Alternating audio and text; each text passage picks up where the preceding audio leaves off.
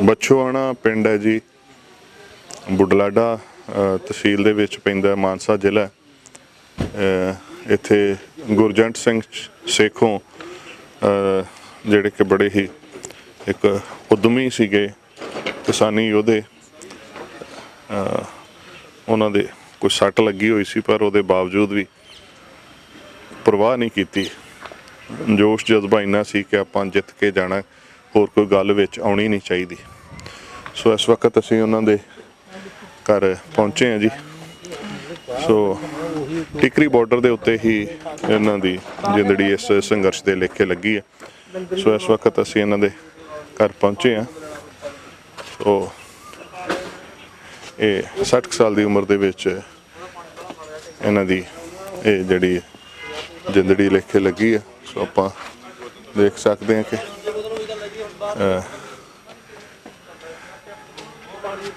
ये सारा पुराना भी सारा ढांचा मौजूद है, नवा भी बनया होया। सो इत्थे आके असीं उन्हां दे परिवार दे नाल गलबात भी साझी करांगे ते जिहड़ी तुसीं सेवा जिहड़ी भेजी हुई है, क्योंकि बिना किसी वितकरे तो आपां सारे परिवारां नूं एक सन्मान के रूप में भेंट करते पे हैं। सो दे वास्ते असीं इत्थे पहुँचे। आपां देख सकते हैं पिछे उन्हां दी तस्वीर भी लगी हुई है। 2 दसंबर नूं उन्होंने उत्थे शहीदी पाई है। किसानी संघर्ष दे शहीद जिहड़े जिन्हां दे घरां परिवारां च असीं पहुँच रहे हैं, इत्थों दे उन्हां दा परिवार ते इलाके दे पिंड दे पतवंते जिहड़े साडे नाल हाज़र ने। सो इन्हां नाल कुछ गलबात करते हैं। हाँ जी। सो तुहाडा की नाम भाई साहब जी? मिट्ठू सिंह बछोआणा जी। मैं साबका खजानची भारतीय किसान यूनियन एकता अगराहां। अच्छा जी। जिहड़ा ये गुरजंट सी, ये मतलब साबका प्रधान है इकाई दा। इकाई दे इत्थों दे। हाँ, ये बहुत ईमानदारी नाल काम कीता इहने। लगभग ये 10 साल तो लगातार डोर बाई डोर मतलब काम कर रहा सीगा। किसी टाइम भी ये मतलब जथेबंदी तो पिछे नहीं हटदा सीगा। किन्ने मतलब पुलिस नाल किते गलबात हुंदी जां कोई होर हुंदी तां इहने अगे सारिआं नूं अगे हो के काम करना सीगा। वो गलबात करनी सी जां किते भी मतलब कोई किसानी ते कोई दिक्कत आउंदी, किसी पिंड दे लोकां ते दिक्कत आउंदी तां इहने बहुत वधिया ईमानदारी नाल जाके गल करके उस नूं हल करना हुंदा सीगा जी। सो मतलब बड़े उद्यमशील सीगे। हाँ जी, सारे किसानी संघर्ष। हाँ, सारे किसानी संघर्ष दे विच ये बहुत ज़्यादा मतलब पिंड दे विचों इन्नी तैयारी कराई। एक बारी असीं इत्थे प्रोटेस्ट कीता पिंड दे विच, घट्टो घट्ट 1200 ਦੇ ਲਗਭਗ ਬੰਦਿਆਂ ਨੂੰ ਇਕੱਠੇ ਕਰਕੇ ਪਿੰਡ ਦੇ ਵਿੱਚ ਪ੍ਰੋਟੈਸਟ ਕੀਤਾ ਸੀਗਾ। ਜਦੋਂ 5 ਦਿਨਾਂ ਦਾ ਸਾਡਾ ਮਤਲਬ ਇੱਕ ਇੱਥੇ ਧਰਨੇ ਲੱਗੇ ਹੋਏ ਸੀ ਪਿੰਡਾਂ ਦੇ ਵਿੱਚ ਸ਼ੁਰੂ ਦੇ ਵਿੱਚ। ਹਾਂਜੀ। ਸੋ ਇੰਨੇ ਉਦਮਸ਼ੀਲ ਸੀ ਤੇ ਦਿੱਲੀ ਸੰਘਰਸ਼ ਦੇ ਵਿੱਚ ਕਦੋਂ ਕ ਗਏ ਪਹਿਲੀ ਵਾਰੀ?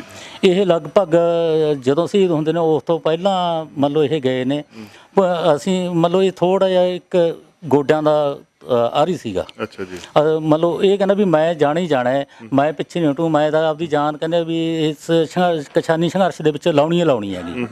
ਇਸ ਕਰਕੇ ਵੀ ਸਾਡੇ ਰੋਕਣ ਤੋਂ ਵੀ ਨਹੀਂ ਰੁਕਿਆ ਇਹ ਵੀ ਬਹੁਤ ਮਤਲਬ ਤਿੱਖਾ ਚੱਲ ਰਿਹਾ ਸੀਗਾ ਵੀ ਇਸ ਸੰਘਰਸ਼ ਵਾਸਤੇ, ਕਿਸਾਨਾਂ ਵਾਸਤੇ ਵੀ ਕਹਿੰਦੇ ਵੀ ਇਹ ਜਿਹੜੇ 3 ਕਾਨੂੰਨ ਵੀ ਸੈਂਟਰ ਸਰਕਾਰ ਨੇ ਲਾਗੂ ਕੀਤੇ ਨੇ ਸਾਡੇ ਤੇ, ਉਹਨਾਂ ਨੂੰ ਅਸੀਂ ਵਾਪਸ ਕਰਾ ਕੇ ਉੱਥੋਂ ਉਦੋਂ ਮੁੜਾਂਗੇ, ਬੇਸ਼ੱਕ ਅਸੀਂ ਉੱਥੇ ਸ਼ਹੀਦ ਹੋ ਜਾਈਏ। ਇਹ ਉਹਨਾਂ ਦੇ ਬਾੜ ਮੂੰਹ ਦੀ ਗੱਲ ਸੀ ਇਹ। ਅੱਛਾ, ਮਤਲਬ ਪਹਿਲਾਂ ਹੀ ਉਹ ਆਪਣੇ ਐਸੇ ਗੱਲਬਾਤ ਜੀ, ਕਿਉਂਕਿ ਜਿਹੜੇ ਜੋਸ਼ੀਲੇ ਇੱਕ ਗੱਲ ਆਪਾਂ ਦੇਖ ਰਹੇ ਹਾਂ ਕਿ ਜਿਹੜੇ ਪਰਿਵਾਰਾਂ 'ਚ ਗਏ ਆ, ਸਾਡੇ ਬੜੇ ਹੀ ਕਈ ਕੀਮਤੀ ਯੋਧੇ ਜਿਹੜੇ ਜਿਨ੍ਹਾਂ ਦਾ ਜੋਸ਼ ਜਜ਼ਬਾ ਬਹੁਤ ਜ਼ਬਰਦਸਤ ਸੀ, ਉਹਨਾਂ ਦੇ ਵਿੱਚੋਂ ਹੀ ਇੱਕ ਸਰਦਾਰ ਗੁਰਜੰਟ ਸਿੰਘ ਸੇਖੋਂ ਨੇ। ਸੋ ਇਹਨਾਂ ਦਾ ਵੀ ਜਜ਼ਬਾ ਜਿਵੇਂ ਭਾਈ ਸਾਹਿਬ ਦੱਸਦੇ ਪਏ ਨੇ ਕਿ ਬੜੇ ਜਜ਼ਬੇ ਵਾਲੇ ਸੀ ਅਤੇ ਜੋਸ਼ ਵਾਲੇ, ਹਿੰਮਤ ਵਾਲੇ ਅਤੇ ਸਾਰਿਆਂ ਨੂੰ ਨਾਲ ਲੈ ਕੇ ਚੱਲਣ ਵਾਲੇ। ਸੋ ਪਹਿਲਾਂ ਹੀ ਇਹਨਾਂ ਦੇ ਮਨ 'ਚ ਸੀ ਵੀ ਜ਼ਿੰਦੜੀ ਲੇਖੇ ਲਾਉਣੀ ਹੈ। ਸੋ ਇਲਾਕੇ ਦੇ ਵਿੱਚ ਕਿੱਦਾਂ ਦਾ ਇਹਨਾਂ ਦਾ ਪ੍ਰਭਾਵ ਸੀ, ਲੋਕਾਂ ਦੇ ਮਨਾਂ 'ਚ ਕੀ ਇਹਨਾਂ ਦਾ? ਬਹੁਤ ਜ਼ਿਆਦਾ ਮੰਨ ਲਓ ਸਤਿਕਾਰ ਕਰਦੇ ਸੀ ਲੋਕ। ਜਿੱਥੇ ਵੀ ਪਤਾ ਲੱਗਦਾ ਸੀ ਵੀ ਇਹ ਗੁਰਜੰਟ ਹੈ, ਮੰਨ ਲਓ ਜਿੱਥੇ ਵੀ ਜਿੰਨੀਆਂ ਵੀ ਇਕਾਈਆਂ ਇਕੱਠੀਆਂ ਹੁੰਦੀਆਂ ਸੀ, ਸਾਰੇ ਲੋਕ ਇਹਨੂੰ ਬਹੁਤ ਚੰਗੀ ਤਰ੍ਹਾਂ ਜਾਣਦੇ ਸੀਗੇ। ਸਾਰੇ ਲੋਕ ਲਾਮਾ ਦੇ ਪਿੰਡਾਂ ਦੇ ਸੀ ਜਿਹੜੇ, ਉਹ ਬਹੁਤ ਜ਼ਿਆਦਾ ਸਤਿਕਾਰ ਕਰਦੇ ਸੀਗੇ। ਬਹੁਤ ਇਮਾਨਦਾਰੀ ਨਾਲ ਚੱਲਣ ਦੇ ਕਾਰਨ ਇਸ ਦਾ ਵੱਧ ਸਤਿਕਾਰ ਸੀਗਾ। ਤੇ ਇਹ ਪਰਿਵਾਰ ਵੀ ਬਹੁਤ ਸਤਿਕਾਰਯੋਗ ਹੈ। ਜਿਹੜਾ ਸਾਡੇ 'ਚ ਉਹਦੇ ਵਰਗਾ ਇੱਕ ਵੀ ਨਹੀਂ ਹੈਗਾ ਜੀ। ਸਾਡੇ ਪਿੰਡ 'ਚ ਉਹਦੇ ਵਰਗਾ ਇੱਕ ਵੀ ਨਹੀਂ ਹੈਗਾ ਜੀ। ਉਹ ਮਤਲਬ ਇੱਥੇ ਤੱਕ ਬੰਦਾ ਸੀਗਾ ਉਹ ਜੀ। ਜੇ ਕੋਈ ਬੰਦਾ ਨਾ ਜਾਂਦਾ, ਮਤਲਬ ਸੰਘਰਸ਼ੀ ਜਾਂਦਾ ਨਹੀਂ, ਉਹਦੇ ਘਰੇ ਜਾ ਕੇ ਆਪਦੇ ਕਿਸਾਨ ਜੀ ਪੈਰੀ ਹੱਥ ਵੀ ਲਾ ਦਿੰਦਾ ਵੀ ਵੀਰਾ ਆਪਾਂ ਬਚ ਰਹਾਂਗੇ, ਸੰਘਰਸ਼ ਵਗ ਚੱਲ। ਤੇ ਇਸ ਤਰ੍ਹਾਂ ਵੀ ਮਤਲਬ ਇਸ ਤਰ੍ਹਾਂ ਕਿਸੇ ਵਿੱਚ ਬੰਦੇ ਗੁਣ ਨਹੀਂ ਹੁੰਦਾ ਜਿਹੜਾ ਉਹਦੇ ਸੀਗਾ। ਉਹਦੇ ਮੂੰਹ ਨੂੰ ਜੀ ਟਰਾਲੀਆਂ ਭਰਦੀਆਂ ਸੀਆਂ। ਉਹਦੇ ਵਰਗਾ ਅਸੀਂ ਮਹਿਸੂਸ ਕਰਦੇ ਵੀ ਸਾਡੇ ਇੱਕ ਵੀ ਬੰਦਾ ਹੈ ਨਹੀਂ ਪਿੰਡ ਦੇ ਵਿੱਚ ਜੀ। ਇੰਨੀ ਨਿਮਰਤਾ ਸੀ ਤੇ ਮਤਲਬ ਮਾੜਾ ਕਿਸੇ ਨੂੰ ਬੋਲਦੀ ਨਹੀਂ ਸੀ। ਅੱਜ ਨਹੀਂ ਕੱਲ ਨੂੰ ਵਗ ਜੀ, ਕੱਲ ਨਹੀਂ ਵੀਰੇ ਪਰਸੋਂ ਨੂੰ ਵਗ ਜੀ, ਜਾਏ ਜ਼ਰੂਰ। ਬਸ ਇਸ ਤਰ੍ਹਾਂ ਜਾਂਦਾ, ਰੋਜ਼ ਗੇੜੇ ਮਾਰਦਾ। ਬਸ ਉਹਦੀ ਮੌਤ ਵੀ ਇਸੇ ਕਰਕੇ ਹੋਈ ਹੈ ਜੀ। ਬਸ ਉਹਦੇ ਇੱਥੇ ਜਦੋਂ ਆਪਣੇ ਰੇਲਾਂ ਰੁਕੀਆਂ ਸੀ ਨਾ ਜੀ, ਇੱਥੇ ਆਪਣੇ ਪਹਿਲਾਂ ਸੰਘਰਸ਼ ਚੱਲਿਆਗਾ, ਉੱਥੇ ਕਿਤੇ ਲੰਗਰ ਦੇ ਵਿੱਚ ਲੱਗ ਗਿਆ ਸੀ ਲੱਕੜ ਦਾ ਕੋਈ ਫੱਟ ਜਿਹਾ ਲੱਗ ਗਿਆ ਸੀ, ਤੇ ਉਹ ਇਨਫੈਕਸ਼ਨ ਫੈਲੀ ਹੋਈ ਸੀਗੀ। ਤੇ ਬਸ ਉਹਨੂੰ ਕਿਹਾ ਵੀ ਇਲਾਜ ਕਰਾ ਲਾ। ਉਹ ਕਹਿੰਦਾ ਯਾਰ ਮਸਾਂ ਸੰਘਰਸ਼ ਖੜਾ ਹੋਇਆ ਤੇ ਮੈਂ ਕੁਝ ਨਹੀਂ ਹੁੰਦਾ ਮੈਨੂੰ। ਉਹ ਗੋਲੀ ਗਾਲੀ ਲੈ ਲਿਆ ਕਰੇ ਜੀ। ਇੱਥੋਂ ਚੱਲਦੇ ਚੱਲਦੇ ਦਿੱਲੀ ਵਾਗੇ। ਦਿੱਲੀ ਜਦੋਂ ਜੀ ਉੱਥੇ ਵਾਲਾ ਪੁਲ ਦੇ ਉੱਤੇ ਜਾ ਕੇ ਟਰੈਕਟਰ ਰੋਕੇ, ਉੱਥੇ ਜਾਮ ਮਤਲਬ ਪਿੱਛੇ ਵਾਗੇ। ਉੱਥੇ ਲਾਈਟ ਵੀ ਹੈ ਨਹੀਂ ਸੀ, ਉਹ ਲਾਈਟਾਂ ਲਾਈਆਂ ਟਰੈਕਟਰ ਦੀਆਂ। ਤੇ ਉਹ ਜਿਹੜੇ ਹਾਈਵੇ ਤੇ ਦਰਖਤ ਜਿਹੇ ਹੁੰਦੇ ਨੇਗੇ ਆਪਣੇ, ਉਹ ਕਈਆਂ ਨਾਲ ਸਾਫ਼ ਕਰਦਾ ਸੀ ਤੇ ਆਪਣੇ ਲੰਗਰ ਬਣਦੇ ਬਣਾਉਣ ਵਾਸਤੇ। ਤੇ ਉੱਥੇ ਜੀ ਲੱਕੜੇ ਉੱਥੇ ਫਿਰ ਵੱਜ ਗਈ ਜੀ। ਉੱਥੋਂ ਇਨਫੈਕਸ਼ਨ ਫੈਲ ਗਈ, ਪਤਾ ਨਹੀਂ ਪਲਮ ਦੌੜ ਗਈ। ਬਸ ਇੱਕ ਦਿਨ ਹਸਪਤਾਲ 'ਚ ਰਿਹਾ ਜੀ। ਫਿਰ ਉੱਥੋਂ ਬਸ ਕਹਿੰਦਾ ਮੈਨੂੰ ਸਾਹ ਖਾਉਣ ਲੱਗ ਗਿਆ। ਬਸ ਉਹ ਕਾਰਨ ਬਣਿਆ ਜੀ। ਬਸ ਉਹ ਬਸ ਬੇਪਰਵਾਹ ਜ਼ਿਆਦਾ ਹੋ ਗਿਆ, ਦਾਖਲ ਨਹੀਂ ਹੋਇਆ ਜੀ। ਹਾਂਜੀ, ਜ਼ਿਆਦਾ ਬੇਪਰਵਾਹੀ। ਹਾਂਜੀ ਹਾਂਜੀ, ਜਿਵੇਂ ਕੱਲੀ ਜਥੇਬੰਦੀ ਨੂੰ ਵੀ ਨਹੀਂ, ਜਿਵੇਂ ਹੋਰ ਵੀ ਪਿੰਡ ਦੇ ਕੰਮ ਤੇ ਜਿਵੇਂ ਸਾਂਝਾ ਕੰਮ ਕੋਈ ਵੀ ਹੋਵੇ, ਜੀ ਜੀ, ਪਈਆਂ ਦਾ, ਰਸਤਿਆਂ ਦਾ, ਉਹ 'ਚ ਵੀ ਬਹੁਤ ਚੜ੍ਹ ਕੇ ਹਿੱਸਾ ਲੈਂਦੇ ਤੇ। ਸਭ ਤੋਂ ਮੂਹਰੇ ਰਹਿੰਦੇ ਤੇ। ਜਿਵੇਂ ਢਾਹ ਪੱਟਣ ਦਾ ਕੰਮ ਹੈ, ਸਾਰੇ ਕੰਮਾਂ 'ਚ ਮੂਹਰੀ ਤੇ। ਸਾਡੇ ਪਿੰਡ ਨੂੰ ਤਾਂ ਬਹੁਤ ਵੱਡਾ ਘਾਟਾ ਪਈ ਹੈ ਜਿਹਦੇ ਜਾਣ ਨਾਲ। ਜਥੇਬੰਦੀ ਨੂੰ ਬਹੁਤ ਵੱਡਾ ਘਾਟਾ ਪਿਆ। ਨਾ ਤਾਂ ਇੰਨਾ ਮਿਹਨਤੀ ਕੋਈ ਸਾਡੇ 'ਚੋਂ ਵੀ ਨਹੀਂ ਹੋ ਸਕਦਾ, ਕਿਉਂਕਿ ਪਤਾ ਹੁੰਦਾ ਹੈ ਸਾਡਾ ਪਿੰਡ ਚੱਲੀ ਉਹਦੇ ਸਿਰ ਤੇ ਹੈ। ਬਹੁਤ ਜ਼ਿਆਦਾ ਮਿਹਨਤੀ ਰਹੀ। ਸਾਰਾ ਦਿਨ ਸਾਈਕਲ ਲੈ ਕੇ ਫਿਰਦਾ ਰਹਿਣਾ, ਪੈਰੀਂ ਹੱਥ ਲਾਉਣੇ ਵੀ ਅੱਜ ਨਹੀਂ ਜਾਇਆ ਜਾਂਦਾ, 2 ਦਿਨਾਂ ਨੂੰ ਵਗ ਚੱਲਿਓ, 2 ਨੂੰ 4 ਦਿਨ ਵਗ ਚੱਲਿਓ। ਉਹਨਾਂ ਜਜ਼ਬਾ ਹਰੇਕ 'ਚ ਹੁੰਦਾ ਨਹੀਂ, ਬਹੁਤ ਜ਼ਿਆਦਾ ਜਜ਼ਬਾ। ਸੋ ਐਸੇ ਜਜ਼ਬੇ ਵਾਲੇ ਤੇ ਐਸੇ ਜੋਸ਼ੀਲੇ ਤੇ ਯੋਧੇ, ਮੈਂ ਸਮਝਦਾ ਉਹਨਾਂ ਦਾ ਤਾਂ ਘਾਟਾ ਕਿਸੇ ਹਿਸਾਬ ਨਾਲ ਪੂਰਾ ਹੋ ਹੀ ਨਹੀਂ ਸਕਦਾ। ਹਾਂਜੀ, ਬਿਲਕੁਲ ਨਹੀਂ ਹੋ ਸਕਦਾ ਜੀ। ਮਤਲਬ ਅਸੀਂ ਸਾਰੀ ਗੱਲ ਹੱਥ ਦੀ ਪੈਰ ਜਿੱਕੀ ਜਾਂਦਾ, ਸਾਰੇ ਮਿਲ ਕੇ ਵੀ ਇੱਕ ਨਹੀਂ ਬਣ ਸਕਦੀ। ਅਸੀਂ ਹੈਗੇ ਨੇ ਬਹੁਤ ਜ਼ਿਆਦਾ ਜੀ ਉਹਨਾਂ ਦਾ ਵੀ। ਅਸੀਂ ਤਾਂ ਜਦੋਂ ਬਸ ਸਾਡੇ ਤਾਂ ਜੀ ਮਨਾਂ 'ਚੋਂ ਇਹ ਗੱਲ ਹੈ ਵੀ ਜੇ ਅੱਜ ਉਹ ਹੁੰਦਾ ਤਾਂ ਆਹ ਕੰਮ ਹੁੰਦਾ, ਜੇ ਅੱਜ ਹੁੰਦਾ ਤਾਂ ਆਹ ਕੰਮ ਕਰਦੇ। ਪਰ ਜੀ ਸਾਨੂੰ ਜਥੇਬੰਦੀ ਨੂੰ ਤੇ ਬਹੁਤ ਹੀ ਵੱਡਾ ਘਾਟਾ ਪੈ ਗਿਆ ਜੀ। ਉਹਦੇ ਜਾਣ ਨਾਲ ਜੀ ਬਹੁਤ ਹੀ ਵੱਡਾ ਘਾਟਾ ਪੈ ਗਿਆ ਕਿ ਇੰਨਾ ਮਿਹਨਤੀ ਕਿ ਤੁਰਨ ਵੇਲੇ ਕੋਈ ਘੌਲ ਨਹੀਂ, ਭਾਵੇਂ ਰਾਤ ਨੂੰ ਤੁਰਨਾ ਤੇ ਭਾਵੇਂ ਦਿਨ ਨੂੰ ਤੁਰਨਾ, ਤੇ ਉਹਦੇ ਵੱਲੋਂ ਕੋਈ ਘਾਟ ਨਹੀਂ ਤੀ ਜੀ। ਜਦੋਂ ਕਹਿੰਦੇ ਉਹਦੀ ਤਿਆਰ ਚਲੋ, ਘਰ ਦੇ ਕੰਮ ਦਾ ਕੋਈ ਫਿਕਰ ਨਹੀਂ ਤੀ ਜੀ। ਬਸ ਹਰ ਵਕਤ ਹੀ ਬਸ ਜਥੇਬੰਦੀ ਨਾਲ ਹੀ ਇਹੀ ਗੱਲਾਂ ਕਰਨੀਆਂ, ਆਪਾਂ ਐਂ ਕਰਨਾ, ਆਪਾਂ ਸਰਕਾਰਾਂ ਨਾਲ ਇੱਦਾਂ ਜੂਝਣਾ ਹੈ, ਇੰਨਾ ਲੜਨਾ ਹੈ। ਤੇ ਬਹੁਤ ਹੀ ਜੀ ਸਾਨੂੰ ਘਾਟਾ ਪਿਆਗਾ ਮਿਹਨਤੀ ਕਿਸਾਨ।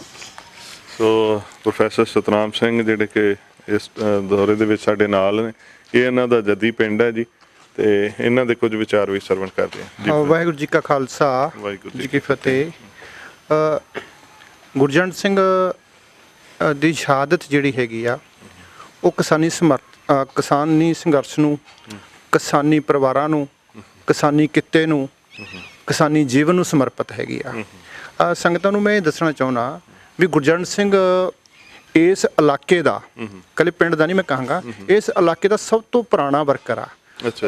1982 ਦੇ ਵਿੱਚ ਇਸ ਇਲਾਕੇ ਦੇ ਵਿੱਚ ਦੁੱਧ ਘੋਲ ਚੱਲਿਆ ਸੀ, ਪਤਾ ਹੋਵੇਗਾ ਤੁਹਾਨੂੰ, ਹਨਾ? ਇਹਨਾਂ ਨੂੰ ਸ਼ਾਇਦ ਖਿਆਲ ਹੋਵੇ, ਇਹ ਪੁਰਾਣੇ ਵਰਕਰ ਨੇ। ਦੁੱਧ ਦੇ ਰੇਟਾਂ ਨੂੰ ਲੈ ਕੇ 84 ਤੋਂ ਪਹਿਲਾਂ ਇਸ ਇਲਾਕੇ ਵਿੱਚ ਇੱਕ ਤਕੜਾ ਘੋਲ ਚੱਲਿਆ ਸੀ। ਉਸ ਘੋਲ ਦੇ ਵਿੱਚ ਇਸ ਪਿੰਡ ਦੇ ਵਿੱਚੋਂ ਗ੍ਰਿਫਤਾਰੀਆਂ ਵੀ ਹੋਈਆਂ ਸੀਆਂ। 40 ਦਿਨ 2 ਮਹੀਨੇ ਜੇਲ੍ਹਾਂ 'ਚ ਵੀ ਰਹੇ ਹੈਗੇ ਨੇ। ਮਤਲਬ ਇਹ 80-82 ਦਾ ਗੁਰਜੰਟ ਸਿੰਘ ਜਿਹੜਾ ਹੈਗਾ ਕਿਸਾਨੀ ਜਥੇਬੰਦੀ ਨਾਲ ਤੁਰਿਆ ਹੋਇਆ ਸੀ।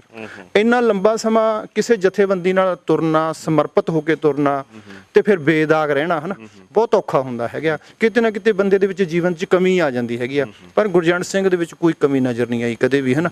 ਤੇ ਇਸ ਨੇ ਜਿਹੜਾ ਇਹ ਇਕੱਲੇ ਕਿਸਾਨਾਂ ਦਾ, ਮੈਂ ਕਹਾਂਗਾ ਅਗਵਾਈ ਨਹੀਂ ਕਰਦਾ ਸੀ। ਮੇਰਾ ਇਸ ਪਰਿਵਾਰ ਨਾਲ ਬਹੁਤ ਅੱਛਾ ਸੰਬੰਧ ਆ, ਇਸ ਮਹੱਲੇ ਨਾਲ ਮੇਰਾ ਬਹੁਤ ਅੱਛਾ ਸੰਬੰਧ ਆ ਵੀ ਜੇਕਰ ਕਿਸੇ ਦੇ ਘਰ ਰਾਤ ਨੂੰ ਕਿਸੇ ਦਾ ਕੋਈ ਬੱਚਾ ਕਿਸ ਨੂੰ ਕੋਈ ਤੰਗ ਕਰਦਾ, ਕਿਸੇ ਨਾਲ ਕੋਈ ਲੜਾਈ ਹੁੰਦੀ ਆ, ਤਾਂ ਇਸ ਮਹੱਲੇ ਦੀਆਂ ਲੇਡੀਜ਼ ਨੇ ਜਿਹੜੀਆਂ ਤਾਂ ਉਹ ਇਹਨੂੰ ਫੋਨ ਕਰਦੀਆਂ ਸੀ ਵੀ ਬਾਬਾ ਜੀ, ਤਾਇਆ ਜੀ, ਹਨਾ, ਜੋ ਵੀ ਰਿਸ਼ਤੇ ਦੇ ਮੁਤਾਬਕ ਇਹਨੂੰ ਫੋਨ ਕਰਦੇ ਸੀ ਵੀ ਤੁਸੀਂ ਸਾਡੇ ਘਰ ਆਓ। ਤੇ ਇਸ ਸਾਡਾ ਕਾਫੀ ਵੱਡਾ ਪਿੰਡ ਆ, ਇਹ 5000 ਵੋਟ ਆ, ਤੇ ਇਸ ਦਾ ਇੰਨਾ ਸਤਿਕਾਰ ਸੀ। ਜਦੋਂ ਇਹ ਰਾਤ ਨੂੰ 12 ਵਜੇ ਵੀ ਜਾਂਦਾ, 1 ਵਜੇ ਵੀ ਕਿਸੇ ਦੇ ਪਰਿਵਾਰ 'ਚ ਜਾਂਦਾ, ਤਾਂ ਉੱਥੇ ਨਾਲ ਜਾਣ ਦੇ ਨਾਲ ਕੀ ਉਸ ਪਰਿਵਾਰ ਦੇ ਵਿੱਚ ਸ਼ਾਂਤੀ ਹੋ ਜਾਂਦੀ ਹੈਗੀ ਸੀ। ਜੇਕਰ ਕੋਈ ਦੋ ਗਵਾਂਢੀ ਲੜਦੇ ਆ ਤਾਂ ਗਵਾਂਢੀ ਲੜਨੋਂ ਹਟ ਜਾਂਦੇ ਸੀ। ਜੇਕਰ ਕੋਈ ਪਰਿਵਾਰ ਦੇ ਵਿੱਚ ਕੋਈ ਆਪਸ ਦੇ ਵਿੱਚ ਭਾਈਆਂ ਦਾ ਝਗੜਾ ਤਾਂ ਉਹ ਹਟ ਜਾਂਦੇ ਹੈਗੇ ਸੀ। ਇਹ ਬਹੁਤ ਅੱਛੀ ਪਰਸਨੈਲਿਟੀ ਸੀ ਗੁਰਜੰਟ ਸਿੰਘ, ਤੇ ਇਹਦੇ ਜਾਣ ਦੇ ਨਾਲ ਜਥੇਬੰਦੀ ਨੂੰ ਵੀ ਘਾਟਾ ਪਿਆ, ਪਿੰਡ ਨੂੰ ਵੀ ਘਾਟਾ ਪਿਆ, ਆਂਢ ਗੁਆਂਢ ਨੂੰ ਵਿਸ਼ੇਸ਼ ਤੌਰ ਦੇ ਉੱਤੇ ਘਾਟਾ ਪਿਆ। ਇਹ ਇੱਕ ਤਰ੍ਹਾਂ ਦਾ ਮੈਂ ਕਹਾਂਗਾ ਵੀ ਸਾਰੇ ਘਰਾਂ ਦਾ ਜਿੰਦਾ ਸੀ। ਤੇ ਜੇਕਰ ਕੋਈ ਗਵਾਂਢ ਦਾ ਇਸ ਨੂੰ ਜ਼ਿੰਮੇਵਾਰੀ ਦੇ ਜਾਂਦਾ ਨਾ ਵੀ ਬਾਬਾ ਜੀ ਅਸੀਂ ਵਿਆਹ ਜਾਂਦੇ ਆ, ਅਸੀਂ ਅੱਜ ਸਾਡੀ ਆ ਦੁੱਖ ਦਾ ਸੁੱਖ ਦਾ ਹੈਗੇ ਆ, ਵੀ ਤੁਸੀਂ ਸਾਡਾ ਘਰ ਸਾਂਭ ਲਿਓ, ਸਾਡੇ ਪਸ਼ੂਆਂ ਨੂੰ ਵੀ ਸਾਂਭ ਲਿਓ, ਤਾਂ ਕਿਸੇ ਨੂੰ ਕੋਈ ਚਿੰਤਾ ਨਹੀਂ ਹੈਗੀ ਸੀ। ਤੇ ਬਹੁਤ ਚੰਗੇ ਜਿਹੜੇ ਇਨਸਾਨ ਜਿਹੜੇ ਹੈਗੇ ਨੇ ਉਹ ਸੰਘਰਸ਼ ਦੇ ਲੇਖੇ ਲੱਗ ਰਹੇ ਨੇ। ਸਰਕਾਰ ਨੂੰ ਕੁਝ ਸੋਚਣਾ ਚਾਹੀਦਾ, ਇਹਨਾਂ ਜਿਹੜਾ ਕਿਸਾਨਾਂ ਬਾਰੇ ਇਹਨਾਂ ਕਾਨੂੰਨਾਂ ਨੂੰ ਵਾਪਸ ਲੈਣਾ ਚਾਹੀਦਾ। ਤੇ ਸਾਰੇ ਕਿਸਾਨ ਆਪਾਂ ਜਾ ਕੇ ਆਏ, ਕਿੰਨੇ ਘਰਾਂ ਦੇ ਵਿੱਚ ਜਾ ਕੇ ਆਏ ਆ, ਬਹੁਤ ਔਖਾ ਹਨ। ਤੇ ਇਹਨਾਂ ਪਰਿਵਾਰਾਂ ਨੂੰ ਫੇਸ ਕਰਨਾ ਕੋਈ ਇੰਨਾ ਸੌਖਾ ਨਹੀਂ ਹੈਗਾ, ਬੜਾ ਦੁਖਦਾਈ ਹੁੰਦਾ ਜੀ ਇਹਨਾਂ ਪਰਿਵਾਰਾਂ 'ਚ ਜਾਣਾ ਹੀ। ਹਾਂ ਆਪਾਂ ਨੂੰ ਅਸੀਂ ਭਾਵੇਂ ਇਹਨਾਂ ਦੀ ਕੋਈ ਮਦਦ ਬਹੁਤੀ ਨਹੀਂ ਕਰ ਸਕਦੇ ਹੈਗੇ, ਪਰ ਫਿਰ ਵੀ ਅਸੀਂ ਜਿੰਨਾ ਕੁ ਹੋ ਸਕਦਾ ਦੁੱਖ ਵੰਡਾਵਾਂਗੇ ਇਹਨਾਂ ਦਾ, ਇਹਨਾਂ ਨਾਲ ਖੜਾਂਗੇ। ਅੱਜ ਹੀ ਨਹੀਂ ਖੜਾਂਗੇ ਆਪਾਂ, ਹਨ, ਅਸੀਂ ਸੰਗਤਾਂ ਨੂੰ ਵਿਸ਼ਵਾਸ ਦਿਵਾਉਂਦੇ ਆ। ਇਹਨਾਂ ਦੇ ਬੱਚਿਆਂ ਦੀ ਜਿਹੜੀ ਕੋਈ ਐਜੂਕੇਸ਼ਨ ਹੈਗੀ ਆ, ਹਨ, ਅਸੀਂ ਮਤਲਬ ਆਪਾਂ ਬੜੂ ਸਾਹਿਬ ਵਾਲਿਆਂ ਨਾਲ ਗੱਲ ਕੀਤੀ ਹੈਗੀ, ਸੰਗਤਾਂ ਨੇ, ਭਾਈ ਸਾਹਿਬ ਰਣਧੀਰ ਸਿੰਘ ਹੋਰਿਆਂ ਨੇ, ਤੇ ਉਸ ਇੰਗਲੈਂਡ ਵਾਲੀਆਂ ਸੰਗਤਾਂ ਨੇ, ਉਹਨਾਂ ਨਾਲ ਗੱਲ ਕੀਤੀ ਹੈ ਵੀ ਇਹਨਾਂ ਦੇ ਬੱਚਿਆਂ ਦੀ ਪੜ੍ਹਾਈ ਦਾ ਖਰਚਾ ਵੀ ਅਸੀਂ ਚੱਕਾਂਗੇ, ਹਨ। ਤੇ ਆਉਣ ਵਾਲੇ ਸਮੇਂ ਦੇ ਵਿੱਚ ਇਹਨਾਂ ਪਰਿਵਾਰਾਂ ਨੂੰ ਜੇਕਰ ਅਸੀਂ ਇਹਨਾਂ ਦਾ ਬੈਕਅਪ ਕਰਕੇ ਬਣ ਕੇ ਰਹਾਂਗੇ ਤਾਂ ਫਿਰ ਸੰਘਰਸ਼ ਹੋਰ ਵੀ ਤਕੜਾ ਹੋਵੇਗਾ, ਪੰਜਾਬ ਹੋਰ ਵੀ ਤਕੜਾ ਹੋਵੇਗਾ। ਜਿਹੜੀਆਂ NRI ਸੰਗਤਾਂ ਨੇ ਉਹਨਾਂ ਦਾ ਵੀ ਧੰਨਵਾਦ, ਜਿਹੜੀਆਂ ਤੁਸੀਂ ਇਹਨਾਂ ਪਰਿਵਾਰਾਂ ਦੀ ਬਾਹ ਫੜਨ ਦੇ ਲੋੜਵੰਦ ਪਰਿਵਾਰਾਂ ਦੀ। ਬਿਲਕੁਲ, ਇਹ ਆਪਾਂ ਇੱਥੇ ਆਏ ਆ, ਸੋ ਇਹਨਾਂ ਦੇ ਹਾਂਜੀ ਹਾਂਜੀ। ਤੁਹਾਡਾ ਕੀ ਨਾਮ? ਸੁਖਵਿੰਦਰ ਸਿੰਘ ਜੀ। ਅੱਛਾ ਜੀ, ਤੁਹਾਡੀ ਕਿੰਨੀ ਕੁ ਉਮਰ ਹੈ? ਮੇਰੀ ਉਮਰ 32 ਸਾਲਾਂ ਦੀ ਹੈ। 32 ਸਾਲਾਂ। ਤੇ ਹੋਰ ਘਰ ਪਰਿਵਾਰ 'ਚ ਕੌਣ ਕੌਣ ਨੇ ਜੀ? ਇੱਕ ਮੇਰੀ ਮਾਤਾ ਜੀ ਹੈ। ਅੱਛਾ ਜੀ। ਇੱਕ ਮੇਰੇ ਵੱਡੇ ਭਰਾ ਨੇ ਜੀ, ਇੱਕ ਮੇਰੀ ਘਰ ਵਾਲੀ ਹੈ ਜੀ, 2 ਬੱਚੇ ਨੇ ਜੀ ਮੇਰੇ। ਸੋ ਹਾਂਜੀ, ਇੱਕ ਸਿਸਟਰ ਆ ਜੀ, ਉਹ ਵਿਆਹੀ ਹੋਈ ਹੈ ਜੀ। ਸੋ ਇਹ ਪਰਿਵਾਰ ਦੀ ਮੈਂ ਸਮਝਦਾ ਵੱਡੀ ਜ਼ਿੰਮੇਵਾਰੀ ਤਾਂ ਸਰਦਾਰ ਗੁਰਜੰਟ ਸਿੰਘ ਸੇਖੋਂ ਉਹਨਾਂ ਦੇ ਸੀ। ਹੁਣ ਅੱਗੋਂ ਇਹਨਾਂ ਬੱਚਿਆਂ ਦੇ ਉੱਤੇ ਜ਼ਿੰਮੇਵਾਰੀ ਆਈ ਹੈ। ਤੇ ਇੱਧਰ ਸਾਡੇ ਮਾਤਾ ਜੀ ਪਿੱਛੇ ਜਿਹੜੇ ਨੇ, ਸੋ ਉਹਨੂੰ ਮੈਂ ਸਮਝਦਾ ਤੁਰਨ ਦੇ ਵਿੱਚ ਵੀ ਮੁਸ਼ਕਲ ਲੱਗਦੀ ਹੈ। ਹਾਂਜੀ, ਤੁਰਨ ਦੇ ਵਿੱਚ ਦਿੱਕਤ ਹੈ ਜੀ, ਤੁਰਿਆ ਨਹੀਂ ਜਾਂਦਾ ਜੀ। ਜਦੋਂ ਗਏ ਨੇ ਸੰਘਰਸ਼ ਜੀ, ਜਦੋਂ ਇਹ ਮਤਲਬ ਬਿਮਾਰ ਸੀ, ਜਦੋਂ ਸੰਘਰਸ਼ 'ਚ ਗਏ ਨੇ ਉਦੋਂ ਵੀ ਇਹ ਬਿਮਾਰ ਸੀ, ਸਾਹ ਦੀ ਮਰੀਜ਼ ਹੈ ਇੱਕ ਤਾਂ ਜੀ, ਇਹ ਗੋਡਿਆਂ ਦੀ ਮਰੀਜ਼ ਹੈ। ਅੱਛਾ। ਫਿਰ ਵੀ ਬੇਪਰਵਾਹ, ਮਤਲਬ ਫਿਰ ਵੀ ਵਗ ਗਈ ਜੀ। ਮਤਲਬ ਘਰੇ ਦੇਖੋ ਕਿਵੇਂ ਹੁਣ ਦਿੰਦੀ ਆਈ ਸੀ ਤੇ ਹੁਣ ਉਹਦੀ ਉਮਰ ਦੇ ਨਾਲ ਹਿਸਾਬ ਨਾਲ ਇਹ ਬਿਮਾਰੀ ਕਰਕੇ ਮਤਲਬ ਡਾਊਨ ਹੋ ਗਈ। ਉਮਰ ਤਾਂ ਕੋਈ ਵਾਲੀ ਹੈ ਨਹੀਂ ਇਹਦੀ। ਹਾਂਜੀ, ਫਿਰ ਵੀ ਮਤਲਬ ਦੀ ਪਰਵਾਹ, ਮਤਲਬ ਜ਼ਿਆਦਾ ਥੋੜਾ ਜਿਹਾ ਜਸੀਲਾ ਸੀ। ਹਾਂ ਬਿਲਕੁਲ, ਅਜੇ ਵੀ ਮੈਂ ਸਮਝਦਾ ਕਿ ਇਹ ਮੈਂਬਰ ਪੰਚਾਇਤ ਖੜੇ। ਹਾਂਜੀ ਹਾਂਜੀ। ਸਰਦਾਰ ਜੀ, ਤੁਹਾਡਾ ਕੀ ਨਾਮ? ਦਰਸ਼ਨ ਸਿੰਘ ਆ ਜੀ। ਅੱਛਾ ਜੀ। ਸਾਡਾ ਬੜਾ ਵਧੀਆ ਬੰਦੇ ਸਨ, ਤਾਂ ਜਿੱਦਾਂ ਵਾਹ ਪਿਆ ਸਾਡਾ ਪਿੱਛੇ ਸਾਡਾ ਕਣਕ ਵਾਲਾ, ਸਾਨੂੰ ਤਾਂ ਜਾਣਾ ਸਭ ਨੂੰ ਚੰਗਾ ਹੀ ਲੱਗਦਾ ਅੱਛਾ ਜੀ। ਸੀ। ਜਿੰਨੇ ਸੀ ਇਹਦੇ ਨਾਲ ਜੂਨੀਅਰ ਵਾਸਤੇ ਜਾਣ ਲੱਗਿਆ, ਸਿਰਫ ਇਹ ਲੱਗਿਆ ਸਾਨੂੰ। ਅੱਛਾ। ਇਹਨੇ 2 ਗੇੜੇ ਲਾਉਣੇ, 4 ਲਾਉਣੇ, ਅੱਜ ਨਹੀਂ ਸਵੇਰੇ ਨਹੀਂ ਪਰਸੋਂ। ਇਹ ਦਿਲ ਤੇ ਉਹਦਾ ਲਿਆਉਂਦੀ ਸੀ ਵੀ ਆਪਾਂ ਨੂੰ ਕਾਇ ਗੱਲਾਂ ਕਹਤਾ ਵੀ ਹੁਣ ਗਿਆ ਨਹੀਂ, ਵੀ ਜਾਣੇ ਬਾਹਰ ਚੰਗਾ ਸੀ ਕਿਸੇ ਕੰਮ 'ਚ ਵੀ। ਸਾਡਾ ਸਾਖਾ ਰੁਕਿਆ ਪਿਆ ਸੀ 3 ਸਾਲ ਦਾ, ਨਹਿਰੀ ਪਾਣੀ ਇਹਨੇ ਚੱਲਦਾ ਕਰਾਇਆ ਸੀ। ਅੱਛਾ। ਆਪਦਾ ਟਰੈਕਟਰ ਤੋੜਿਆ, ਆਪ ਘਰੋਂ ਪੈਸੇ ਲਾਏ, ਉਹਨੂੰ ਮਗਰੋਂ ਇਕੱਠੇ ਕਰਕੇ ਦਿੱਤੇ। ਵੀ ਇਹਨਾਂ ਬੰਦਾ ਚੰਗਾ, ਵੀ ਬਾਹਲੇ ਗੱਲਾਂ ਕਹਿਣ ਵੀ ਬਾਹਲਾ ਹੀ ਚੰਗਾ ਸੀ। ਵੱਡਾ ਪਰਿਵਾਰ ਨੂੰ ਤਾਂ ਘਾਟਾ ਪੈ ਗਿਆ, ਸਾਨੂੰ ਆਲੇ ਦੁਆਲੇ ਨੂੰ ਪੈ ਗਿਆ। ਸੋ ਬਿਲਕੁਲ ਇਹ ਜਿਹੜੇ ਘਾਟੇ ਨੇ ਬੜੇ ਔਖੇ ਨੇ। ਸੋ ਇਹਨਾਂ ਦੇ ਭੈਣ ਜੀ ਹੋਰਾਂ ਦੇ ਨਾਲ ਗੱਲਬਾਤ ਕਰਦੇ। ਤੁਹਾਡਾ ਕੀ ਨਾਮ ਜੀ? ਰਣਜੀਤ ਜੀ। ਹਾਂਜੀ। ਤੇ ਸਾਰੇ ਹੀ ਬੜੀਆਂ ਸਿਫਤਾਂ ਕਰਦੇ ਪਏ ਨੇ, ਤੇ ਐਸੇ ਜੀਆਂ ਦਾ ਫਿਰ ਜਾਣਾ ਤਾਂ ਬੜਾ ਔਖਾ ਲੱਗਦਾ। ਹੋਰ ਜੀ ਔਖਾ ਤਾਂ ਹੈਗਾ ਹੀ ਫਿਰ। ਤੇ ਜਦੋਂ ਗਏ ਸੀ ਸੰਘਰਸ਼ ਤੇ ਕੋਈ ਕੀ ਗੱਲਬਾਤ ਕਰਦੇ ਸੀ ਤੁਹਾਡੇ? ਕੁਛ ਨਹੀਂ ਕਰੀ ਜੀ, ਉਦੋਂ ਤਾਂ ਵਗ ਗਏ। ਅੱਛਾ ਜੀ। ਹਾਂ, ਕੋਈ ਗੱਲ ਨਹੀਂ ਕਰੀ। ਅੱਛਾ। ਬਸ ਰੋਟੀ ਖਾ ਗਏ, ਰੋਟੀ ਬਣਾ ਕੇ ਲੈ ਗਏ, ਬਿਸਤਰਾ ਲੈ ਕੇ ਵਗ ਗਏ। ਅੱਛਾ। ਫਿਰ ਕੁਛ ਨਹੀਂ ਕਿਹਾ, ਕਹਿੰਦਾ ਮੈਂ ਆਊਂਗਾ 4-5 ਦਿਨਾਂ ਸੀ। ਅੱਛਾ। ਫਿਰ ਹੁਣ ਤਾਂ ਬਸ ਹੁਣ ਕਿਹੜਾ ਤੀ ਮੁੱਕ ਗਿਆ ਜੀ। ਸਾਨੂੰ ਤਾਂ ਹੁਣ ਘੱਟ ਹੀ ਪੈ ਗਿਆ ਇੰਦੇ ਨੂੰ ਤਾਂ ਪੈਣਾ ਸੀ, ਸਾਨੂੰ ਵੀ ਪੈ ਗਿਆ। ਘਰ ਦਾ ਮੁੱਢੀ ਉਹੀ ਤੋਂ ਹੀ ਕੰਮ ਕਰਦਾ ਸੀ, ਕੋਈ ਕੰਮ ਕਰਨ ਵਾਲਾ ਹੁਣ ਹੈ ਨਹੀਂ ਜਿਹੜੇ ਕੰਮ ਉਹ ਕਰਦਾ ਸੀ। ਸੋ ਬਿਲਕੁਲ ਐਸੇ ਜੀਆਂ ਦੇ ਘਾਟੇ ਜਿਹੜੇ ਨੇ ਮੈਂ ਸਮਝਦਾ ਕਦੇ ਨਾ ਪੂਰੇ ਹੋਣ ਵਾਲੇ, ਪਰ ਘਾਟ ਪੂਰੀ ਕਿੱਥੇ ਹੁੰਦੀ ਹੈ ਜੀ, ਇਹ ਨਹੀਂ ਹੁੰਦੀ। ਬਿਲਕੁਲ ਜੀ, ਜਿਹੜਾ ਚਲਾ ਜਾਂਦਾ ਫਿਰ ਉਹਦੀ ਘਾਟ ਕਿੱਦਾਂ ਪੂਰੀ ਹੋਏ। ਆਹੀ ਤਾਂ ਕਹਿੰਦੇ ਆ, ਉਹ ਹੋ ਗਈ ਹੁਣ ਉਹਦੀ ਤਾਂ ਬਹੁਤ ਕੋਈ ਨਹੀਂ ਗੱਲ, ਬਸ ਉਹਦੀ ਤਾਂ ਸੁਣਦਾ। ਤੇ ਇਹਨਾਂ ਸਰਕਾਰਾਂ ਨੂੰ ਕੀ ਕਹਿੰਦੇ ਹੋ ਜਿਹੜੀਆਂ ਅਜੇ ਵੀ ਨਹੀਂ ਮੰਨਦੀਆਂ ਪਈਆਂ ਇੰਨੀਆਂ ਕੁਰਬਾਨੀਆਂ ਲੈ ਕੇ ਵੀ? ਜੀ ਮੰਨਣਾ ਚਾਹੀਦਾ ਮੋਦੀ ਨੂੰ, ਦੁਨੀਆ ਇੰਨੀ ਵਗ ਗਈ ਮਰ ਗਈ, ਉਹਨੂੰ ਰੱਦ ਕਰਨਾ ਚਾਹੀਦਾ ਬਿੱਲ ਹੁਣ। ਸਰਕਾਰ ਨੂੰ ਕਹਿ ਕੇ ਵੀ ਬੰਦ ਕਰੋ, ਹੁਣ ਤਾਂ ਬਹੁਤ ਨਿਸ਼ਕਾਨ ਹੋ ਗਿਆ, ਇਹਦੇ ਉੱਤੋਂ ਦੀ ਕੀ ਹੋਊ, ਹੁਣ ਤਾਂ ਮੰਨਣਾ ਚਾਹੀਦਾ ਉਹਨੂੰ, ਐਂ ਕਹੋ। ਬਿਲਕੁਲ ਉਹਨੂੰ ਮੰਨਣਾ ਚਾਹੀਦਾ। ਸੋ ਸੰਗਤ ਜੀ ਜਿਹੜੀ ਤੁਸੀਂ ਸੇਵਾ ਭੇਜੀ ਹੈ ਜੀ, ਉਹ ਅਸੀਂ ਸਤਿਕਾਰ ਸਹਿਤ ਭੇਟ ਕਰ ਰਹੇ ਹਾਂ। ਇਹ ਸੰਗਤ ਏਡ ਵੱਲੋਂ ਜਿਹੜੀ ਸੇਵਾ, ਸੋ ਇਹ 1 ਲੱਖ ਰੁਪਏ ਦੀ, ਜਿਵੇਂ ਆਪਾਂ ਸਾਰਿਆਂ ਨੇ ਭਾਈ ਭਾਈ ਮਹਿੰਦਰ ਸਿੰਘ ਹੋਰਾਂ ਦੀ ਅਗਵਾਈ 'ਚ ਸਾਰਾ ਫੈਸਲਾ ਹੋਇਆ ਸੀ, ਇਹਨਾਂ ਪਰਿਵਾਰਾਂ ਦੇ ਨਾਲ ਆ ਕੇ ਜਿਹੜਾ ਅਸੀਂ ਦੁੱਖ ਵਿੱਚ ਜਿੱਥੇ ਸ਼ਰੀਕ ਹੋ ਰਹੇ ਹਾਂ, ਉੱਥੇ ਹਰ ਪਰਿਵਾਰ ਨੂੰ ਇੱਕ ਸਨਮਾਨ ਵੀ ਭੇਟ ਕਰਦੇ ਪਏ ਆ। ਉਹਨਾਂ ਦੇ ਨਾਲ ਜੋ ਹੈ ਸਾਡਾ ਇੱਕ ਜ਼ਿੰਮੇਵਾਰੀ ਵਾਲਾ ਜਿਹੜਾ ਨਾਤਾ ਉਹ ਵੀ ਆਪਾਂ, ਸੋ ਇਹ ਸਾਡੇ ਇਲਾਕੇ ਦੇ ਕਿਸਾਨ ਵੀਰ ਜਿਹੜੇ ਨੇ ਉਹ ਸਾਡੇ ਨਾਲ ਨੇ, ਪੰਚ ਸਾਹਿਬ ਤੇ ਸਾਰੇ। ਸੋ ਮੈਂ ਸਮਝਦਾ ਕਿ ਘਾਟੇ ਤਾਂ ਪੂਰੇ ਨਹੀਂ ਹੋਣੇ, ਜਿੱਦਾਂ ਵੀ ਹੁਣ ਸਾਡੇ ਨਾਲ ਭੈਣ ਜੀ ਹੋਰਾਂ ਨੇ ਸਾਂਝ ਕੀਤੀ ਹੈ ਕਿ ਇਹ ਘਾਟੇ ਤਾਂ ਪੂਰੇ ਨਹੀਂ ਹੋਣੇ, ਪਰ ਜ਼ਿੰਦਗੀ ਜਿਹੜੀ ਆ ਉਹ ਤਾਂ ਚੱਲਣੀ ਹੈ। ਤੇ ਉਸ ਨੂੰ ਚਲਾਉਣ ਦੇ ਵਾਸਤੇ ਹੀ ਇਹ ਜੋ ਅਸੀਂ ਜੋ ਕੋਸ਼ਿਸ਼ ਕਰਦੇ ਹਾਂ ਕਿ ਥੋੜਾ ਚਲੋ ਇਹਦੇ ਨਾਲ ਇੱਕ ਧਰਵਾਸ ਹੋ ਜਾਂਦੀ, ਇੱਕ ਆਸਰਾ ਵੀ ਹੁੰਦਾ।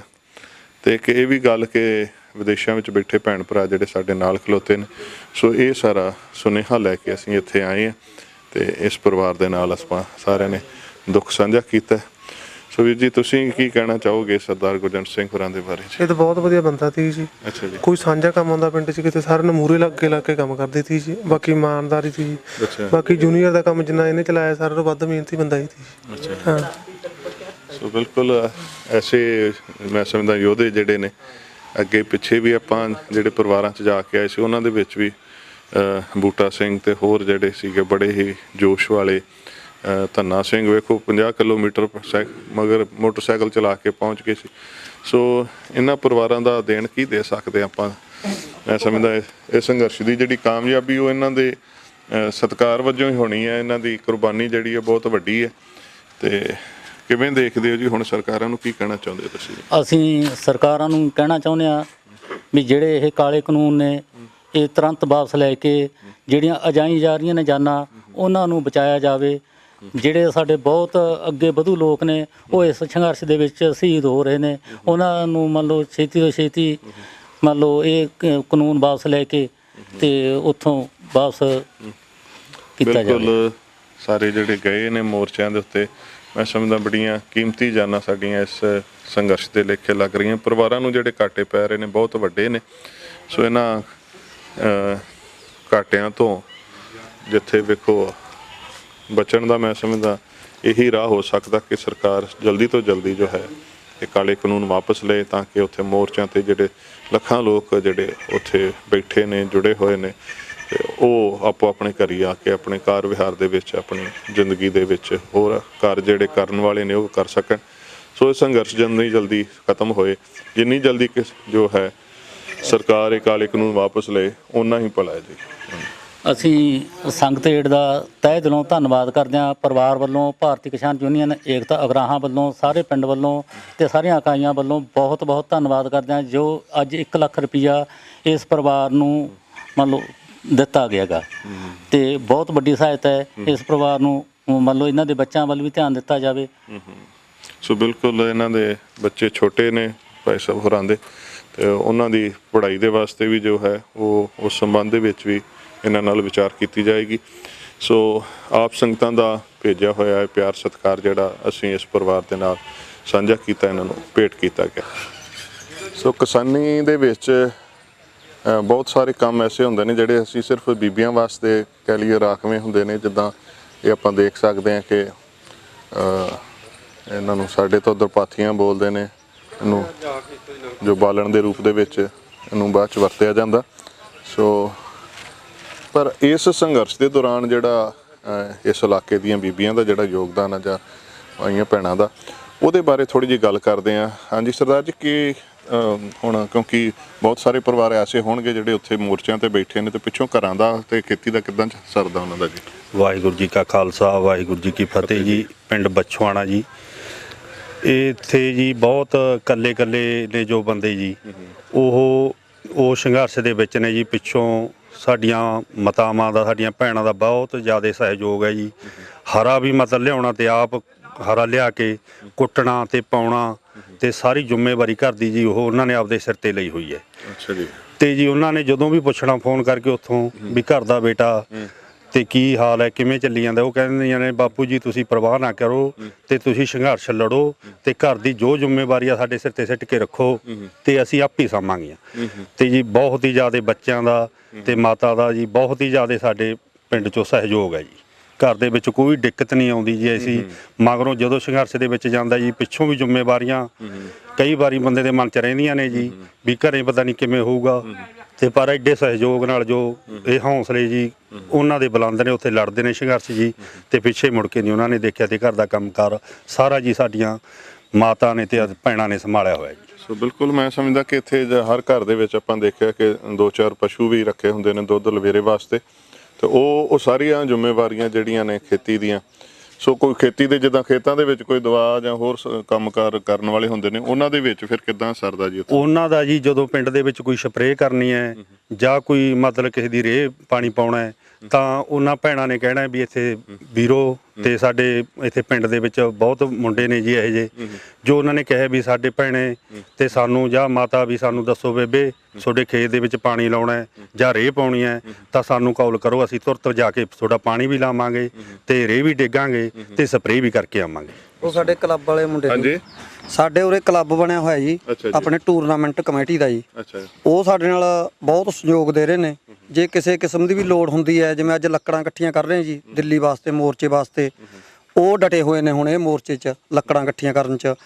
ਜੇ ਕਿਸੇ ਨੇ ਖੇਤੀ ਕੋਈ ਕੰਮ ਲਾ ਲਓ ਤੁਸੀਂ, ਰੇਹ ਪਾਉਣ ਵਾਲੀ ਹੈ, ਤਾਂ ਵੀ ਉਹਨਾਂ ਨੂੰ ਪਤਾ ਲੱਗਦਾ ਹੈ ਵੀ ਫਲਾਣਾ ਬੰਦਾ ਸੰਘਰਸ਼ 'ਚ ਗਿਆ, ਉਹਦੀ ਆਪਾਂ ਰੇਹ ਪਾਉਣੀ ਹੈ, ਤਾਂ ਉਹ ਜਾਂਦੇ ਨੇ ਜੀ।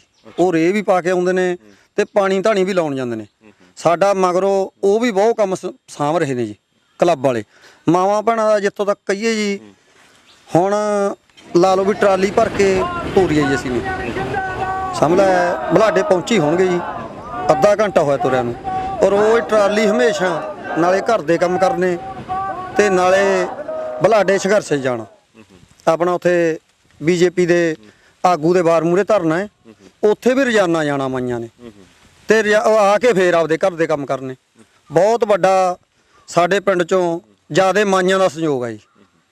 ਸੋ ਬੜੀ ਵੱਡੀ ਗੱਲ ਹੈ ਇਹ ਚੀਜ਼, ਜਿਹੜੀ ਮੈਂ ਸਮਝਦਾ ਕਿ ਇਹ ਤਾਂ ਤਾਕਤ ਦੁੱਗਣੀ ਹੋਣ ਵਾਲੀ ਗੱਲ ਹੋ ਜਾਂਦੀ ਜੇ ਮਾਈਆਂ ਬੀਬੀਆਂ ਭੈਣਾਂ ਇੰਨਾ ਤਗੜਾ ਸੰਘਰਸ਼, ਉਹ ਵੀ ਮੈਂ ਸਮਝਦਾ ਦੁੱਗਣਾ ਲੜ ਰਹੀਆਂ, ਨਾਲੇ ਘਰ ਸਾਂਭਦੀਆਂ ਨੇ, ਨਾਲੇ ਕੋਈ ਡੰਗਰ ਪਸ਼ੂਆਂ ਦੇ ਚਾਰੇ, ਤੇ ਨਾਲ ਜਾ ਕੇ ਸੰਘਰਸ਼ਾਂ ਦੇ ਉੱਤੇ ਮੋਰਚਿਆਂ ਦੇ ਉੱਤੇ ਵੀ ਬੈਠਣਾ। ਤੇ ਇਹਦੇ ਨਾਲ ਹੀ ਨਾਲ ਜਿਵੇਂ ਤੁਸੀਂ ਖਜ਼ਾਨਚੀ ਵੀ ਹੋਏ ਇਸ ਇਲਾਕੇ ਦੇ ਵਿੱਚ, ਤੇ ਜਿਹੜੀ ਸੰਘਰਸ਼ ਦੇ ਵਾਸਤੇ ਮਾਇਆ ਵਗੈਰਾ ਕਿੱਦਾਂ ਤੁਸੀਂ ਇਕੱਠੀ ਕਰਦੇ, ਕਿੱਦਾਂ ਉਹ ਸਾਰਾ ਸੰਘਰਸ਼ ਚੱਲਦਾ ਜੀ?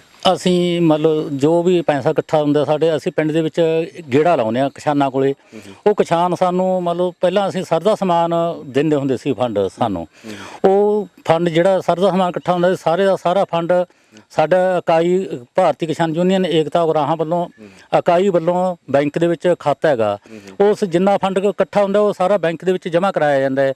ਜਦੋਂ ਉਸ ਦੀ ਵਰਤੋਂ ਕਰਨੀ ਆ, ਅਸੀਂ ਉਹ ਬੈਂਕ ਦੇ ਵਿੱਚੋਂ ਕਢਾ ਕੇ ਪੈਸਾ ਸਾਰਾ ਮਤਲਬ ਕਿਤੇ ਵਹੀਕਲ ਲੈ ਕੇ ਜਾਣੇ ਨੇ ਜਾਂ ਜਥੇਬੰਦੀ ਦਾ ਪ੍ਰੋਗਰਾਮ ਹੈ, ਉਹ ਬੈਂਕ ਦੇ ਵਿੱਚੋਂ ਸਾਰਾ ਕਢਾ ਕੇ ਪੈਸਾ ਵਰਤਿਆ ਜਾਂਦਾ ਹੈਗਾ।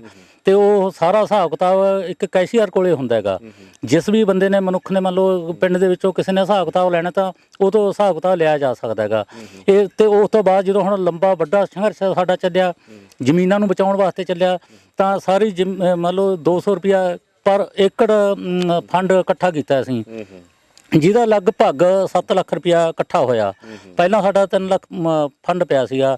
ਫੰਡ ਕਿੰਨੇ ਲੋਕ ਕੋਈ ਵੀ ਕੰਨੀ ਨਹੀਂ ਕਤਰਾਉਂਦਾ, ਉਹ ਸਾਰਾ ਆਪਦੀ ਕਿਰਤ ਕਮਾਈ ਦੇ ਵਿੱਚੋਂ ਫੰਡ ਦੇ ਰਹੇ ਨੇ ਇਸ ਸੰਘਰਸ਼ ਨੂੰ ਚਲਾਉਣ ਵਾਸਤੇ, ਆਪਦੀਆਂ ਜ਼ਮੀਨਾਂ ਨੂੰ ਬਚਾਉਣ ਵਾਸਤੇ। ਸੋ ਮੈਂ ਸਮਝਦਾ ਵੀ ਇੱਕ ਬੜੀ ਵੱਡੀ ਜਦੋਜਹਿਦ ਆ ਤੇ ਇੱਕ ਮਿਲ ਕੇ ਚੱਲਣਾ ਤੇ ਉਸ ਹੰਭਲਾ ਮਾਰਨਾ ਜਿਹੜਾ 200 ਰੁਪਈਆ ਪ੍ਰਤੀ ਏਕੜ ਕੋਈ ਵੱਡਾ ਅਮਾਊਂਟ ਵੀ ਨਹੀਂ, ਪਰ ਜਦੋਂ ਸਾਰੇ ਮਿਲ ਕੇ ਸਾਰੇ ਇਹਦੇ ਵਿੱਚ ਕੰਟਰੀਬਿਊਟ ਕਰਦੇ ਨੇ, ਸਾਰੇ ਆਪਣਾ ਹਿੱਸਾ ਪਾਉਂਦੇ ਨੇ, ਚਾਹੇ ਕੋਈ ਛੋਟਾ ਕਿਸਾਨ ਚਾਹੇ ਵੱਡਾ, ਜਿਹਦੇ ਕੋਲ ਜਿੰਨੀ ਜ਼ਿਆਦਾ ਜ਼ਮੀਨ ਉਹਦਾ ਹਿੱਸਾ ਵੀ ਉਨਾ ਵੱਧ ਜਾਏਗਾ। ਸੋ ਮੈਂ ਸਮਝਦਾ ਕਿ ਇਸ ਹਿਸਾਬ ਦੇ ਨਾਲ ਇਹ ਜਿਹੜੀ ਗੱਲ ਹੈ, ਆਓ ਸਰਦਾਰ ਸਾਹਿਬ ਤੁਸੀਂ ਵੀ ਆਓ ਇੱਧਰ ਥੋੜਾ ਜਿਹਾ। ਹਾਂਜੀ, ਤੁਹਾਡਾ ਕੀ ਨਾਂ ਜੀ? ਮੱਗਰ ਸਿੰਘ ਜੀ। ਅੱਛਾ, ਤੇ ਕਿਵੇਂ ਇਹ ਜਿਹੜਾ ਥੋੜੇ ਪੈਸੇ ਪਾ ਕੇ ਤੇ ਤੁਸੀਂ ਬੜੇ ਆਪਣੇ ਵਧੀਆ ਢੰਗ ਦੇ ਨਾਲ ਇਹ ਮੋਰਚੇ ਜਿਹੜੇ ਲਾ ਕੇ ਬੈਠੇ ਹੋ ਜੀ? ਇਹ ਪੈਸੇ ਇਕੱਠੇ ਕਰਕੇ ਜੀ ਅਸੀਂ ਸਾਰੇ ਇਹ ਬੈਂਕ 'ਚ ਧਰ ਦਿੰਦੇ ਹਾਂ ਜੀ। ਅੱਛਾ ਜੀ। ਇਹ ਅਸੀਂ 4-5 ਬੰਦੇ ਚੁਣੇ ਹੋਏ ਨੇ ਜੀ। ਅੱਛਾ ਜੀ। ਆਮ ਆਦਮੀ ਸਾਡੀ ਉਹ ਫਿਰ ਜਦੋਂ ਲੋੜ ਪੈਂਦੀ ਹੈ ਜੀ ਫਿਰ ਉਹਨਾਂ ਨੂੰ ਕਹਿੰਦੇ ਇਹ ਉਹਦੀ ਕਢਾ ਕੇ ਸਾਨੂੰ ਦਿੰਦੇ ਨੇ। ਅੱਛਾ ਜੀ। ਜਿਹੜੇ 10 ਰੁਪਏ ਖਰਚਾ ਆਉਂਦਾ ਜੀ ਉਵੇਂ ਚੁੱਕੀ ਨਾਲ ਦੀ ਨਾਲ ਰਜਿਸਟਰ ਲੱਗਿਆ ਹੋਇਆ ਜੀ ਸਾਡਾ। ਅੱਛਾ ਜੀ। ਤੇ ਸਾਰਾ ਨਾਲ ਦੀ ਨਾਲ ਇੰਤਜ਼ਾਮ ਲਿਖ ਕੇ ਰੱਖਦੇ ਜੀ। ਸੋ ਬਿਲਕੁਲ ਜਿਹੜੇ ਕਹਿੰਦੇ ਨੇ ਵੀ ਕਿਸਾਨਾਂ ਨੂੰ ਪਤਾ ਨਹੀਂ ਲੱਗਦਾ, ਸਮਝ ਨਹੀਂ ਲੱਗਦੀ, ਅਜੇ ਤੱਕ ਸਰਕਾਰ ਦੇ ਕਈ ਲੋਕ ਐਸੇ ਨੇ ਜਿਹੜੇ ਅਜੇ ਵੀ ਇਹੀ ਕਹੀ ਜਾ ਰਹੇ ਨੇ ਕਿ ਕਿਸਾਨਾਂ ਨੂੰ ਸਮਝ ਨਹੀਂ ਆਈ, ਪਤਾ ਨਹੀਂ ਲੱਗਿਆ। ਦੇਖ ਲਓ ਕਿੰਨੇ ਪਿੰਡ ਪੱਧਰ ਦੀ ਇਕਾਈ ਦੀ ਅਸੀਂ ਗੱਲ ਕਰਦੇ ਪਏ ਹਾਂ, ਕੋਈ ਪੰਜਾਬ ਲੈਵਲ ਦੀ ਇਕਾਈ ਦੀ ਨਹੀਂ, ਇਹ ਪਿੰਡ ਪੱਧਰ ਦੇ ਉੱਤੇ ਇਹ ਸਾਰਾ ਹਿਸਾਬ ਕਿਤਾਬ ਮੇਨਟੇਨ ਹੋ ਰਿਹਾ ਤੇ ਇਸ ਢੰਗ ਦੇ ਨਾਲ ਹਰ ਏਕੜ ਦੇ ਮਗਰ 200 ਰੁਪਈਆ ਇਕੱਤਰ ਕਰਕੇ 7 ਲੱਖ ਜਮਾ ਹੋਇਆ ਜੀ। ਜਿਹੜਾ ਅਸੀਂ ਏਕੜ ਤੇ ਪਾਇਆ ਜੀ 200 ਰੁਪਈਆ, ਉਹ ਤਾਂ ਪਾਈ ਹੈ ਜੀ। ਅਸੀਂ ਆ ਸੰਘਰਸ਼ 'ਚ 2 ਵਾਰਾਂ ਦਾ ਰਾਸ਼ਨ ਇਕੱਠਾ ਕਰਿਆ। ਅੱਛਾ ਜੀ। ਕੋਈ ਟੋਟ ਨਹੀਂ ਆਉਣ ਦਿੰਦੇ। 30-35 ਬੋਰੀਆਂ ਤਾਂ ਆਟੇ ਦੀਆਂ।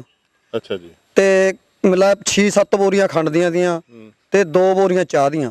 ਅੱਛਾ। ਤੇ 2 ਬੋਰੀ ਦਾਲ ਦੀਆਂ ਸੁੱਕੀ ਦੀਆਂ। ਅੱਛਾ ਜੀ। ਅਸੀਂ ਉੱਥੇ ਇਕੱਠੀਆਂ ਕਰਕੇ ਤੋਰੀਆਂ ਨੇ ਜੀ। 2 ਬੋਰੀਆਂ ਹੈਗੀਆਂ ਤੇ ਲਸਣ ਦੀਆਂ। ਬਹੁਤ ਵੱਡਾ ਯੋਗਦਾਨ ਹੈ ਜੀ। ਸੋ ਬਿਲਕੁਲ ਮੈਂ ਸਮਝਦਾ ਕਿ ਪਿੰਡ ਵੀ ਬੜਾ ਵੱਡਾ, ਜਿਵੇਂ ਹੁਣੇ ਸਾਡੇ ਨਾਲ ਗੱਲ ਕੀਤੀ 5000 ਤਾਂ ਵੋਟ ਹੀ। ਹਾਂਜੀ ਹਾਂ। ਸੋ ਪ੍ਰੋਫੈਸਰ ਸਾਹਿਬ ਤੁਸੀਂ ਵੀ ਇਸ ਪਿੰਡ ਦੇ ਹੋ, ਮੈਂ ਸਮਝਦਾ ਬੜੀ ਇੱਕ ਮਾਣਮੱਤੀ ਗੱਲ ਆ ਕਿ ਇਸ ਢੰਗ ਦੇ ਨਾਲ ਇਸ ਪੱਧਰ ਦੇ ਉੱਤੇ ਸੋ ਇਸ ਪਿੰਡ ਦੇ ਵਿੱਚ ਗੁਰੂ ਸਾਹਿਬ ਦਾ ਵੀ ਚਰਨ ਪਏ ਹੋਏ ਨੇ। ਸੋ ਥੋੜਾ ਜਿਹਾ ਉਸ ਪੱਖ ਤੋਂ ਵੀ ਸਾਡੇ ਨਾਲ ਜਾਣਕਾਰੀ ਸਾਂਝੀ ਕਰ। ਗੁਰਪ੍ਰੀਤ ਜੀ, ਇਹ ਪਿੰਡ ਬਛੋਣੇ ਦੇ ਵਿੱਚ ਅਸੀਂ ਖੜੇ ਹਾਂ, ਜ਼ਿਲ੍ਹਾ ਮਾਨਸਾ ਦਾ। ਇੱਥੇ ਗੁਰੂ ਸਾਹਿਬ ਨੇ, ਗੁਰੂ ਤੇਗ ਬਹਾਦਰ ਜੀ ਨੇ, ਪਾਤਸ਼ਾਹੀ ਨੌਮੀ ਜੀ ਨੇ ਚਰਨ ਛੋਹ ਪ੍ਰਾਪਤ ਹੈਗਾ।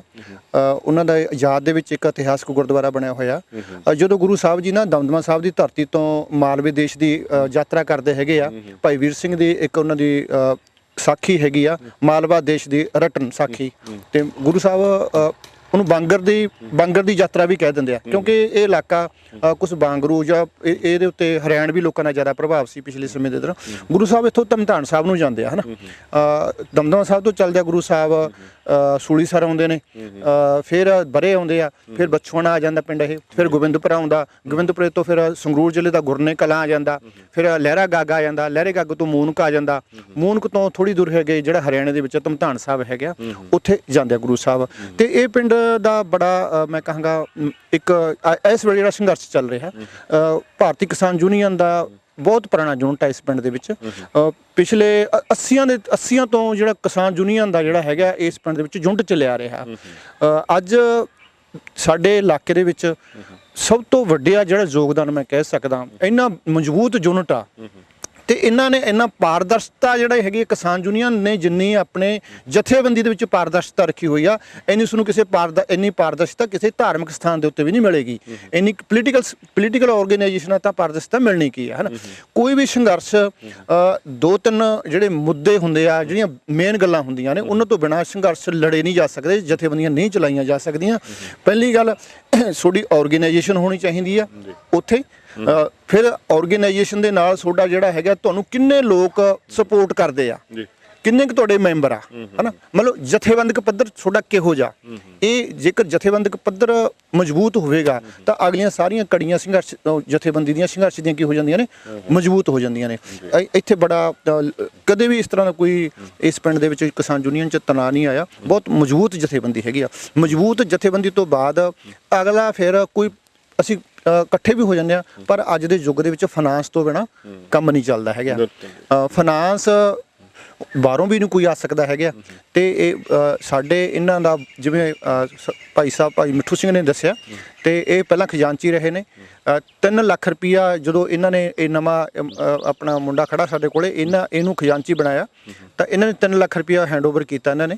ਤੇ ਹੁਣ ਜਿਹੜਾ 7-8 ਲੱਖ ਰੁਪਈਆ ਪਰ ਏਕੜ ਦੇ ਹਿਸਾਬ ਨਾਲ ਹੋਰ 10 ਲੱਖ ਰੁਪਈਆ ਇਹਨਾਂ ਦੇ ਬੈਂਕ ਅਕਾਊਂਟ 'ਚ ਆ।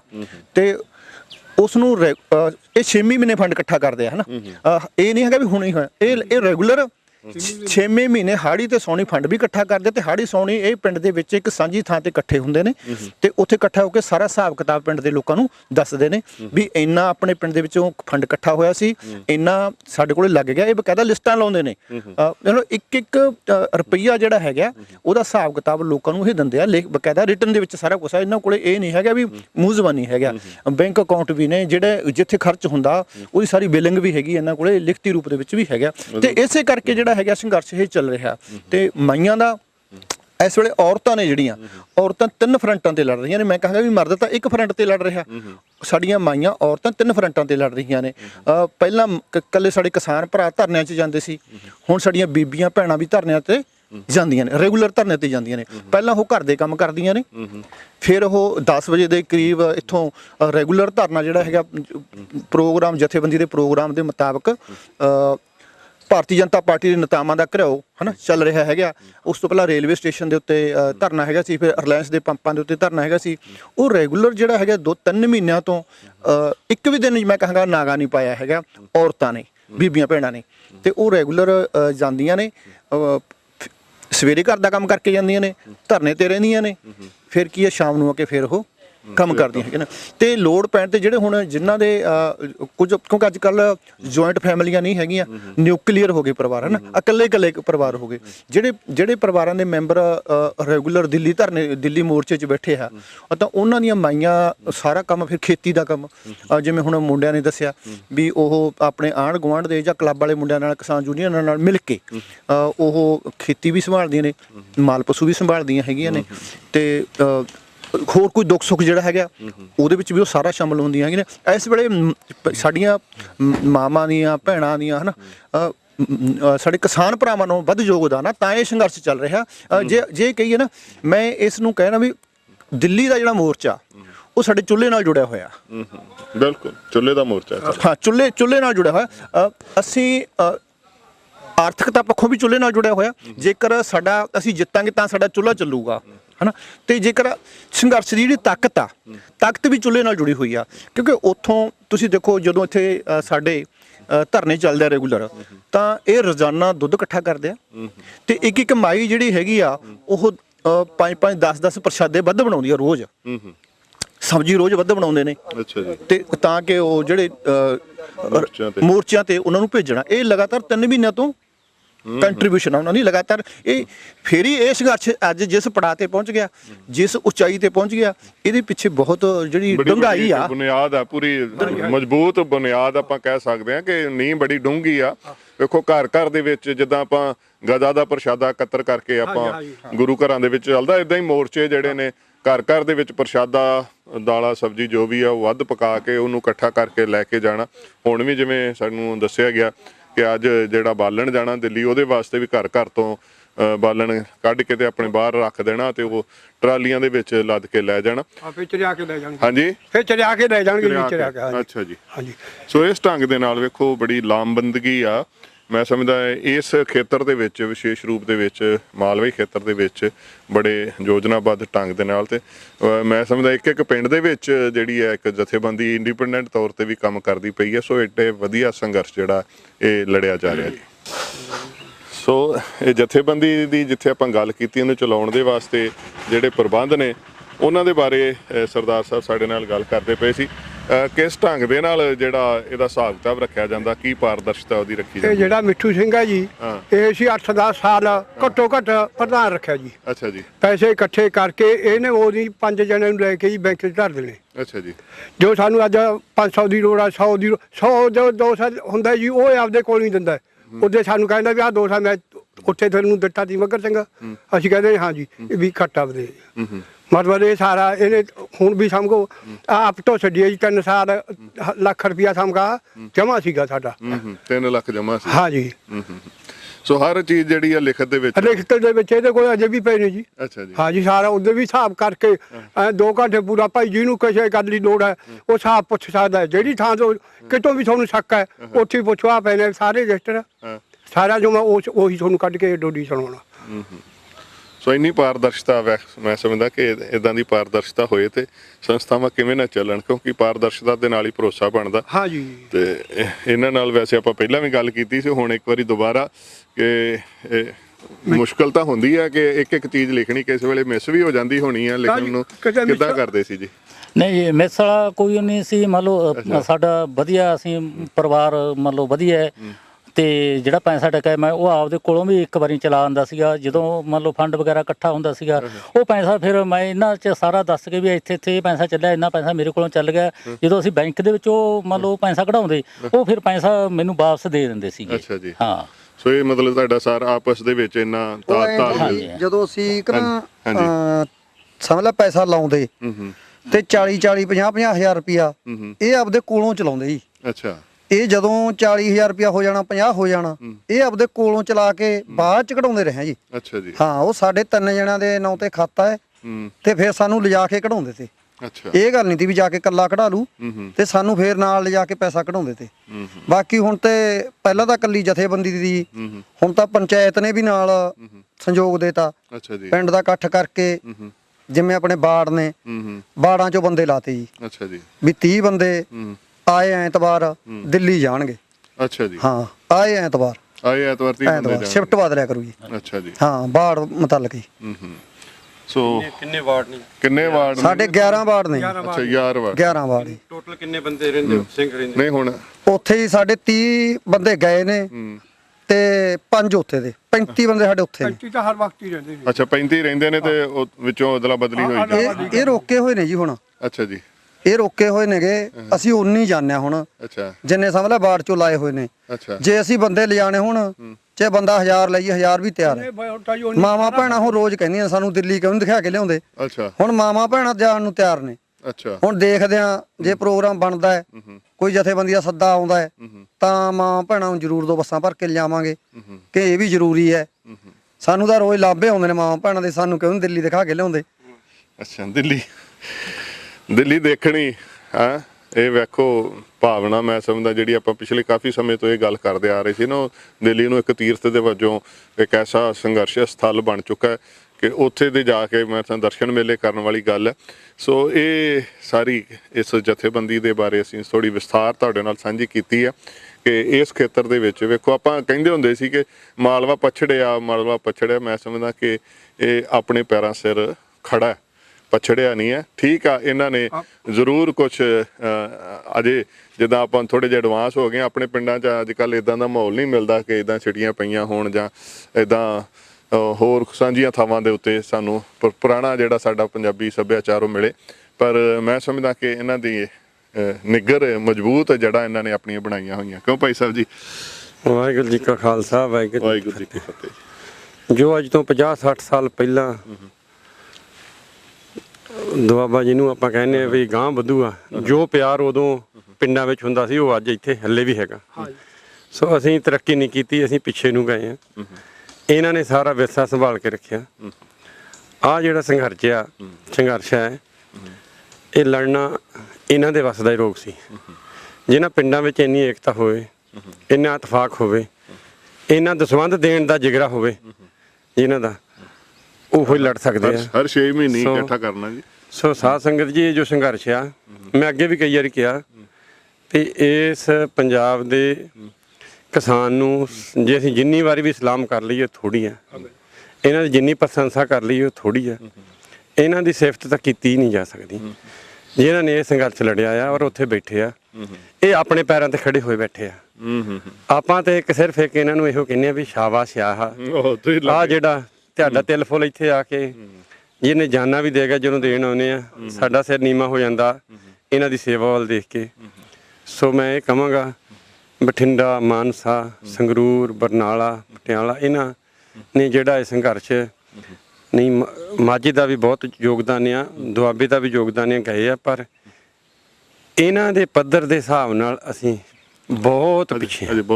ਮੈਂ ਕੋਈ ਅੰਕੜੇ ਨਹੀਂ ਦੇਣਾ ਚਾਹੁੰਦਾ, ਪਰ ਬਹੁਤ ਪਿੱਛੇ ਕਹਿ ਲਵਾਂ ਤਾਂ ਕੋਈ ਅਤਕਥਨੀ ਨਹੀਂ, ਉਹ ਸੱਚ ਆ। ਸੋ ਮੈਂ ਬੇਨਤੀ ਕਰਾਂਗਾ ਕਿ ਜਿੰਨੇ ਵੀ NRI ਬਾਹਰ ਬੈਠੇ ਆ, ਉੱਥੇ ਦੁਆਬਾ ਬਹੁਤ ਬੈਠਾ ਹੈ, ਲੁਧਿਆਣਾ ਵੀ ਬਹੁਤ ਬੈਠਾ ਹੈ, ਸੋ ਆਪੋ ਆਪਣੇ ਪਿੰਡਾਂ ਦੇ ਵਿੱਚ ਤੁਸੀਂ ਸਾਰਿਆਂ ਨੂੰ ਹੋਰ ਉਤਸ਼ਾਹਿਤ ਕਰੋ। ਜਿੱਥੇ ਮਾਇਆ ਭੇਜਦੇ ਆ ਉਹਨਾਂ ਨੂੰ ਇਹ ਵੀ ਆਖੋ ਕਿ ਸੰਘਰਸ਼ ਦੇ ਵਿੱਚ ਉੱਥੇ ਪਹੁੰਚੋ। ਉੱਥੇ ਪੈਸੇ ਨਾਲੋਂ ਜ਼ਿਆਦਾ ਸਾਡੀ ਹਾਜ਼ਰੀ ਦੀ ਜ਼ਰੂਰਤ ਆ। ਸੋ ਮੇਰੀ ਇਹ ਬੇਨਤੀ ਆ ਕਿ ਇਹ ਸੰਘਰਸ਼ ਹੁਣ ਭਾਰਤ ਦਾ ਬਣ ਗਿਆ, ਇਹ ਪੰਜਾਬੀਆਂ ਦਾ ਨਹੀਂ ਰਿਹਾ। ਔਰ ਇਸ ਚੀਜ਼ ਦੀ ਜਿਹੜੀ ਗੱਲ ਹੈ ਉਹਦਾ ਸਿਹਰਾ ਇਸ ਬੈਲਟ ਨੂੰ ਜਾਂਦਾ। ਇਹ ਇਤਿਹਾਸ ਬਣਿਆ ਰਹਿਣਾ। ਇਹ ਪਿੰਡਾਂ ਦੇ ਵਿੱਚ ਇਹਨਾਂ ਰਜਿਸਟਰ ਲਾਏ ਆ ਤੇ ਕਿਹੜੇ ਪਰਿਵਾਰ ਚੋਂ ਕਿਹੜਾ ਜੀ ਕਿੰਨੀ ਤਰੀਕ ਨੂੰ ਗਿਆ, ਕਿੰਨੇ ਦਿਨ ਰਹਿ ਕੇ ਆਇਆ। ਸੋ ਇਹ ਪਿੰਡਾਂ ਦਾ, ਇਹਨਾਂ ਦੇ ਗਾਂ ਬੱਚੇ ਗਾਂ ਵਾਲੀਆਂ ਨਸਲਾਂ ਵੀ ਦੇਖਣਗੀਆਂ ਵੀ ਇਹ ਜਿਹੜਾ ਸੰਘਰਸ਼ ਸੀਗਾ ਇਹ ਸਾਡੇ ਬਜ਼ੁਰਗਾਂ ਦੇ ਵਿੱਚੋਂ, ਸਾਡੇ ਪਰਿਵਾਰਾਂ ਚੋਂ ਕੌਣ ਕੌਣ ਗਿਆ ਸੀ, ਕੌਣ ਗਿਆ ਸੀ, ਕਿੰਨੀ ਤਰੀਕ ਨੂੰ ਗਿਆ ਸੀ, ਕਿੰਨੀ ਨੂੰ ਮੁੜਿਆ। ਸੋ ਤੇ ਇਹ ਜਿਹੜੀ ਇਹਨਾਂ ਦੀ ਗੱਲ ਕਹੀ ਨਹੀਂ ਜਾ ਸਕਦੀ। ਬਾਕੀ ਜਿਹੜੀ ਇਹਨਾਂ ਨੇ ਆ ਹਰ ਸੰਸਥਾ ਚੱਲਦੀ ਆ ਅਕਾਊਂਟੇਬਿਲਟੀ ਤੇ। ਜੇ ਸੰਸਥਾ ਦਾ ਅਕਾਊਂਟ ਸਾਫ਼ ਹੈ ਨਾ ਉਹਨੂੰ ਕੋਈ ਮਾਰ ਨਹੀਂ ਸਕਦਾ। ਜਿਹਦਾ ਆਗੂ ਇਮਾਨਦਾਰ ਆ ਅਗਰਾਹਾਂ ਵਰਗਾ। ਔਰ ਕੱਲ ਅਸੀਂ 6 ਪਰਿਵਾਰਾਂ ਦੇ ਵਿੱਚ ਗਏ ਸੀ ਜਿਹੜੇ ਜਾਨਾਂ ਦੇ ਗਏ, ਸਾਰੇ ਅਗਰਾਹਾਂ ਗਰੁੱਪ ਦੇ। ਔਰ ਇਹ ਸਾਰੇ ਜ਼ਿਲ੍ਹਿਆਂ ਦੇ ਵਿੱਚ ਚਲੋ ਕਈ ਮੈਂ ਨਹੀਂ ਤੁਲਨਾ ਨਹੀਂ ਕਰਨਾ ਚਾਹੁੰਦਾ ਬਾਕੀ ਸਾਰਿਆਂ ਦੇ ਨਾਲ, ਪਰ ਜੋ ਅਗਰਾਹਾਂ ਜੀ ਨੂੰ ਮੈਂ ਜ਼ਰੂਰ ਅਸੀਂ ਮਿਲਾਂਗੇ ਔਰ ਉਹਨਾਂ ਦੀ ਅਸੀਂ ਇੰਟਰਵਿਊ ਜ਼ਰੂਰ ਕਰਨੀ ਚਾਹੁੰਦੇ ਸਪੈਸ਼ਲ। ਕਿ ਉਸ ਪ੍ਰਾਣੀ ਵਿੱਚ ਕਿੰਨੇ ਗੁਣ ਹੋਣਗੇ ਜਿਹਨੇ ਇੰਨੇ ਬੰਦੇ ਸਿੱਖਾਂ ਨੂੰ, ਇੰਨੇ ਜਥੇਬੰਦੀ ਨੂੰ ਜੋੜ ਕੇ ਰੱਖਿਆ ਹੋਇਆ। ਔਰ ਐਡੀ ਵੱਡੀ ਜਥੇਬੰਦੀ ਪੰਜਾਬ ਦੇ ਵਿੱਚ ਉਹਦੀ ਆ। ਸੋ ਉਹਦੇ ਵਿੱਚ ਬਹੁਤ ਸਾਰੇ ਗੁਣ ਹੋਣਗੇ। ਬਿਆਨ ਤਾਂ ਹੀ ਸੁਣੀਦਾ, ਉਹ ਜੇ ਬਹੁਤ ਵੱਡੀ ਵੀ ਗੱਲ ਹੋਵੇ ਇੱਕ ਟੁੱਕ ਦੇ ਵਿੱਚ ਹੀ ਉਹਦਾ ਜਵਾਬ ਤਸੱਲੀ ਬਖਸ਼ ਦੇ ਕੇ ਉਹ ਨਿਬੇੜ ਦਿੰਦੇ ਆ। ਕੋਈ ਲੰਮੀਆਂ ਕਹਾਣੀਆਂ 'ਚ ਨਹੀਂ ਉਹ ਪੈਂਦੇ। ਸੋ ਬਹੁਤ ਸੋਝੀਵਾਨ ਇਨਸਾਨ ਨੇ ਉਹ। ਸੋ ਅਸੀਂ ਹੁਣ ਜਦੋਂ ਦਿੱਲੀ ਗਏ ਤੇ ਨੈਕਸਟ ਟਾਈਮ ਅਸੀਂ ਇੱਥੇ ਦੇ ਯੂਨੀਅਨ ਨੂੰ ਵੀ ਕਹਾਂਗੇ ਵੀ ਤੁਸੀਂ ਸੁਨੇਹਾ ਸਾਡਾ ਪਹੁੰਚਾਇਓ ਤੇ ਅਸੀਂ ਜ਼ਰੂਰ ਉਹਨਾਂ ਦੇ ਉਹਨਾਂ ਦੀ ਜਿਹੜੀ ਸ਼ਖਸੀਅਤ ਆ ਅਸੀਂ ਸੰਗਤਾਂ ਨਾਲ ਸਾਂਝੀ ਕਰਾਉਣੀ ਚਾਹੁੰਦੇ ਹਾਂ। ਸੋ ਇਹ ਜਿਹੜਾ ਪਿੰਡ ਹੈ ਭਾਈ ਸਤਨਾਮ, ਪ੍ਰੋਫੈਸਰ ਸਤਨਾਮ ਸਿੰਘ ਜੀ ਦਾ 9ਵੇਂ ਪਾਤਸ਼ਾਹ ਜੀ ਦਾ ਇੱਥੇ ਆਉਣਾ ਹੋਇਆ ਹੈ।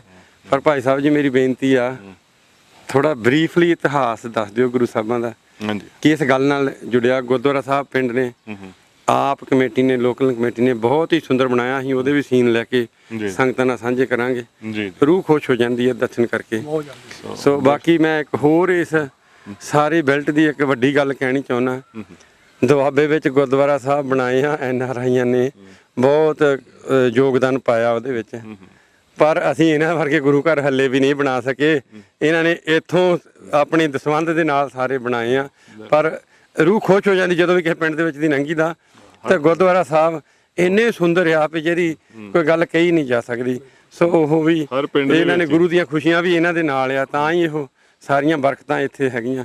ਸੋ ਮਹਾਰਾਜ ਦੇ ਵਾਰਾ ਜੀ ਇਸ ਧਰਤੀ ਨੂੰ ਮਹਾਰਾਜ ਜਦੋਂ ਦਮਦਮਾ ਸਾਹਿਬ ਆਏ ਨੇ ਤੇ ਫਿਰ ਉਸ ਵੇਲੇ ਦੇ ਵਰ ਦਿੱਤੇ ਹੋਏ ਨਾ ਕਿ ਬਾਗਾਂ ਦੀ ਧਰਤੀ ਹੈ, ਇੱਥੇ ਲਹਿਰਾਂ ਬਹਿਰਾਂ। ਸੋ ਵੈਦ ਸਾਹਿਬ ਮੈਂ ਸਮਝਦਾ ਉਹ ਥੋੜੀ ਜਿਹੀ ਤੁਸੀਂ ਉਹ ਵੀ ਸਾਂਝ ਸਾਡੇ ਨਾਲ ਕਰ ਦਿੰਦੇ। ਗੁਰੂ ਸਾਹਿਬ ਦੇ ਇਸ ਖੇਤਰ ਨੂੰ ਤਲਵੰਡੀ ਸਾਬੋ ਦੇ ਨਜ਼ਦੀਕ ਆਪਾਂ ਇਸ ਵੇਲੇ ਖੜੇ ਹਾਂ। ਗੁਰਪ੍ਰੀਤ ਜੀ, ਅਸੀਂ ਜਾਣਦੇ ਹਾਂ ਵੀ ਗੁਰੂ ਸਾਹਿਬ ਬਹੁਤਾ ਸਮਾਂ ਸਾਡੇ ਜਿਹੜੇ ਗੁਰੂ ਸਾਹਿਬ ਨੇ ਉਹ ਜਿਹੜਾ ਮੌਜੂਦਾ ਸਾਡਾ ਪਾਕਿਸਤਾਨੀ ਪੰਜਾਬ ਹੈ ਨਾ ਜਾਂ ਮਾਝੇ ਵੱਲ ਕਹਿ ਲਈਏ ਹੈ ਨਾ, ਹਾਂ, ਇਸ ਇਲਾਕੇ ਨੂੰ ਤਾਂ ਪੁਰਾਣੇ ਸਮਿਆਂ ਦੇ ਵਿੱਚ ਜੰਗਲ ਦਾ ਇਲਾਕਾ ਕਿਹਾ ਜਾਂਦਾ ਸੀ। ਜੇ ਤੁਸੀਂ ਜਦੋਂ ਇਤਿਹਾਸ, ਸਿੱਖ ਇਤਿਹਾਸ ਪੜ੍ਹਦੇ ਨਾ, ਪੰਜਾਬ ਦਾ ਇਤਿਹਾਸ ਪੜ੍ਹਦੇ ਆ ਤਾਂ ਜੰਗਲ ਦਾ ਇਲਾਕਾ ਕਿਹਾ ਜਾਂਦਾ ਸੀ।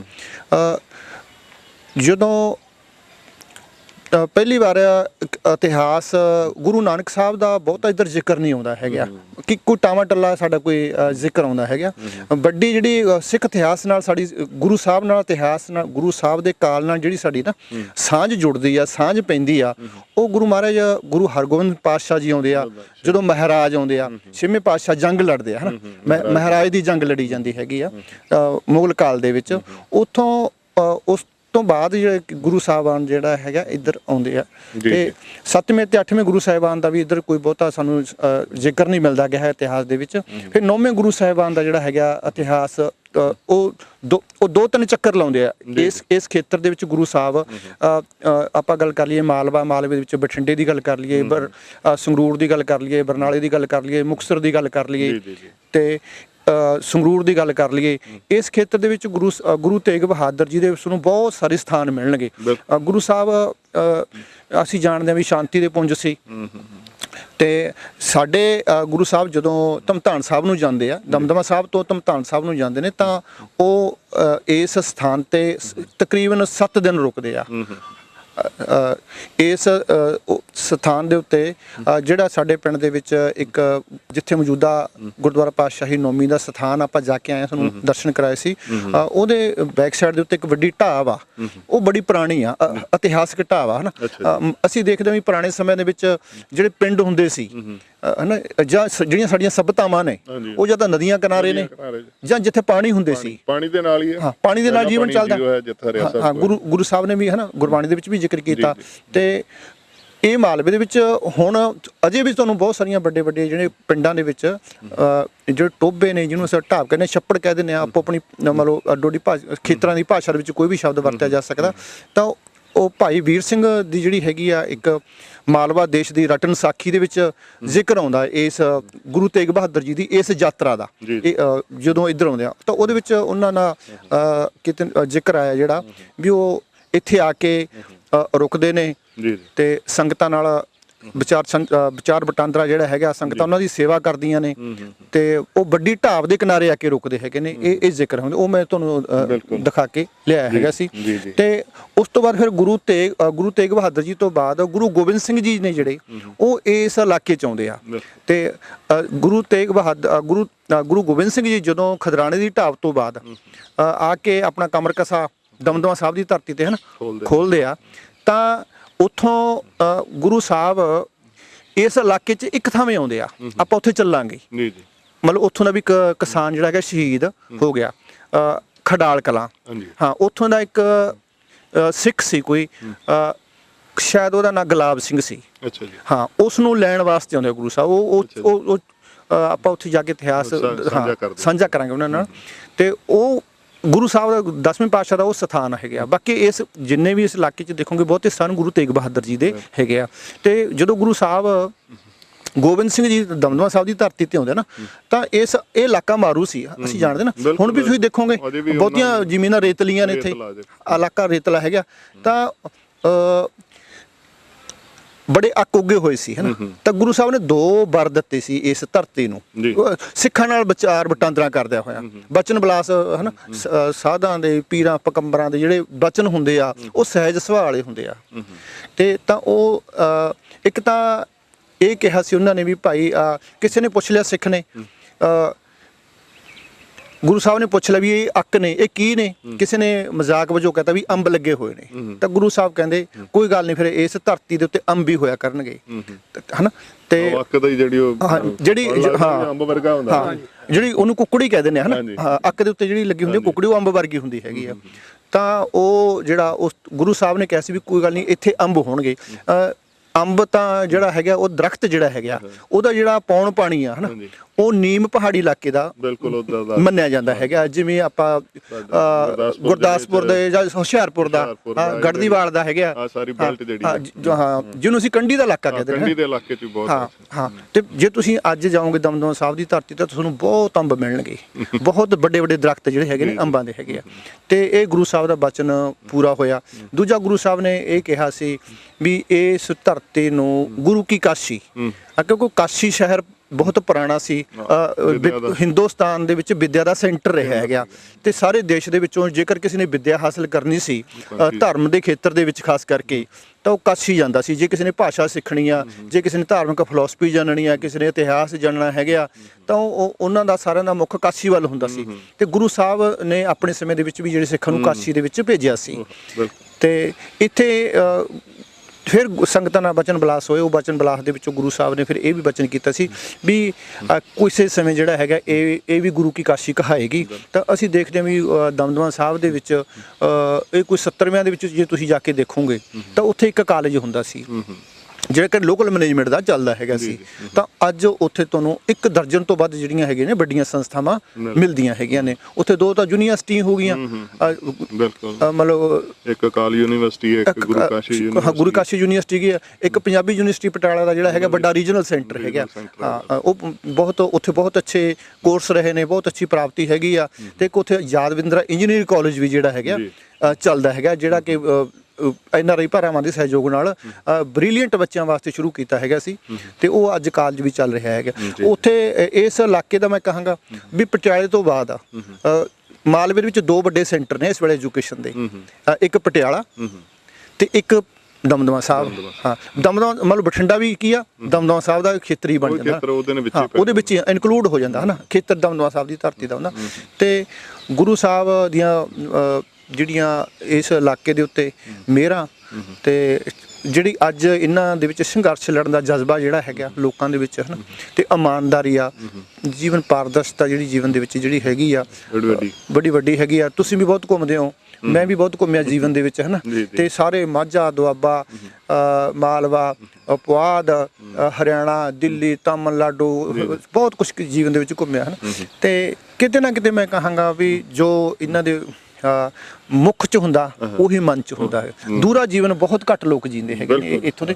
ਇਹ ਜਿਨ ਮਨ ਹੋਰ ਮੁੱਖ ਹੋਰ ਸੇ ਕਾਂਡੇ ਕੱਚੇ ਆ, ਮਹਾਰਾਜ ਉਹਨਾਂ ਨੂੰ ਕਹਿੰਦੇ ਕੱਚੇ ਨੇ ਜਿਹੜੇ ਅੰਦਰ ਕੁਝ ਹੋਰ ਰੱਖਦੇ ਨੇ ਤੇ ਬਾਹਰੋਂ ਹੋਰ ਕੁਝ ਬੋਲਦੇ ਨੇ, ਪਰ ਇਹ ਜਿਹੜੇ ਨੇ ਅੰਦਰੋਂ ਬਾਹਰੋਂ ਇੱਕੋ ਨੇ। ਤਾਂ ਇਸੇ ਕਰਕੇ ਕਿਸਾਨ ਸੰਘਰਸ਼ ਨਾਲ ਮਜ਼ਬੂਤੀ ਦੇ ਵਿੱਚ ਖੜੇ ਹਨ। ਇੰਨੀ ਜਿਹੜੀ ਕਿਸਾਨ ਸੰਘਰਸ਼ ਨੂੰ ਤਾਕਤ ਮਿਲੀ ਹੈ, ਜਿਵੇਂ ਭਾਈ ਸਾਹਿਬ ਰਣਧੀਰ ਸਿੰਘ ਜੀ ਹੋਰੀ ਦੱਸ ਕੇ ਗਏ ਨੇ, ਇਸ ਇਲਾਕੇ ਦੇ ਵਿੱਚੋਂ ਜਿਹੜੀ ਕਿਸਾਨ ਸੰਘਰਸ਼ ਨੂੰ ਤਾਕਤ ਮਿਲੀ ਆ ਤਾਂ ਉਹ ਜਿਹੜਾ ਬੜੀਆਂ ਡੂੰਘੀਆਂ ਨੇ। ਹਾਂ, ਜਿਹੜੇ ਇੱਕ 80 ਵੇਆਂ ਦੀਆਂ ਇਹ ਸਰਕਾਰ ਨੂੰ ਇਹਨਾਂ ਦੀਆਂ ਇੰਟੈਲੀਜੈਂਸੀਆਂ ਪਤਾ ਨਹੀਂ ਕਿੱਥੇ ਤੁਰੀਆਂ ਫਿਰਦੀਆਂ ਨੇ।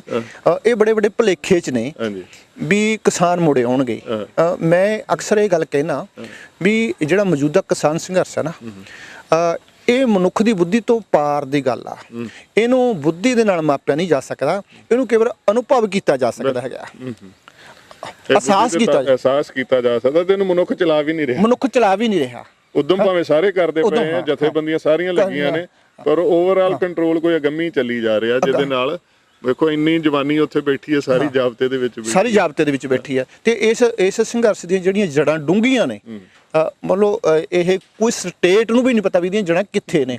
ਅੱਜ ਤੁਸੀਂ ਦੇਖੋ ਅੰਤਰਰਾਸ਼ਟਰੀ ਪੱਧਰ ਦੇ ਜਿਹੜੇ ਟਵਿੱਟਰ ਫਾਲੋ ਕਰਨ ਵਾਲੇ ਆ, ਜਿਹੜੀਆਂ ਅੰਤਰਰਾਸ਼ਟਰੀ ਪਰਸਨੈਲਿਟੀਆਂ ਹੀ ਨੇ, ਜਿਨ੍ਹਾਂ ਦਾ ਟਵਿੱਟਰ ਦੇ ਉੱਤੇ 100 ਕਰੋੜ ਫਾਲੋਅਰ ਨੇ ਹਨਾ, ਫਾਲੋਅਰ ਆ। ਜਿਵੇਂ ਰਿਹਾਨਾ ਦੀ ਗੱਲ ਕਰਦੇ ਹਨ ਤੇ ਗ੍ਰੇਟਾ ਥਨਬਰਗ ਦੀ ਗੱਲ ਕਰਦੇ ਹਨ, ਤੇ ਉਹ ਵੀ ਉਹਨਾਂ ਨੂੰ ਪੰਜਾਬ ਦਾ ਨਾਮ ਵੀ ਨਹੀਂ ਸੁਣਿਆ ਹੋਣਾ ਉਹਨਾਂ ਨੇ ਕਦੇ, ਪੰਜਾਬ ਦੇ ਕਿਸਾਨਾਂ ਨੂੰ ਤਾਂ ਜਾਣਦੇ ਵੀ ਨਹੀਂ ਹੋਣੇ। ਉਹਨਾਂ ਤੱਕ ਇਸ ਸੰਘਰਸ਼ ਦੀ ਗੱਲ ਜਾਣੀ, ਇਸ ਮੈਂ ਕਹਾਂਗਾ ਗੱਲ ਨਹੀਂ ਗਈ, ਇਸ ਸੰਘਰਸ਼ ਦਾ ਅਹਿਸਾਸ ਗਿਆ ਉਹਨਾਂ ਤੱਕ। ਜਦੋਂ ਅਹਿਸਾਸ ਸਾਰੇ ਮਨਾਂ ਵਿੱਚ ਦੀ ਕਰੰਟ ਵਾਂਗੂ ਜਾਂਦਾ ਨਾ, ਅਸਲ ਦੇ ਵਿੱਚ ਗੱਲ ਇਹ ਆ, ਇਸ ਸੰਘਰਸ਼ ਹੁੰਦਾ। ਇੱਕ ਗੱਲ ਹੋਰ ਕਹਿ ਦਵਾਂ, ਜਿਹੜੀ ਗੱਲ ਤੁਸੀਂ ਕਰਦੇ ਪਏ ਹੋ ਕਿ ਕਿੱਥੋਂ ਤੱਕ ਗੱਲ ਪਹੁੰਚ ਗਈ, ਪਰ ਅਜੇ ਵੀ ਕੁਝ ਗੈਰ ਜ਼ਿੰਮੇਵਾਰਾਨਾ ਲੋਕ ਨੇ, ਉਹ ਕਹਿ ਰਹੇ ਨੇ ਕਿ ਸੰਘਰਸ਼ ਇੱਕ ਛੋਟੇ ਜਿਹੇ ਇਲਾਕੇ ਦੇ ਕੁਝ ਥੋੜੇ ਜਿਹੇ ਲੋਕਾਂ ਦਾ ਸੰਘਰਸ਼। ਅਜੇ ਵੀ ਐਸੀਆਂ ਸਟੇਟਮੈਂਟਾਂ ਦਿੱਤੀਆਂ ਜਾ ਰਹੀਆਂ, ਆਫੀਸ਼ੀਅਲੀ ਦਿੱਤੀਆਂ ਜਾ ਰਹੀਆਂ ਨੇ ਕਿ ਭਾਰਤ ਦੇ ਇੱਕ ਛੋਟੇ ਜਿਹੇ ਸੂਬੇ ਦੇ ਕੁਝ ਚੁਣਿੰਦਾ ਲੋਕ ਉਹ ਇਸ ਤੋਂ ਸੈਟੀਸਫਾਈਡ ਨਹੀਂ ਹੈਗੇ। ਇਦਾਂ ਦੀਆਂ ਗੱਲਾਂ ਅੱਜ ਵੀ ਹੋ ਰਹੀਆਂ। ਮੈਂ ਸਮਝ ਬੜੀਆਂ ਪੰਜਾਬ ਆ ਨਾ, ਜਿਹੜਾ ਪੰਜਾਬ ਦੀ ਵਿਰਾਸਤ ਤੇ ਪੰਜਾਬ ਦਾ ਇਤਿਹਾਸ, ਪੰਜਾਬ ਦਾ ਫਲਸਫਾ ਤੇ ਪੰਜਾਬ ਦਾ ਜੀਵਨ ਜਿਹੜਾ ਹੈਗਾ, ਇਹ ਦੁਨੀਆ ਇੱਕ ਪਾਸੇ ਕਰ ਲਓ। ਮੈਂ ਇਹ ਗੱਲ ਦਾਅਵੇ ਨਾਲ ਤਾਂ ਨਹੀਂ ਕਹਾਂਗਾ, ਚਲੋ ਈਗੋ ਵਾਲੀ ਗੱਲ ਆ ਜਾਂਦੀ ਹੈਗੀ ਆ, ਇਹ ਸਾਡੇ ਸਾਹਮਣੇ ਗੱਲ ਹੈਗੀ ਆ। ਸੋਨੂੰ ਕਿਤੇ ਸਾਹਿਬਜ਼ਾਦਿਆਂ ਦੀਆਂ ਸ਼ਹੀਦੀਆਂ ਵਰਗੀਆਂ ਸ਼ਹੀਦੀਆਂ ਬਿਲਕੁਲ ਨਹੀਂ ਮਿਲਣੀਆਂ। ਛੋਟੇ ਬੱਚੇ ਤੇ ਉਹ ਕਹਿੰਦੇ ਵੀ ਅਸੀਂ ਜੁੱਤੀ ਦੀ ਨੋਕ ਤੇ ਖੜਾਂਗੇ ਹਨਾ, ਤੇ ਇਹ ਗੱਲਾਂ ਫਿਰ ਸਾਨੂੰ ਜਜ਼ਬਾਤੀ ਕਰ ਜਾਂਦੀਆਂ, ਪਰ ਕੀ ਕਰੀਏ, ਅਸੀਂ ਹੈ ਹੀ ਇਦਾਂ ਦੇ।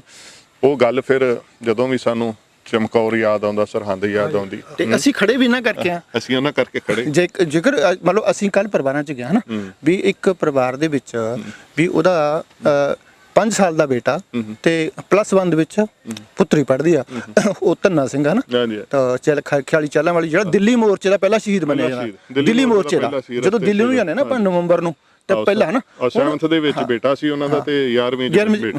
ਹੁਣ ਤੁਸੀਂ ਦੇਖੋ ਵੀ ਕੋ ਪਰਿਵਾਰ ਦੀ ਕੀ ਹਾਲਤ ਹੈ, ਉਹ ਫਿਰ ਵੀ ਡਟੇ ਆ। ਤੇ ਕਿੰਨੀ ਉਹਨਾਂ ਦੀ ਤਰਾਸ਼ਦੀ ਹੈ ਜੀਵਨ ਦੀ, ਉਹਨਾਂ ਦੀ ਘਰ ਦੀ ਤਰਾਸ਼ਦੀ ਦੇਖੋ ਨਾ ਕੀ ਆ। ਜਦੋਂ ਤੁਸੀਂ ਨਾ ਗਰਾਊਂਡ ਦੇ ਉੱਤੇ ਜਾ ਕੇ ਦੂਰ ਬੈਠੇ ਆ, ਪਾਰਲੀਮੈਂਟ 'ਚ ਬਹਿ ਕੇ ਬੜੀਆਂ ਗੱਲਾਂ ਕੀਤੀਆਂ ਜਾ ਸਕਦੀਆਂ ਨੇ, ਸਟੇਜਾਂ 'ਤੇ ਬੜੀਆਂ ਗੱਲਾਂ ਕੀਤੀਆਂ, ਟੈਲੀਵਿਜ਼ਨ ਦੇ ਉੱਤੇ ਬਹਿਸ ਕੀਤੀ ਜਾ ਸਕਦੀ ਹੈਗੀ ਆ, ਪਰ ਜਦੋਂ ਤੁਸੀਂ ਆ ਕੇ ਗਰਾਊਂਡ ਦੇ ਉੱਤੇ ਨਾ ਰਿਐਲਿਟੀ ਦੇਖੋ ਨਾ, ਵਿਚਰੋਗੇ, ਤੇ ਉਸ ਨੂੰ ਆ ਕੇ ਆਪਣੇ ਰੋਮ ਤੁਹਾਡਾ ਜਿਹੜਾ ਹੈਗਾ ਨਾ, ਉਹ ਅਹਿਸਾਸ ਹੁੰਦਾ ਉਸ ਰੋਮ ਦਾ। ਫਿਰ ਤੁਸੀਂ ਉਸ ਅਸਲੀਅਤ ਤੋਂ, ਯਥਾਰਥ ਤੋਂ ਭੱਜ ਨਹੀਂ ਸਕਦੇ, ਫਿਰ ਤੁਸੀਂ ਸੱਚ ਤੇ ਆ ਕੇ ਖੜ ਜਾਓਗੇ। ਤੇ ਜਿਹੜੇ ਤੁਸੀਂ ਗੱਲ ਕੱਲ ਦੀ ਕੀਤੀ ਹੈ, ਸੁਖਵਿੰਦਰ ਸਿੰਘ ਜਦੋਂ ਲਾਸਟ 'ਚ ਆਪਾਂ ਘਰੇ ਗਏ ਆ, ਹਾਂਜੀ ਹਾਂਜੀ ਸੁਖਵਿੰਦਰ ਉੱਥੇ ਸਿੰਘ ਤਾਂ ਵੇਖ ਕੇ ਹੀ ਤਾਂ ਨਿਕਲਣ ਵਾਲੀ ਗੱਲ ਸੀ ਹੈ। ਛੋਟਾ ਜਿਹਾ ਬੱਚਾ, ਮੈਨੂੰ ਲੱਗਦਾ ਉਹ ਪਹਿਲੇ ਦਿਨ ਹੀ ਕੱਲ ਸਕੂਲ ਗਿਆ ਸੀ, ਤੇ ਉਹਨੂੰ ਅਜੇ ਵੀ ਨਹੀਂ ਪਤਾ ਕਿ ਉਹ ਆਪਣੇ ਡੈਡੀ ਦੀ ਫੋਟੋ ਨੂੰ ਇਦਾਂ ਛੂਹ ਰਿਹਾ ਵੀ ਜਿੱਦਾਂ ਬੜੀ ਕੋਈ ਖਾਸ ਗੱਲ, ਪਰ ਉਹਨੂੰ ਇਹ ਵੀ ਨਹੀਂ ਪਤਾ ਵੀ ਸ਼ਾਇਦ ਮੇਰੇ ਡੈਡੀ ਨੇ ਮੈਨੂੰ ਦੁਬਾਰਾ ਕਦੀ ਮਿਲਣਾ ਹੀ ਨਹੀਂ।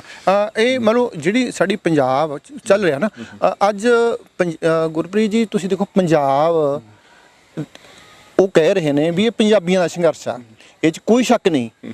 ਪੰਜਾਬ ਨੇ ਹਮੇਸ਼ਾ ਹੀ ਵਿਦੇਸ਼ੀਆਂ ਦਾ ਜਿੰਨਾ ਸਾਹਮਣਾ ਦੁਨੀਆ ਦੇ ਵਿੱਚ, ਜੇਕਰ ਤੁਸੀਂ ਸਭ ਤੋਂ ਉੱਤਮ ਰਾਜ ਦੇਖਿਆ ਹੋਵੇ, ਅਸੀਂ ਥੋੜਾ ਕਹਿੰਦੇ ਆ, ਮਤਲਬ BBC ਨੇ ਸਰਵੇ ਕਰਾਇਆ ਬਿਲਕੁਲ ਜੀ, ਬੈਸਟ ਮਾਡਲ ਆਫ ਸਟੇਟ ਉਹ ਮਹਾਰਾਜਾ ਰਣਜੀਤ ਸਿੰਘ ਨੂੰ ਕਿਹਾ ਹੈ ਨਾ, ਐਸਾ ਰਾਜ ਹੈ ਨਾ, ਤੇ ਉਹ ਇਸ ਖਿੱਤੇ 'ਚ ਰਿਹਾ। ਫਿਰ ਤੁਸੀਂ ਜੇ ਤੁਸੀਂ ਜੰਗੀ ਖੇਤਰ ਦੀ ਗੱਲ ਕਰ ਲਓ ਤਾਂ ਦੁਨੀਆ ਦਾ ਸਭ ਤੋਂ ਉੱਤਮ ਜਰਨੈਲ ਉਹ ਕਿਹਨੂੰ ਦਰਜਾ ਗਿਆ? ਹਰੀ ਸਿੰਘ ਨਲੂਏ ਨੂੰ ਗਿਆ ਹੈਗਾ। ਇਹ ਉਹਦੇ ਵਾਰਸ ਨੇ। ਅਫਗਾਨਿਸਤਾਨ ਕਦੀ ਕਾਬੂ ਨਹੀਂ ਆਇਆ ਸਵਾਈ ਹਰੀ ਸਿੰਘ ਨਲੂਏ ਤੋਂ, ਅਜੇ ਤੱਕ ਵੀ ਨਹੀਂ ਆ ਰਿਹਾ, ਤੇ ਇਹ ਉਹਨਾਂ ਦੇ ਵਾਰਸ ਨੇ। ਜੇਕਰ ਅੱਜ ਪੰਜਾਬ ਦੀ ਪਛਾਣ ਆ, ਮੈਂ ਕਹਿੰਦਾ ਅਸੀਂ ਸਾਡੀ ਕਮਿਊਨਿਟੀ ਕਿੰਨੀ ਕਾ ਤੇ ਸਾਡਾ ਪੰਜਾਬ ਖਿੱਤਾ ਕਿੰਨਾ ਕਾ, ਪਰ ਆਪਾਂ ਇਹ ਕਹਿ ਲਈਏ ਨਾ ਦੁਨੀਆ ਸਾਰੀ ਇੱਕ ਪਾਸੇ ਖੜ ਗਈ ਤੇ ਪੰਜਾਬ ਇੱਕ ਪਾਸੇ, ਉਹ ਸਾਡੀ ਫਿਲਾਸਫੀ ਆ। ਸੋ ਫਿਲਾਸਫੀ ਵੀ ਆ, ਜੇ ਆਪਾਂ ਇਹਨੂੰ ਥੋੜਾ ਜਿਹਾ ਹੋਰ ਸਮਝੀਏ ਨਾ, ਜਿੱਦਾਂ ਸਾਨੂੰ ਕਹਿੰਦੇ ਨੇ ਥੋੜਾ ਜਿਹਾ ਛੋਟਾ ਜਿਹਾ, ਆ ਦਿਲ ਕਿੰਨਾ ਕੁ ਹੁੰਦਾ, ਇੰਨਾ ਕੀ ਆ ਨਾ, ਇੰਨਾ ਕੁ ਦਿਲ ਹੁੰਦਾ ਤੇ ਸਾਰੇ ਸਰੀਰ ਨੂੰ ਉਹੀ ਚਲਾ ਰਿਹਾ। ਜਿੱਦਣ ਦਿਲ ਰੁਕ ਜਾਂਦਾ ਨਾ ਤੇ ਉਦੋਂ ਫਿਰ ਬਸ ਬੰਦਾ ਮੋਢਾ ਹੀ ਮਿਲਦਾ ਉਹਨੂੰ। ਮਤਲਬ ਪੰਜਾਬ ਦੁਨੀਆ ਦਾ ਕਹਿ ਲਓ, ਭਾਰਤ ਦਾ ਤਾਂ ਵਾਕਈ ਦਿਲ ਆ, ਇਹ ਭਾਰਤ ਦਾ ਦਿਲ ਆ। ਅੱਜ ਤੁਸੀਂ ਇਹੀ ਸਾਰਿਆਂ ਨੂੰ ਸਪਲਾਈ ਕਰਦਾ ਆ ਰਿਹਾ, ਇਹੀ ਇੱਥੋਂ ਹੀ ਸਾਰਾ ਜਿਹੜਾ ਪੰਪਿੰਗ ਹੋ ਰਹੀ ਆ। ਮਤਲਬ ਜੇਕਰ ਅੱਜ ਸਾਡੇ ਸਿੱਖ ਜਿਹੜੇ ਪਲਟਣਾ ਨੇ, ਉਹਨੂੰ ਬਾਰਡਰ ਤੋਂ ਪਿੱਛੋਂ ਤਾਂ ਕਰੋ ਨਾ ਤੁਸੀਂ, ਫਿਰ ਤੁਹਾਨੂੰ ਪਤਾ ਲੱਗੂਗਾ ਵੀ ਸੁਣੀਆਂ ਕਿੱਥੋਂ ਜਿਹੜੀਆਂ ਹੈਗੀਆਂ ਨੇ ਨਾੜੀਆਂ ਕੱਟੀਆਂ ਜਾਂਦੀਆਂ ਨੇ, ਸਪਲਾਈ ਲਾਈਨ ਕਿਹੜੀਆਂ ਸੁਣੀਆਂ ਸਪਲਾਈ ਲਾਈਨ ਟੁੱਟਦੀਆਂ ਨੇ, ਤੇ ਅੱਜ ਸਾਨੂੰ ਕਹਿ ਰਹੇ ਲਾਈਆਂ ਗਈਆਂ ਨੇ ਨਾ ਉੱਥੇ ਬੜੇ ਕੰਡੀਲੀਆਂ ਤਾਰਾਂ ਲਾ ਕੇ, ਤੇ ਪਤਾ ਨਹੀਂ ਕੀ ਸੁਨੇਹਾ ਦੇਣਾ ਚਾਹੁੰਦੀਆਂ ਸੀ ਸਰਕਾਰਾਂ, ਪਰ ਜਿਹੜੀਆਂ ਸਾਡੀਆਂ ਸਰਹੱਦਾਂ ਨੇ ਉਹ ਸਰਦਾਰਾਂ ਦੇ ਨਾਲ ਰੁਕੀਆਂ ਹੋਈਆਂ ਨੇ, ਉਹ ਉੱਥੇ ਤਾਰਾਂ ਵੀ ਨਹੀਂ ਕੰਮ ਕਰਦੀਆਂ। ਜੇ ਸਰਦਾਰ ਨਾ ਹੋਣ ਤੇ ਉਹ ਅਗਲੇ ਝੱਟ ਹੁਣ ਤੱਕ ਦਬਲ ਕੇ ਬੈਠੇ। ਸਾਡੀਆਂ ਨਾ ਅਸਲ 'ਚ ਗੁਰਪ੍ਰੀਤ ਜੀ, ਜਦੋਂ ਸਾਡੇ ਦੇਖੋ ਦੁੱਖ ਸਿੱਖ ਜੀਵਨ ਦਾ ਦੋ ਕੱਪੜੇ ਆ ਗੁਰਬਾਣੀ ਦੇ ਮੁਤਾਬਕ। ਮੈਂ ਦੁੱਖਾਂ ਸੁੱਖਾਂ ਦੇ ਵਿੱਚ ਜਾਣਿਆ ਨਾ, ਜਦੋਂ ਵੀ ਕਿਤੇ ਦੁੱਖ ਸੁੱਖ ਦੇ ਵਿੱਚ ਸਾਂਝੇ ਆਪਾਂ ਜਾ ਕੇ ਜਾਂਦੇ ਆ, ਤਾਂ ਸਾਡੀਆਂ ਮਾਈਆਂ ਜਦੋਂ ਉਦਾਹਰਨ ਦਿੰਦੀਆਂ ਨੇ, ਸਾਡੀਆਂ ਮਾਵਾਂ ਸਾਡੀਆਂ ਭੈਣਾਂ ਜਦੋਂ ਨਾ ਦੁੱਖ ਸੁੱਖ ਬਣਾਉਂਦਿਆਂ ਹੋਇਆਂ ਕਿਸੇ ਦਾ ਦੁੱਖ ਬਣਾਉਣਾ ਹੁੰਦਾ, ਉਹ ਦੁੱਖ ਘਟਾਉਣਾ ਹੁੰਦਾ, ਤਾਂ ਉਹ ਨਾਲ ਦੀ ਨਾਲ ਉਦਾਹਰਨ ਦਿੰਦੀਆਂ ਨੇ। ਦੇਖ ਆਪਣੇ ਗੁਰੂ ਸਾਹਿਬ ਦੇ ਛੋਟੇ ਛੋਟੇ ਸਾਹਿਬਜ਼ਾਦੇ ਸੀ ਨਾ, ਤੇ ਦੋ ਹਨਾ, ਉਹ ਵੀ ਤਾਂ ਜਾਨ ਵਾਰ ਗਏ ਹਨਾ। ਉਹ ਚੀਜ਼ਾਂ ਸਾਡੇ ਦੁੱਖ ਨੂੰ ਘਟਾਉਂਦੀਆਂ ਨੇ, ਤੇ ਸਾਡੇ ਕੋਲੇ ਬੜਾ ਅਮੀਰ ਸਾਡੀ ਵਿਰਾਸਤ, ਐਡੀ ਵੱਡੀ ਵਿਰਾਸਤ ਤੁਹਾਡੀ ਉਸ ਨਾਲ ਤੋਂ। ਭਾਈ ਸੁਬੇਗ ਸਿੰਘ, ਸੁਭਾਸ਼ ਸਿੰਘ, ਭਾਈ ਬਾਬਾ ਬੋਤਾ ਸਿੰਘ ਤੇ ਬਾਬਾ ਗਰਜਾ ਸਿੰਘ ਦੀ ਗੱਲ ਹਨਾ, ਜੋੜੀ ਸਾਡੇ ਸਾਡੇ ਪਿਓ ਪੁੱਤ ਬੜੇ ਸੌਖੇ ਸੀਗੇ, ਰਾਜਸੀ ਪੂਰੀ ਟੌਰ ਟੱਪਾ ਸੀ। ਜਿੱਦਣ ਉਹਨੂੰ ਫੜ ਕੇ ਪੀੜਨ ਲੱਗੇ ਨੇ, ਤੇ ਉਹ ਕਹਿੰਦਾ ਕਿ ਹਮ ਕਾਰਨ ਗੁਲੇ ਗਵਾਈ, ਹਮ ਕੁਲ ਲਾਖੇ ਕਵੜ ਵਡਾਈ। ਉਹ ਕਹਿੰਦਾ ਨਾ, ਸੂਬੇਦਾਰ ਕਹਿੰਦਾ ਵੀ ਆ ਇੱਕੋ ਤੇਰਾ ਪੋਤਾ, ਇਹਨੂੰ ਹੀ ਸਾਂਭ ਲਾ।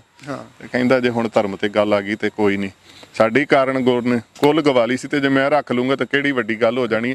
ਸੋ ਇਹ ਸਾਨੂੰ ਇਹ ਸ਼ੀਸ਼ ਗੰਜ ਤੇ ਗੜੀ ਚਮਕੌਰ ਵਾਲੀ ਸਾਨੂੰ ਅੱਜ ਵੀ ਜੂਝਣਾ ਦੱਸਦੀ ਹੈ।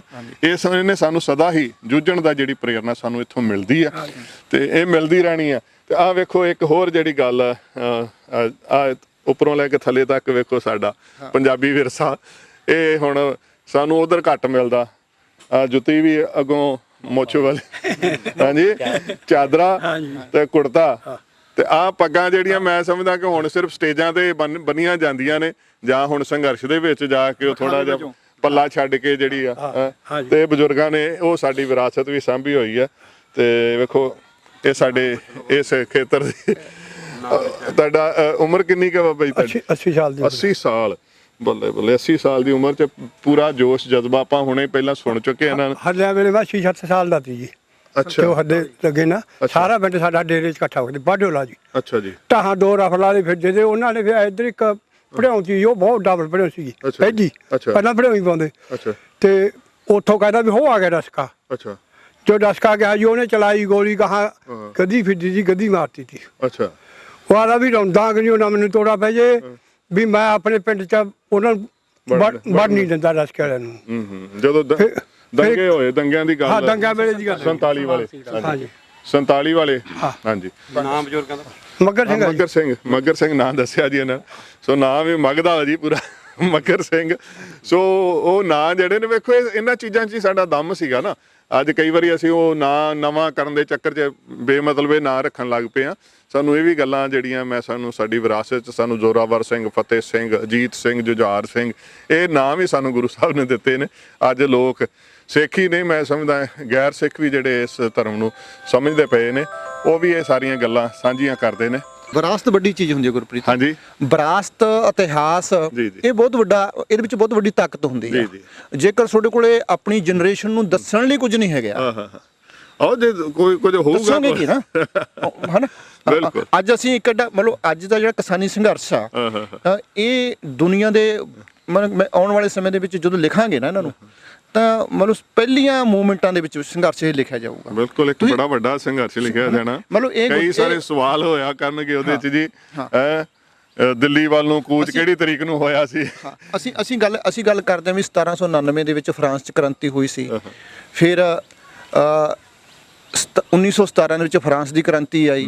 ਫਿਰ 1749 ਦੇ ਵਿੱਚ ਹਨਾ ਚੀਨ ਦੀ ਕ੍ਰਾਂਤੀ ਦੀ ਗੱਲ ਆਉਂਦੀ ਹੈਗੀ ਆ। ਤੇ ਇਹ ਸਾਡਾ ਇਹ ਸੰਘਰਸ਼ ਆ, ਜਿੰਨਾ ਹੁਣ ਅਸੀਂ ਗੁਰਜੰਟ ਸਿੰਘ ਹਨਾ ਪਿੰਡ ਬਛੋਆਣਾ ਦੇ ਘਰ ਖੜੇ ਆ, ਉਹਨਾਂ ਨੇ ਮਿਲਣ ਵਾਸਤੇ ਆਏ ਸੀ।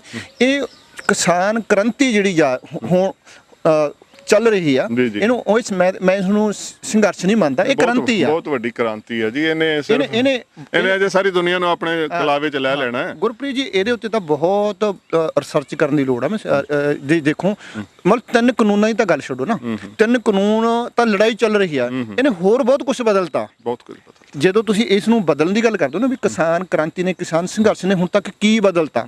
ਮਤਲਬ ਪਿੰਡਾਂ ਦੇ ਵਿੱਚ ਇਸ ਤੋਂ ਪਹਿਲਾਂ ਰਾਜਨੀਤੀ ਸੀ ਸਾਡੀ ਜਿਹੜੀ, ਉਸ ਰਾਜਨੀਤੀ ਨੇ ਮਤਲਬ ਇੱਕ ਪਿੰਡ ਦੇ ਵਿੱਚ 10-10 ਧੜੇ ਬਣਾਏ ਹੋਏ ਸੀ, ਤੇ ਉਹ ਸਾਰੇ ਇਸ ਨੇ ਰੌਂਦ ਤੇ ਖਤਮ ਕਰ ਦਿੱਤੇ। ਸੁਹਾਗਾ ਫੇਰਤਾ ਇੱਕ ਬਣਾਤੇ ਜੀ। ਹੁਣ ਪਿੰਡਾਂ 'ਚ ਇੱਕੋ ਹੀ ਧੜਾ ਜੀ, ਸਭ ਕਿਸਾਨੀ ਦਾ ਧੜਾ। ਹਾਂਜੀ, ਕਿਸਾਨੀ ਦਾ ਸਭ ਇੱਕੋ ਹੀ ਧੜਾ ਹੋ ਗਿਆ। ਕਿਸੇ ਦਾ ਰੋਸਾ ਗਿੱਦਾ ਨਹੀਂ ਜੀ, ਕਿਸੇ ਦਾ ਹੋ ਨਹੀਂ। ਸਾਰੇ ਭਾਈਆਂ ਮਿਲ ਕੇ ਕੋਈ ਵੀ ਕੰਮ ਕਰਨਾ, ਸਾਰੇ ਸਭ। ਜੇ ਕਿਸੇ ਦਾ ਕੰਮ ਮਗਰੇਗਾ ਜਿਹੜੇ ਜਿੱਡੀ ਕੇ ਸਾਡੇ ਪਿੰਡ 'ਚ ਬਹੁਤ ਕਣਕਾਂ ਲੋਕਾਂ ਨੇ ਦੂਆਂ ਨੇ ਰਮਾਈਆਂ ਜੀ। ਅੱਛਾ, ਜਿਹੜੇ ਉੱਥੇ ਗਏ ਉਹ ਪਿੱਛੋਂ ਲੋਕਾਂ ਨੇ ਲਵਾਤੀ। ਹਾਂਜੀ। ਤੇ ਆਪਾਂ ਗੱਲ ਕਰਦੇ ਵੀ ਮਤਲਬ ਇਸ ਦੀ ਜੇ ਸਰਚ ਕਰ ਰਹੇ ਨੇ, ਯੂਨੀਵਰਸਿਟੀਆਂ ਰਿਸਰਚ ਕਰਨਗੀਆਂ ਜਦੋਂ ਵੀ ਕੀ ਬਦਲਿਆ। ਸਾਡਾ ਜਿਹੜੀ ਭਾਈਚਾਰਕ ਸਾਂਝ ਆ, ਧਰਮਾਂ ਦੇ ਨਾਂ ਦੇ ਉੱਤੇ, ਜਾਤਾਂ ਦੇ ਨਾਂ ਦੇ ਉੱਤੇ, ਸਿਆਸੀ ਪਾਰਟੀਆਂ ਦੇ ਨਾਂ ਦੇ ਉੱਤੇ, ਖੇਤਰਾਂ ਦੇ ਨਾਂ ਦੇ ਉੱਤੇ ਸਾਡੀਆਂ ਵੰਡੀਆਂ ਪਈਆਂ ਹੋਈਆਂ ਸੀ। ਉਹ ਸਾਰੀਆਂ ਕੰਧਾਂ ਕੱਢੀਆਂ ਹੋਈਆਂ ਸੀ, ਉਹ ਕੰਧਾਂ ਟੁੱਟ ਗਈਆਂ। ਉਹ ਸਾਰੀਆਂ ਕੰਧਾਂ ਨੂੰ ਢਾਹ ਕੇ ਸੁਹਾਗਾ ਫੇਰਤਾ। ਹੁਣ ਇੱਥੇ ਤੁਹਾਨੂੰ ਕਿਸਾਨੀ ਰੰਗ ਨਜ਼ਰ ਆਉਂਦਾ, ਪਿੰਡਾਂ ਦੇ ਵਿੱਚ ਹੋਰ ਕੁਝ ਨਜ਼ਰ ਨਹੀਂ ਆਉਂਦਾ। ਕਿਸੇ ਸਿਆਸੀ ਪਾਰਟੀ ਦੇ ਆਗੂ ਦੀ ਅੱਜ ਜ਼ਰੂਰਤ ਨਹੀਂ ਹੈਗੀ ਵੀ ਉਹ ਆ ਕੇ ਕਿਸੇ ਪਿੰਡ ਦੇ ਵਿੱਚ ਰੈਲੀ ਕਰ ਲੇ, ਕਿਸੇ ਪਿੰਡ ਦੇ ਵਿੱਚ ਕਿਸਾਨੀ ਸੰਘਰਸ਼ ਦੇ ਸੰਬੰਧ ਦੇ ਵਿੱਚ ਆਲੋਚਨਾ ਕਰ ਲੇ, ਹਨਾ। ਮੈਂ ਸਮਝਦਾ ਕਿ ਇਹ ਬਹੁਤ ਸਾਰੀਆਂ ਜਿਹਨੂੰ ਕਹਿ ਸਕਦੇ ਬਾਈ ਪ੍ਰੋਡਕਟਸ ਨੇ ਸੰਘਰਸ਼ ਦੇ। ਬਾਈ ਪ੍ਰੋਡਕਟਸ ਜਿਹੜੀਆਂ ਚੀਜ਼ਾਂ ਸਾਨੂੰ ਨਾਲ ਮਿਲ ਗਈਆਂ। ਸੋ ਸੰਘਰਸ਼ ਸਾਡਾ ਅਜੇ ਵੀ ਜਾਰੀ ਹੈ। ਹਰਿਆਣੇ ਦੇ ਨਾਲ ਸਾਡੀ ਜਿਹੜੀ ਭਾਈਚਾਰਕ ਸਾਂਝ ਬਣ ਗਈ, ਉਹ ਆਪਣੇ ਆਪ 'ਚ ਇੱਕ ਬੜਾ ਹੀ ਵੱਡੀ ਸਾਡੀ ਪ੍ਰਾਪਤੀ ਆ। ਚੇਤਨਾ ਸਾਡੀ ਜਾਗੀ ਆ। ਸਾਡੀ ਨੌਜਵਾਨਾਂ ਦੇ ਵਿੱਚ ਮਤਲਬ ਰਾਜਨੀਤਿਕ ਚੇਤਨਤਾ ਜਿਹੜੀ ਹੈਗੀ ਆ, ਇਸ ਤੋਂ ਪਹਿਲਾਂ ਤੁਸੀਂ ਦੇਖੋਗੇ ਨਹੀਂ, ਅਸੀਂ ਵੀ ਸੰਘਰਸ਼ ਦੇ ਵਿੱਚ ਰਹੇ ਹਾਂ, ਅਸੀਂ ਵੀ ਲੰਬਾ ਸਮਾਂ ਮਤਲਬ ਇਸ ਲਾਈਨ ਦੇ ਨਾਲ ਜੁੜੇ ਹੋਏ ਆ। ਮੀਡੀਆ ਲਾਈਨ 'ਚ ਵੀ ਆਪਾਂ ਕੰਮ ਕਰਦੇ ਹਾਂ। ਜਿਸ ਕਿਸਮ ਦੀ ਖਾਸਪ੍ਰੀਤ ਜੀ, ਗੁਰਪ੍ਰੀਤ ਜੀ ਨਾ, ਇਸ ਸੰਘਰਸ਼ ਦੇ ਵਿੱਚ ਆਪਾਂ ਜੇਕਰ ਕਹੀਏ ਵੀ ਕਾਨੂੰਨੀ ਬਿੱਲਾਂ ਤੋਂ ਇਲਾਵਾ ਨਾ ਬੜੀ ਚੇਤਨਤਾ ਦੀ ਗੱਲ ਕਰੀਏ, ਨੌਜਵਾਨਾਂ ਦੇ ਵਿੱਚ ਪਹਿਲਾਂ ਨਸ਼ਿਆਂ ਦਾ ਰੁਝਾਨ ਸੀ, ਨੌਜਵਾਨਾਂ ਨੇ ਉਹ ਸਾਰਾ ਕੁਝ ਛੱਡਤਾ। ਤੇ ਉਹ ਮਤਲਬ ਪੰਜਾਬ ਬਾਰੇ ਨਾ ਇੱਕ ਵਿਸ਼ੇਸ਼ ਗੱਲ ਆ। ਅਸੀਂ ਇੱਕ ਵਾਰੀ ਡਾਕਟਰ ਗੁਰਭਗਤ ਦਾ ਨਾਮ ਸੁਣਿਆ ਹੋਵੇਗਾ, ਪੰਜਾਬੀ ਯੂਨੀਵਰਸਿਟੀ ਪਟਿਆਲਾ ਦਾ ਬਹੁਤ ਤਕੜਾ ਸਕਾਲਰ ਰਿਹਾ।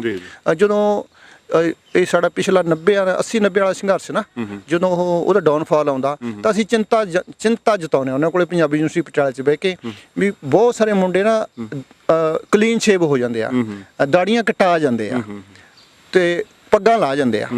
ਤਾਂ ਉਹਨੇ ਇੱਕ ਗੱਲ ਕਹੀ, ਕਹਿੰਦਾ ਬੱਚਿਓ, ਕਹਿੰਦਾ ਤੁਸੀਂ ਕੁਛ ਨਹੀਂ ਕਰ ਸਕਦੇ, ਇਹ ਪੰਜਾਬੀਆਂ ਦਾ ਸੁਭਾਅ। ਇਹ ਕਹਿੰਦਾ ਜਾਂ ਉਸ ਸਿਰੇ ਹੁੰਦੇ ਨੇ ਜਾਂ ਕਹਿੰਦਾ ਉਸ ਸਿਰੇ ਹੁੰਦੇ ਨੇ। ਜੇ ਕਹਿੰਦਾ ਜਦੋਂ ਦਾੜੀਆਂ ਰੱਖੀਆਂ ਸੀ ਇਹਨਾਂ ਨੇ, ਇਹ ਮੂਵਮੈਂਟ 'ਚ ਆਏ ਸੀ, ਉਦੋਂ ਕਿਹੜਾ ਕਹਿੰਦਾ ਇਹਨੂੰ ਕੋਈ ਲੈ ਕੇ ਆਇਆ ਸੀ। ਇਹ ਕਿਸੇ ਦੇ ਕਹੇ ਤੋਂ ਇਹ ਕਹਿੰਦਾ ਕਿ ਇਹ ਤਾਂ ਕਹਿੰਦਾ ਗੁਰੂ ਦੇ ਕਹਿਣੇ 'ਚ ਨੇ, ਕਹਿੰਦਾ ਕਿ ਬੰਦੇ ਦੇ ਕਹਿਣੇ 'ਚ ਤਾਂ ਹੈ ਹੀ ਨਹੀਂ। ਪੰਜਾਬ ਦੀ ਜਿਹੜੀ ਵਿਰਾਸਤ ਆ ਇਹਨੂੰ ਗੁਰੂ ਚਲਾਉਂਦਾ, ਬੰਦਾ ਨਹੀਂ ਚਲਾਉਂਦਾ ਹੈਗਾ ਕਹਿੰਦਾ ਇਹਨੂੰ। ਠੀਕ ਹੈ ਵੀ ਗੁਰੂ ਕਿਸੇ ਰਾਹੀਂ ਆਪਣੀ ਕਲਾ ਵਰਤਾ ਜਾਂਦਾ ਹੈ ਨਾ। ਤੇ ਹੁਣ ਚੇਤਨਤਾ ਮਤਲਬ ਔਰ ਇਸ ਸੰਘਰਸ਼ ਵਿੱਚ ਚੇਤਨਤਾ ਦੀ ਗੱਲ ਕਰੋਗੇ ਨਾ ਜੇ ਤੁਸੀਂ, ਅਸੀਂ ਵਿਚਰਦੇ ਹਾਂ ਔਰ ਇਸ ਵੇਲੇ ਤੁਸੀਂ ਬੀਬੀਆਂ ਦੇ ਵਿੱਚ ਜੇਕਰ ਜਾ ਕੇ ਕਦੇ ਬੈਠੋਗੇ ਤਾਂ ਲਾਜ਼ਮੀ ਤੁਹਾਨੂੰ ਗੁਆਂਢ ਦੀ ਹੁਣ ਗੱਲ ਨਹੀਂ ਹੁੰਦੀ ਉੱਥੇ, ਉਹ ਨਹੀਂ ਹੋਏਗੀ ਪਿੰਡਾਂ ਦੇ ਵਿੱਚ ਹੈ ਨਾ। ਕਦੇ ਗੁਰਦੁਆਰੇ ਵਗ ਜਾਓ ਉੱਥੇ ਪਿੰਡ ਦੀ ਕੋਈ ਗੱਲ ਨਹੀਂ ਹੈਗੀ, ਮਤਲਬ ਸੱਥ 'ਚ ਵਗ ਜਾਓ ਕਿਸਾਨੀ ਸੰਘਰਸ਼ ਦੀ ਹੀ ਗੱਲ ਹੁੰਦੀ ਮਿਲੇਗੀ ਤੁਹਾਨੂੰ। ਸਾਰੇ ਬੀਬੀਆਂ ਦੇ ਵਿੱਚ ਚੇਤਨਤਾ, ਨੌਜਵਾਨਾਂ ਦੇ ਵਿੱਚ ਚੇਤਨਤਾ। ਤੁਸੀਂ ਯੂਨੀਵਰਸਿਟੀਆਂ 'ਚ ਚਲੇ ਜਾਓ, ਕਾਫੀ ਹਾਊਸ ਬਹਿ ਜਾਓ, ਜਾ ਕੇ ਲਾਇਬ੍ਰੇਰੀ 'ਚ ਬਹਿ ਜਾਓ, ਕਾਲਜਾਂ 'ਚ ਵਗ ਜਾਓ। ਜੇ ਤੁਸੀਂ ਖੇਤ ਹੋ ਤਾਂ ਸਾਰੇ ਹਰ ਵਰਗ ਦੇ ਵਿੱਚ ਪੰਜਾਬ ਦੇ ਵਿੱਚ ਇੱਕੋ ਹੀ ਗੱਲ ਹੈ। ਇਸੇ ਕਰਕੇ ਪੰਜਾਬ ਕਾਬੂ ਨਹੀਂ ਆ ਰਿਹਾ। ਜਿਹੜੀ ਉਹ ਬਾਰ-ਬਾਰ ਨਾ ਪੰਜਾਬ ਨੂੰ ਟਾਰਗੇਟ ਕਰਦੇ ਨੇ ਵੀ ਇਹ ਪੰਜਾਬ ਆ ਜੀ, ਇਹ ਪੰਜਾਬ ਆ। ਪੰਜਾਬ ਚੇਤਨਤਾ ਕਦੇ ਕਿਸੇ ਦੇ ਕਾਬੂ ਨਹੀਂ ਆ ਸਕਦੀ। ਬੰਦੇ ਨੂੰ ਕਾਬੂ ਕਰਨ, ਸਾਨੂੰ ਜੇਲ੍ਹ 'ਚ ਵਾੜ ਦੋਗੇ, ਸਾਨੂੰ ਮਾਰ ਦੋਗੇ, ਕੀ ਫਰਕ ਪੈਂਦਾ? ਸਾਡੀ ਚੇਤਨਤਾ ਜਿਹੜੀ ਆ, ਭਗਤ ਸਿੰਘ ਨੂੰ ਫਾਂਸੀ ਲੱਗਿਆ ਕਿੰਨੇ ਸਾਲ ਹੋ ਗਏ, ਅਜੇ ਕਿਹੜਾ ਉਹਨੂੰ ਮਾਰ ਲਿਆ। ਤੇ ਹੁਣ ਸਾਡੇ ਜਿਹੜੇ ਸਾਡੇ ਸਿੱਖ ਇਤਿਹਾਸ ਦੇ ਵਿੱਚ ਸਾਡੀ ਇੱਕ ਚੇਤਨਤਾ ਜਿਹੜੀ ਸਾਡੇ ਅੰਦਰ ਪੈਦਾ ਹੋਈ ਆ ਨਾ, ਉਹ ਇਸੇ ਕਰਕੇ ਜਿਹੜਾ ਸੰਘਰਸ਼ ਹੁਣ ਜਿਹੜੀ ਪ੍ਰਧਾਨ ਮੰਤਰੀ ਮੋਦੀ ਨੇ, ਜੇਕਰ ਤੁਸੀਂ ਦੇਖੋ ਰਾਜ ਸਭਾ ਦੇ ਵਿੱਚ ਜਿਹੜੀ ਤਕਰੀਰ ਕੀਤੀ, ਉਹ ਤਕਰੀਰ ਦੇ ਵਿੱਚ ਸਿੱਖਾਂ ਦਾ ਵਿਸ਼ੇਸ਼ ਜ਼ਿਕਰ ਕਰਦਾ ਹੈ ਨਾ। ਉਹ ਉਹਨਾਂ ਦੀ ਮੈਂ ਕਹਾਂ ਉਹਨਾਂ ਦਾ ਕਪਟਪਣ ਸੀ, ਉਹਨਾਂ ਨੇ ਉਹ ਕਹਿਣੀ ਤੇ ਕਥਨੀ ਦੇ ਵਿੱਚੋਂ ਉਹਨਾਂ ਦਾ ਅੰਤਰ ਬਹੁਤ ਜ਼ਿਆਦਾ ਅੰਤਰ। ਜੇਕਰ ਉਹ ਵਾਕਈ ਮਤਲਬ ਪੰਜਾਬ ਦੀ ਵਿਰਾਸਤ ਨੂੰ, ਪੰਜਾਬ ਦੀ ਵਿਰਸੇ ਨੂੰ, ਪੰਜਾਬ ਦੇ ਸਿੱਖਾਂ ਨੂੰ, ਪੰਜਾਬੀਆਂ ਨੂੰ, ਉਹਨਾਂ ਦੇ ਮਨ ਦੇ ਵਿੱਚ ਕੋਈ ਸਤਿਕਾਰ ਆ, ਪਿਆਰ ਆ, ਕੋਈ ਕਦਰ ਆ, ਹੈ ਨਾ, ਪ੍ਰਧਾਨ ਮੰਤਰੀ ਦੇ ਉੱਚਾ ਅਹੁਦਾ, ਤਾਂ ਉਹਨਾਂ ਨੂੰ ਹੁਣ ਤੱਕ ਇਹ ਬਿੱਲ ਰੱਦ ਕਰ ਦੇਣੇ ਚਾਹੀਦੇ ਸੀ। ਕਿਉਂਕਿ ਪੰਜਾਬ ਖੇਤੀਬਾੜੀ ਆਧਾਰਿਤ ਸੂਬਾ, ਇੱਥੇ ਕੋਈ ਇੰਡਸਟਰੀ ਨਹੀਂ ਹੈਗੀ। ਇਹ ਖਿੱਤਾ ਜਿਹੜਾ ਹੈਗਾ ਬਾਰਡਰ ਦੇ ਉੱਤੇ ਆ, ਸਰਹੱਦ ਦੇ ਉੱਤੇ ਹੈਗਾ। ਇੰਡਸਟਰੀ ਇੱਥੇ ਕੋਈ ਵੱਡੀ ਇੰਡਸਟਰੀ ਸੀ ਦੇਖ ਰਹੇ ਵੀ ਨਹੀਂ ਲੱਗੀ ਹੈਗੀ, ਪਿੱਛੇ ਡਿਸਟਰਬ ਵੀ ਰਿਹਾ। ਤੇ ਇੱਥੋਂ ਦੇ ਲੋਕਾਂ ਦਾ ਜੀਵਨ ਜਿਹੜਾ ਹੈਗਾ ਉਹ ਸਿੱਧਾ ਖੇਤੀਬਾੜੀ ਨਾਲ ਜੁੜਿਆ ਹੋਇਆ। ਤੇ ਉਹ ਜੇਕਰ ਤੁਸੀਂ ਇਹਨਾਂ ਦਾ ਲੋਕਾਂ ਦਾ ਸਤਿਕਾਰ ਕਰਦੇ ਹੋ ਤਾਂ ਇਹਨਾਂ ਨੂੰ ਆਓ ਬਿਠਾਓ ਟੇਬਲ ਦੇ ਉੱਤੇ ਵੀ ਅਸੀਂ ਸਰਕਾਰ ਕਿਹਦੀ ਹੁੰਦੀ ਆ? ਲੋਕਾਂ ਦੀ ਹੁੰਦੀ ਆ ਨਾ, ਲੋਕਾਂ ਵਾਸਤੇ ਕਰਦੀ ਆ। ਤੇ ਇਦਾਂ ਕਰਨਾ ਚਾਹੀਦਾ ਸੀ। ਜਿੱਦਾਂ ਵੇਖੋ ਪਿੰਡ ਦੀ ਇੱਕ ਛੋਟੀ ਜਿਹੀ ਉਦਾਹਰਨ ਹੈ, ਸਾਰੇ ਪਿੰਡ ਨੂੰ ਇਕੱਠਾ ਕਰਕੇ ਇਹਨੇ ਸਾਰਾ ਕੁਝ ਦੱਸਦਾ। ਪਾਰਦਰਸ਼ਤਾ ਕੀ ਹੁੰਦੀ ਹੈਗੀ, ਪਾਰਦਰਸ਼ਤਾ ਕੀ ਹੁੰਦੀ, ਇੱਕ ਛੋਟਾ ਜਿਹਾ ਪਿੰਡ ਦੱਸਦਾ ਪਿਆ ਤੇ ਐਡੇ ਵੱਡੇ ਪੱਧਰ ਤੇ ਪਾਰਲੀਮੈਂਟ ਦੇ ਵਿੱਚ ਗੁੱਪ-ਛੁਪ ਢੰਗ ਦੇ ਨਾਲ ਕਈ ਕੁਝ ਹੋ ਗਿਆ। ਜਿਹੜਾ ਹੁੰਦਾ ਜ਼ਮਾਨਾ ਨਾ, ਇਹਨੂੰ ਅਸੀਂ ਕਹਿੰਦੇ ਆ ਡਿਜੀਟਲ ਦਾ ਜ਼ਮਾਨਾ। ਡਿਜੀਟਲ ਦੇ ਜ਼ਮਾਨੇ ਦੇ ਵਿੱਚ ਤੁਸੀਂ ਕਿਸੇ ਅਨਪੜ੍ਹ ਤੋਂ ਅਨਪੜ੍ਹ, ਪਹਿਲੀ ਗੱਲ ਤਾਂ ਅਨਪੜ੍ਹ ਸ਼ਬਦ ਹੁਣ ਉਹ ਸ਼ਬਦ ਨਹੀਂ ਹੈਗਾ ਵੀ ਜੇਕਰ ਕੋਈ ਸਕੂਲ ਨਹੀਂ ਗਿਆ ਹੈਗਾ। ਜਿਹੜੀਆਂ ਉੱਥੇ ਟਰਾਲੀਆਂ ਖੜੀਆਂ ਨੇ ਦਿੱਲੀ ਦੇ ਵਿੱਚ, ਅਸੀਂ ਉਹਨੂੰ ਟਰਾਲੀਆਂ ਨਹੀਂ ਕਹਿੰਦੇ। ਮੈਂ ਨਹੀਂ ਉਹਨੂੰ ਕਦੇ ਟਰਾਲੀਆਂ ਵਾਸਤੇ ਸ਼ਬਦ ਵਰਤਾ। ਮੈਂ ਕਹਿੰਦਾ ਵੀ ਉਹ ਹਰ ਟਰਾਲੀ ਆਪਣੇ ਆਪ 'ਚ ਯੂਨੀਵਰਸਿਟੀ ਆ, ਆਪਣੇ ਆਪ 'ਚ ਉਹ ਕਾਲਜ ਆ। ਹਰ ਟਰਾਲੀ ਦਾ ਵੱਖੋ ਵੱਖਰੀ ਥਾਟ ਆ, ਵੱਖਰੀ ਮਤਲਬ ਹਰਿਆਣੇ ਦੀਆਂ ਟਰਾਲੀਆਂ ਦੀ ਆਪਣੀ ਕਲਚਰ ਦੀ ਥਾਟ ਆ, ਆਪਣੀ ਫਿਲਾਸਫੀ ਦੀ ਥਾਟ ਆ ਉਹਨਾਂ ਦੀ। ਤੇ ਪੰਜਾਬ ਵਾਲਿਆਂ ਦੀ ਆਪਣੀ ਥਾਟ ਆ, ਮਾਝੇ ਵਾਲਿਆਂ ਦੀ ਆਪਣੀ ਥਾਟ ਆ, ਦੁਆਬੇ ਵਾਲਿਆਂ ਦੀ ਆਪਣੀ ਥਾਟ ਆ, ਦਿੱਲੀ ਵਾਲਿਆਂ ਦੀ ਆਪਣੀ ਥਾਟ ਆ। ਸਾਰੀਆਂ ਥਾਟ ਦਾ ਜਿਹੜਾ ਉੱਥੇ ਇੱਕ ਮੰਥਨ ਹੋ ਰਿਹਾ, ਰਿੜਕਿਆ ਜਾ ਰਿਹਾ, ਰੋਜ਼ਾਨਾ ਰਿੜਕਿਆ ਜਾਂਦਾ। ਇਸੇ ਕਰਕੇ ਜਿਹੜਾ ਇਹ ਸੰਘਰਸ਼ ਜਿਹੜਾ ਹੈਗਾ, ਇਸ ਸੰਘਰਸ਼ ਨੂੰ ਕਾਬੂ ਕਰ ਲੈਣਾ, ਇਸ ਸੰਘਰਸ਼ ਨੂੰ ਕਮਜ਼ੋਰ ਸਮਝ ਲੈਣਾ।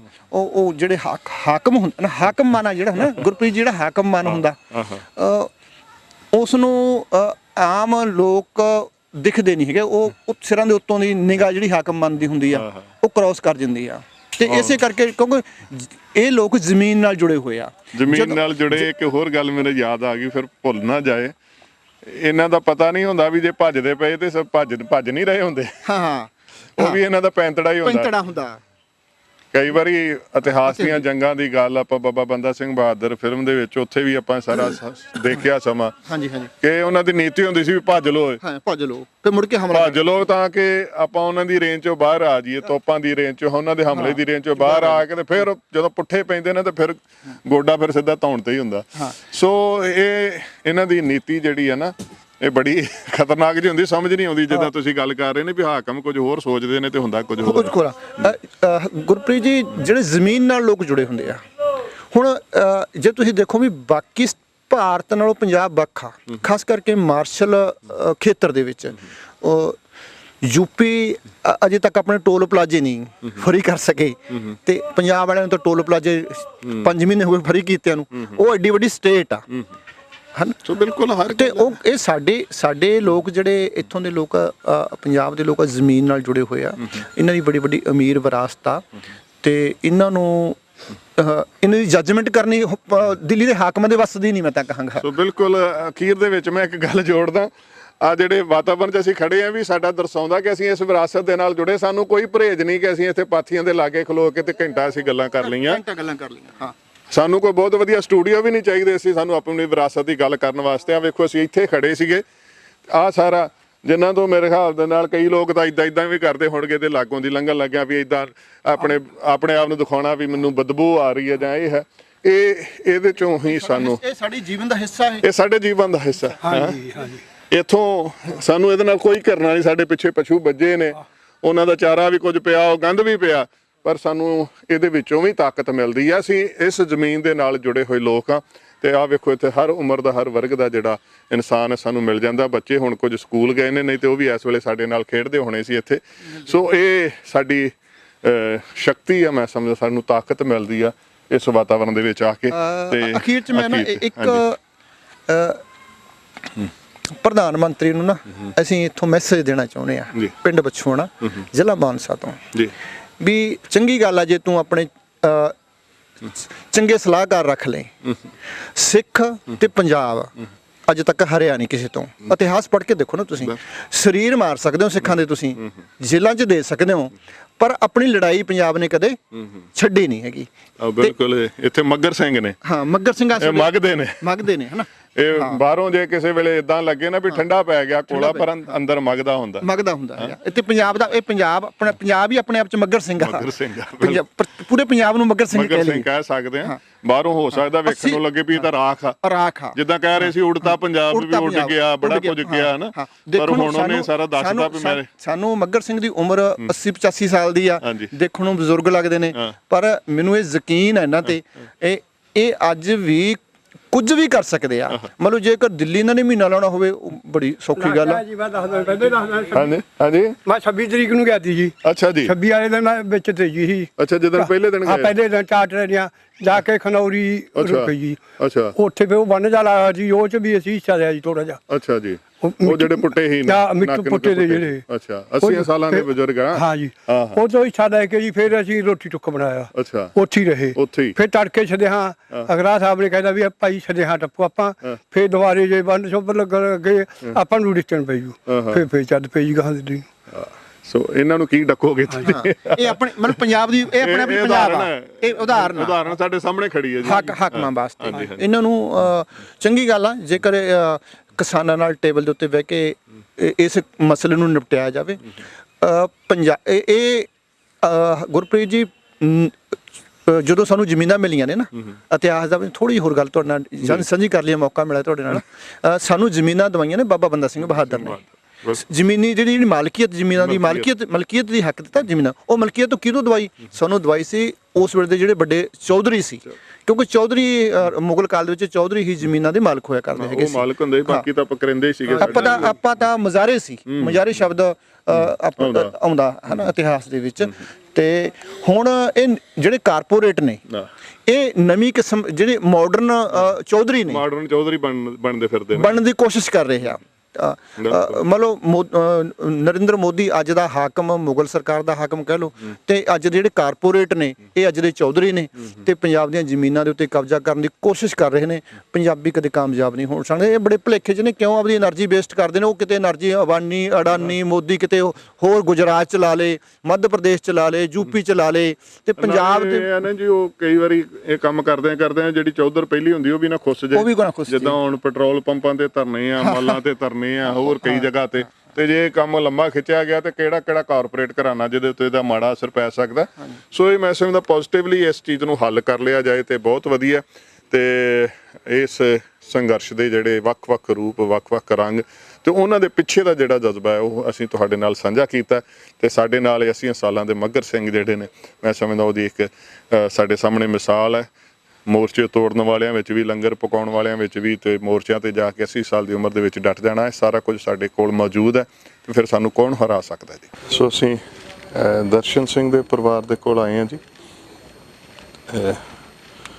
ਨਗਰ ਦੋਦੜਾ ਹੈ ਇਹਨਾਂ ਨੇ ਵੀ ਆਪਣੀ ਜ਼ਿੰਦਗੀ ਕਿਸਾਨ ਸੰਘਰਸ਼ ਦੇ ਲਿਖ ਕੇ ਲਾਈ ਹੈ।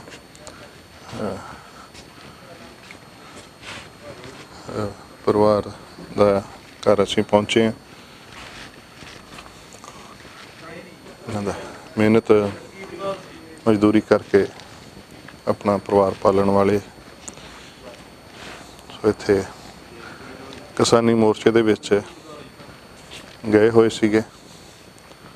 ਉੱਥੋਂ ਆਉਂਦਿਆਂ ਇੱਕ ਵਾਪਰੇ ਹਾਦਸੇ ਦੇ ਵਿੱਚ ਇਹਨਾਂ ਦੀ ਜਾਨ ਜਿਹੜੀ ਆ ਉਹ ਗਈ ਹੈ।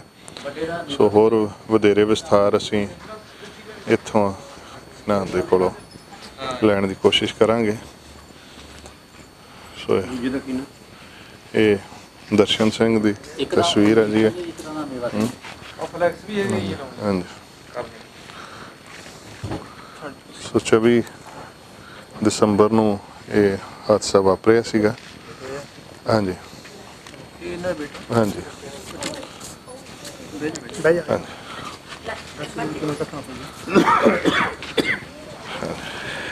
ਤੁਹਾਡਾ ਕੀ ਨਾਮ ਹੈ ਜੀ? ਮੇਵਾ ਸਿੰਘ ਜੀ। ਤੇ ਕੀ ਕਾਰਨ ਹੋਇਆ, ਕੀ ਘਟਨਾ ਵਾਪਰੀ ਸੀ, ਥੋੜਾ ਦੱਸ ਦਿਓ ਉਹਦੇ ਬਾਰੇ ਜੀ। ਉਹ ਤਾਂ ਜੀ ਧਰਨੇ ਤੇ ਗਏ ਸੀਗੇ ਜੀ ਬਲਾਡੇ। ਜਦੋਂ ਉੱਥੇ ਆਏ ਜੀ ਉਤਰਨ ਵੇਲੇ ਜੀ ਟਰਾਲੀ 'ਚ ਲੱਤਾਂ ਲਮਕੀਆਂ ਹੋਈਆਂ ਸੀਗੀਆਂ ਜੀ, ਲੱਤਾਂ ਨੇ ਕੰਮ ਨਹੀਂ ਕਰਿਆ ਜੀ। ਅੱਛਾ। ਤੇ ਉਹ ਡਿੱਗ ਗਏ ਜੀ, ਮਣਕੇ ਟੁੱਟ ਗਏ ਉਹਨਾਂ ਦੇ। ਅੱਛਾ, ਮਣਕੇ ਟੁੱਟ ਕੇ ਡਿੱਗਣ ਕਰਕੇ। ਹਾਂਜੀ। ਸੋ ਟਰਾਲੀ ਤੋਂ ਉਤਰਦੇ ਵਕਤ ਵਾਪਰੇ ਹਾਦਸੇ ਦੇ ਵਿੱਚ ਮੈਂ ਸਮਝਦਾ ਕਿ ਇਹਨਾਂ ਦੀ ਉਹ ਕੀਮਤੀ ਜਾਨ ਗਈ ਹੈ। ਸੋ ਬੁਢਲਾਡੇ ਸੰਘਰਸ਼ ਦੇ ਵਿੱਚ ਲਗਾਤਾਰ ਜਾ ਰਹੇ ਸੀ ਜੀ? ਹਾਂਜੀ, ਲਗਾਤਾਰ ਜਾ ਰਹੀ ਸੀਗੀ ਜੀ ਸੰਘਰਸ਼ ਦੇ ਵਿੱਚ ਜੀ। ਹਾਂਜੀ, ਬਹੁਤ ਟਾਈਮ ਦੇ ਜਾਂਦੀ ਸੀਗੀ ਜੀ। ਹਾਂਜੀ, ਇਹ ਤਾਂ ਜੀ ਆਪਣੀ ਦਿਹਾੜੀ ਛੱਡ ਕੇ ਵੀ ਵਗ ਜਾਂਦੀ ਸੀਗੀ ਜੀ। ਅੱਛਾ ਜੀ। ਹਾਂਜੀ, ਇੰਨੇ ਜੁੜੇ ਹੋਏ ਸੀਗੇ ਸੰਘਰਸ਼ ਦੇ ਨਾਲ ਜੀ। ਸੋ ਸੰਘਰਸ਼ ਦੇ ਨਾਲ ਜੁੜੇ ਹੋਏ ਸੀ। ਆਪਾਂ ਦੇਖ ਸਕਦੇ ਕਿ ਤੁਸੀਂ ਹੁਣ ਕੀ ਕਾਰੋਬਾਰ ਆ ਤੁਹਾਡਾ ਜਾਂ ਕੀ ਕੰਮ ਕਰਦੇ ਤੁਸੀਂ? ਸਾਡਾ ਤਾਂ ਜੀ ਅਸੀਂ ਤਾਂ ਮਜ਼ਦੂਰੀ ਉਹ ਕਰਦੇ ਹਾਂ ਜੀ। ਅੱਛਾ ਜੀ। ਹਾਂਜੀ। ਦੋਨੋਂ ਭਰਾ ਹੀ? ਹਾਂਜੀ, ਦਿਹਾੜੀ ਉਹ ਕਰਦੇ ਹਾਂ ਜੀ। ਹਾਂਜੀ। ਤੇ ਪੈਲੀ ਬੰਨਾ ਕੋਈ? ਪੈਲੀ ਬੰਨਾ ਜੀ ਠੇਕੇ ਤੇ ਜ਼ਰੂਰ ਹੈ ਜੀ, ਸਾਡੇ ਲਵੇ ਬਾਣ 2.5 ਕਿੱਲੇ। ਅੱਛਾ, ਠੇਕੇ ਤੇ ਲਿਆ ਹੋਇਆ। ਆਪਣੀ ਪੈਲੀ? ਆਪਣੀ ਪੈਲੀ ਹੈ ਨਹੀਂ ਜੀ। ਅੱਛਾ। ਹਾਂਜੀ। ਸੋ ਇਹ ਮੈਂ ਸਮਝਦਾ ਕਿ ਮਿਹਨਤਕਸ਼ ਪਰਿਵਾਰ ਆ। ਸੋ ਦਰਸ਼ਨ ਸਿੰਘ ਦੋਦੜਾ ਨਗਰ ਵੈਸੇ ਕਾਫੀ ਮਸ਼ਹੂਰ ਹੈ ਇੱਥੋਂ ਦਾ। ਦੋਦੜੇ ਦੀ ਸੰਗਤ ਕਰਕੇ ਨਗਰ ਕਾਫੀ ਮਸ਼ਹੂਰ ਹੈ, ਪਰ ਉਸ ਨਗਰ ਦੇ ਵਿੱਚ ਅਸੀਂ ਪਹੁੰਚੇ ਹੋਏ ਹਾਂ। ਸੋ ਇੱਥੇ ਹੋਰ ਵੀ ਪਤਵੰਤੇ ਜਿਹੜੇ ਸਾਡੇ ਨਾਲ ਆਏ ਹੋਏ ਨੇ, ਕੁਝ ਇਹਨਾਂ ਨਾਲ ਵੀ ਗੱਲ ਕਰਦੇ ਹਾਂ। ਹਾਂਜੀ ਵੀਰ ਜੀ, ਦਰਸ਼ਨ ਸਿੰਘ ਹੋਰਾਂ ਬਾਰੇ ਤੁਸੀਂ ਵੀ ਕੋਈ ਗੱਲ ਸਾਂਝੀ ਕਰਦੇ ਹੋ ਉਹਨਾਂ ਦੇ ਬਾਰੇ? ਹਾਂਜੀ, ਇਹ ਦਰਸ਼ਨ ਸਿੰਘ ਮੰਨ ਲਓ ਭਾਰਤੀ ਕਿਸਾਨ ਯੂਨੀਅਨ ਏਕਤਾ ਉਗਰਾਹਾਂ ਦੇ ਵਿੱਚ ਲੰਬੇ ਸਮੇਂ ਤੋਂ ਕੰਮ ਕਰ ਰਿਹਾ ਹੈਗਾ। ਇਹ ਇੱਕ ਮਾਜਵੀ ਸਿੰਘ ਪਰਿਵਾਰਾਂ ਦੇ ਵਿੱਚੋਂ ਹੈ ਤੇ ਇਹ ਲਗਾਤਾਰ ਹੀ ਮੰਨ ਲਓ ਸੰਘਰਸ਼ ਦੇ ਵਿੱਚ ਜਾਂਦਾ ਸੀਗਾ।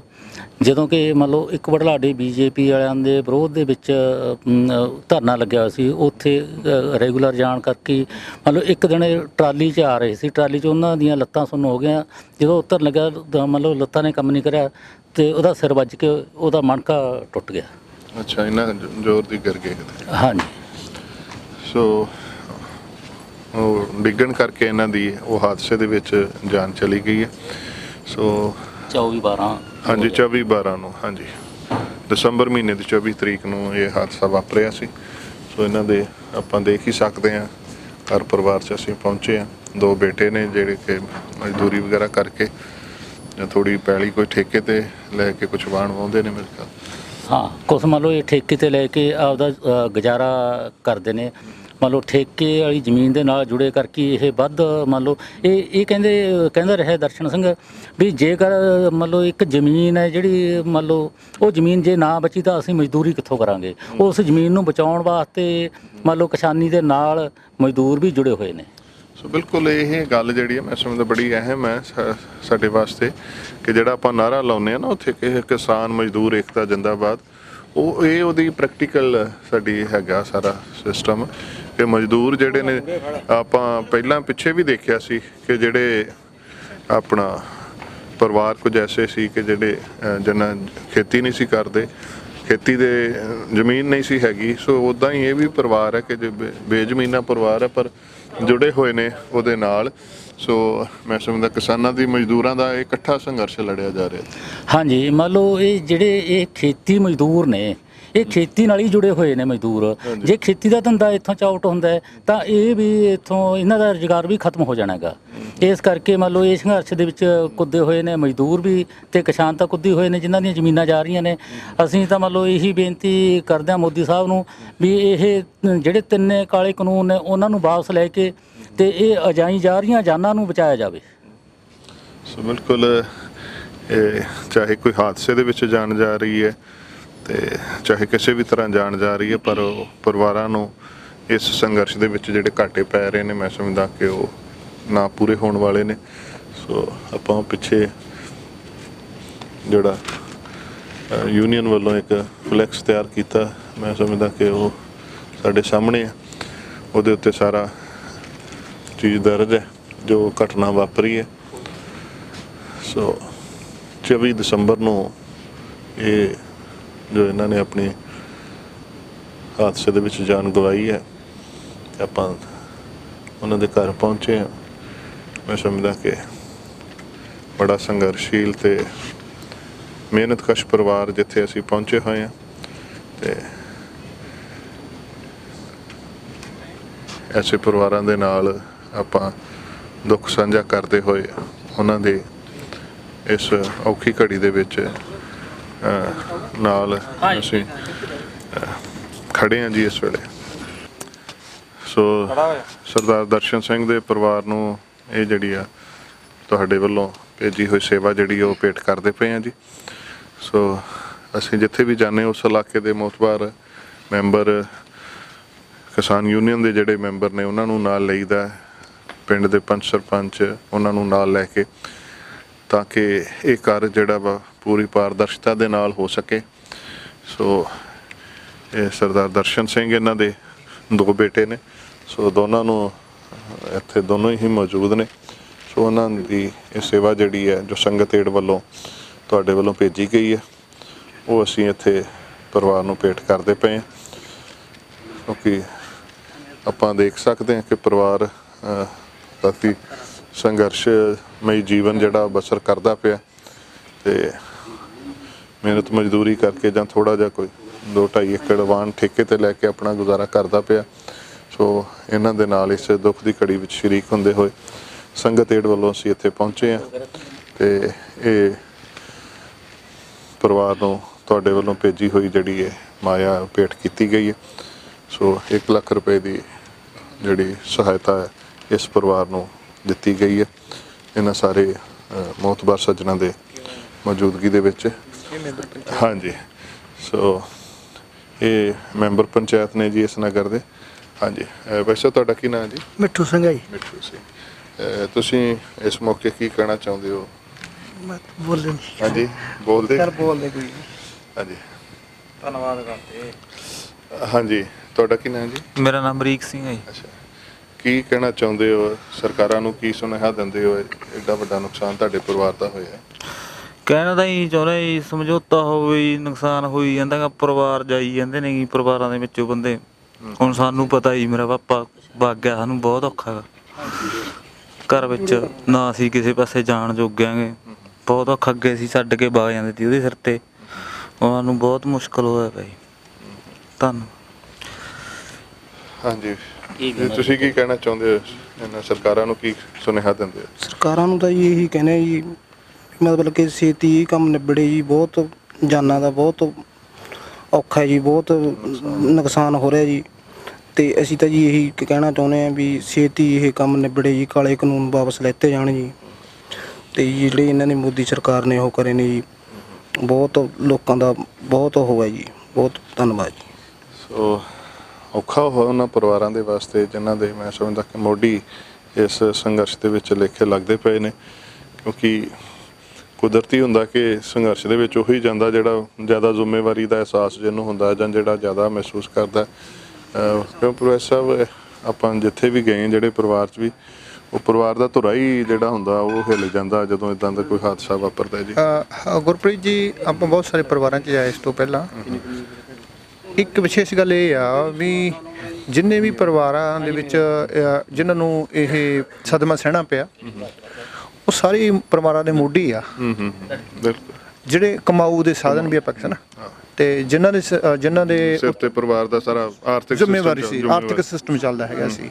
ਤੇ ਅੱਜ ਜਿਸ ਪਰਿਵਾਰ ਦੇ ਵਿੱਚ ਅਸੀਂ ਖੜੇ ਹਾਂ, ਭਾਈ ਦਰਸ਼ਨ ਸਿੰਘ ਜੀ ਹੈ ਨਾ, ਪਿੰਡ ਦੋਦੜਾ, ਤੇ ਇੱਥੇ ਆਉਣ ਦੇ ਨਾਲ ਸਾਨੂੰ ਇੱਕ ਇਹ ਵੀ ਪਤਾ ਲੱਗਦਾ ਵੀ ਇਸ ਕਿਸਾਨੀ ਸੰਘਰਸ਼ ਦੇ ਵਿੱਚ ਇਕੱਲੇ ਜ਼ਿਮੀਂਦਾਰਾਂ ਦਾ ਨਹੀਂ, ਜਿਵੇਂ ਕਿ ਸਰਕਾਰ ਪ੍ਰਚਾਰ ਰਹੀ ਆ ਵੀ ਇਹ ਤਾਂ ਜੀ ਕਿਸਾਨਾਂ ਦਾ ਸੰਘਰਸ਼ ਆ, ਜੱਟਾਂ ਦਾ ਸੰਘਰਸ਼ ਆ ਨਾ, ਤਾਂ ਇਹ ਜਿਹੜਾ ਮਜ਼ਦੂਰ ਪਰਿਵਾਰ ਨਾਲ ਹੈ ਨਾ, ਗੈਰ ਜ਼ਮੀਨੀ ਜਿਹੜੇ ਖੇਤੀ ਮਜ਼ਦੂਰ ਨੇ, ਜਿਹੜੇ ਖੇਤੀ ਮਜ਼ਦੂਰ ਪਰਿਵਾਰ ਨਾਲ ਸੰਬੰਧਿਤ ਇਹ ਪਰਿਵਾਰ ਆ, ਤੇ ਅਨੁਸੂਚਿਤ ਜਾਤੀਆਂ ਦੇ ਵਰਗ ਦੇ ਵਿੱਚੋਂ ਦਰਸ਼ਨ ਸਿੰਘ ਆਉਂਦਾ ਸੀ, ਤੇ ਰੈਗੂਲਰ ਜਿਹੜਾ ਉਸ ਦਾ ਕਿਸਾਨ ਯੂਨੀਅਨ ਨਾਲ ਜੁੜੇ ਰਹਿਣਾ, ਯੂਨੀਅਨ ਦੇ ਧਰਨਿਆਂ 'ਚ ਜਾਣਾ, ਤੇ ਯੂਨੀਅਨ ਦੇ ਲੇਖੇ, ਯੂਨੀਅਨ ਦੇ ਰਾਹੀਂ, ਯੂਨੀਅਨ ਦੇ ਸੰਘਰਸ਼ ਦੇ ਰਾਹੀਂ ਆਪਣੀ ਜੀਵਨ ਹੈ ਨਾ ਲੇਖੇ ਲਾ ਜਾਣਾ, ਇਹ ਸੰਕੇਤ ਆ, ਇਹ ਦੱਸਦਾ ਵੀ ਇਹ ਜਿਹੜੀ ਇੱਥੋਂ ਦੀ ਕਿਸਾਨੀ ਆ ਉਹਦਾ ਘੇਰਾ ਬਹੁਤ ਵਿਸ਼ਾਲ ਆ।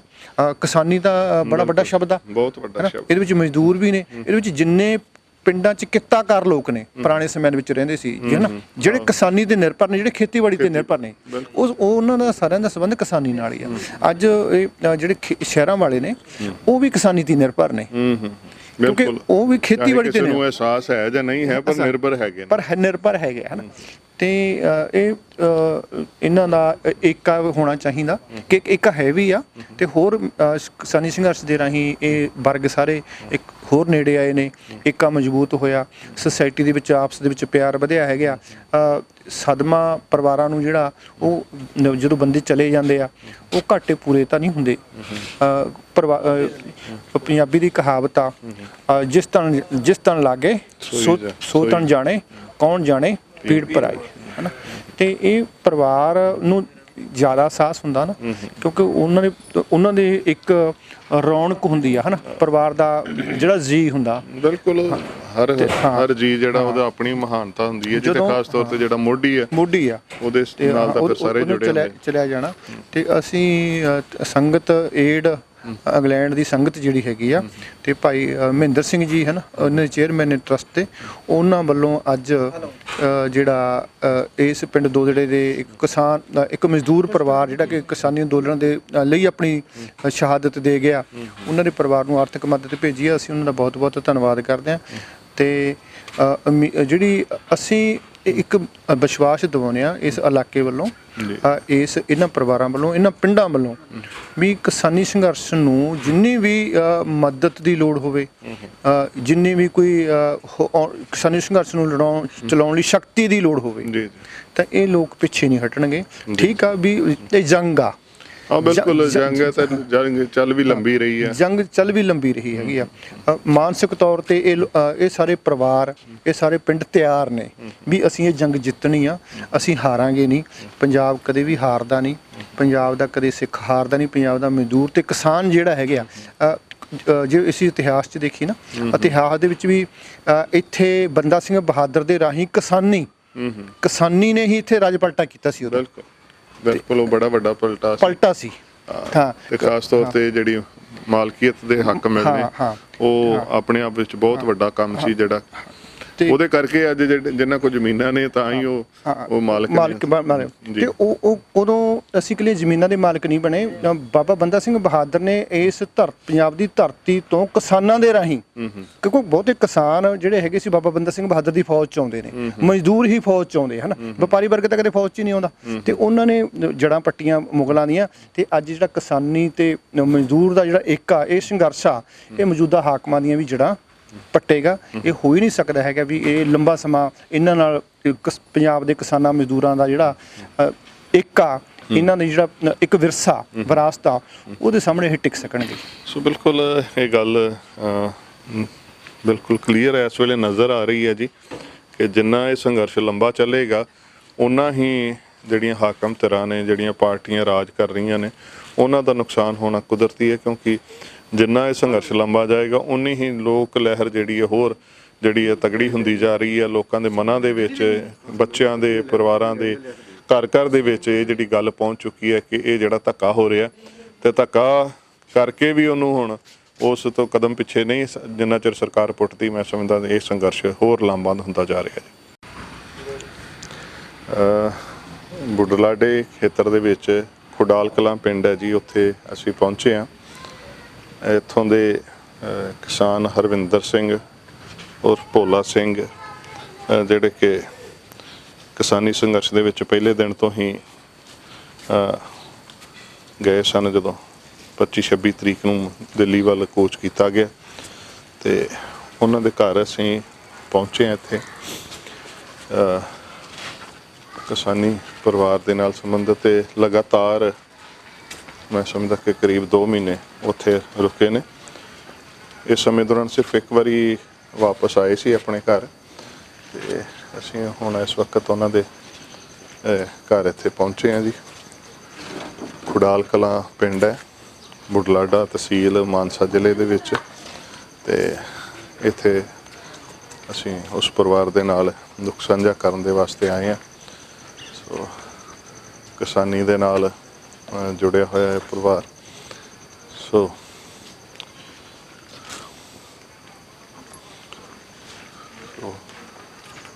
ਭੋਲਾ ਸਿੰਘ ਜੋ ਕਿ 23 ਜਨਵਰੀ ਨੂੰ ਇਹਨਾਂ ਨੂੰ ਉੱਥੇ ਕਿਸਾਨ ਮੋਰਚੇ ਦੇ ਵਿੱਚ ਹੀ ਅਟੈਕ ਆਇਆ ਸੀ, ਜਿਹਦੇ ਕਾਰਨ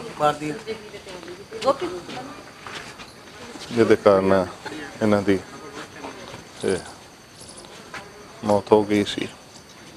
ਸੋ ਇਸ ਪਰਿਵਾਰ ਦੇ ਨਾਲ ਦੁੱਖ ਵਿੱਚ ਸ਼ਰੀਕ ਹੋਣ ਦੇ ਵਾਸਤੇ ਅਸੀਂ ਇੱਥੇ ਪਹੁੰਚੇ ਹਾਂ ਜੀ।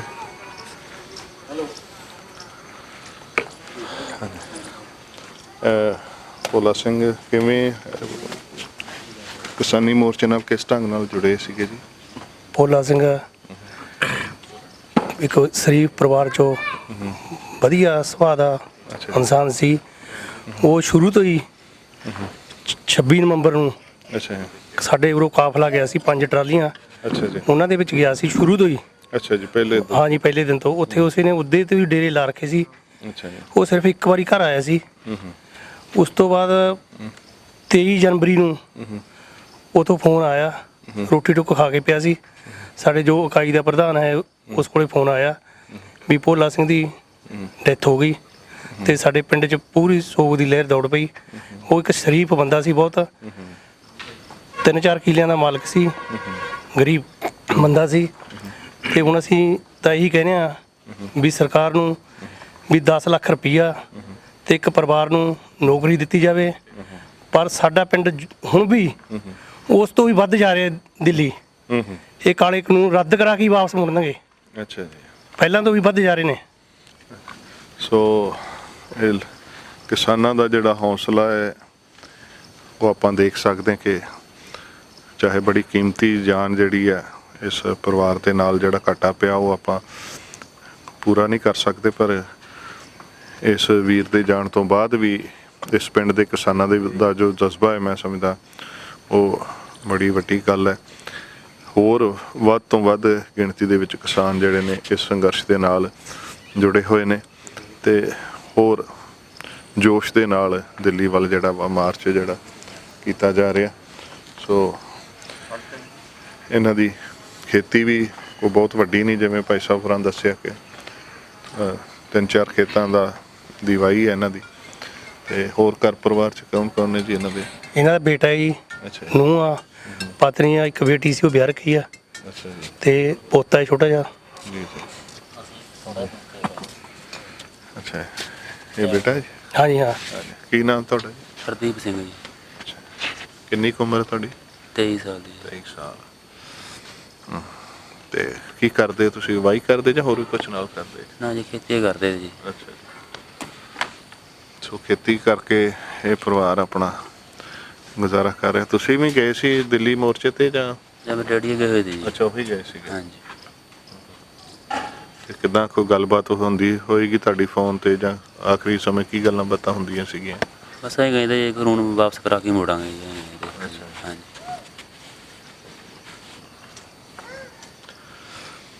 ਸੋ ਭਾਵਨਾ ਤਾਂ ਇਹੀ ਲੈ ਕੇ ਜਿਹੜੇ ਵੀ ਮੋਰਚੇ ਦੇ ਉੱਤੇ ਪਹੁੰਚਦੇ ਨੇ ਜਾਂ ਪਹੁੰਚੇ ਹੋਏ ਨੇ, ਹਰ ਕਿਸੇ ਦੀ ਇਹੀ ਭਾਵਨਾ ਕਿ ਅਸੀਂ ਇਹ ਕਾਨੂੰਨ ਜਿਹੜੇ ਨੇ ਕਾਲੇ ਕਾਨੂੰਨ ਵਾਪਸ ਕਰਾ ਕੇ ਮੁੜਾਂਗੇ।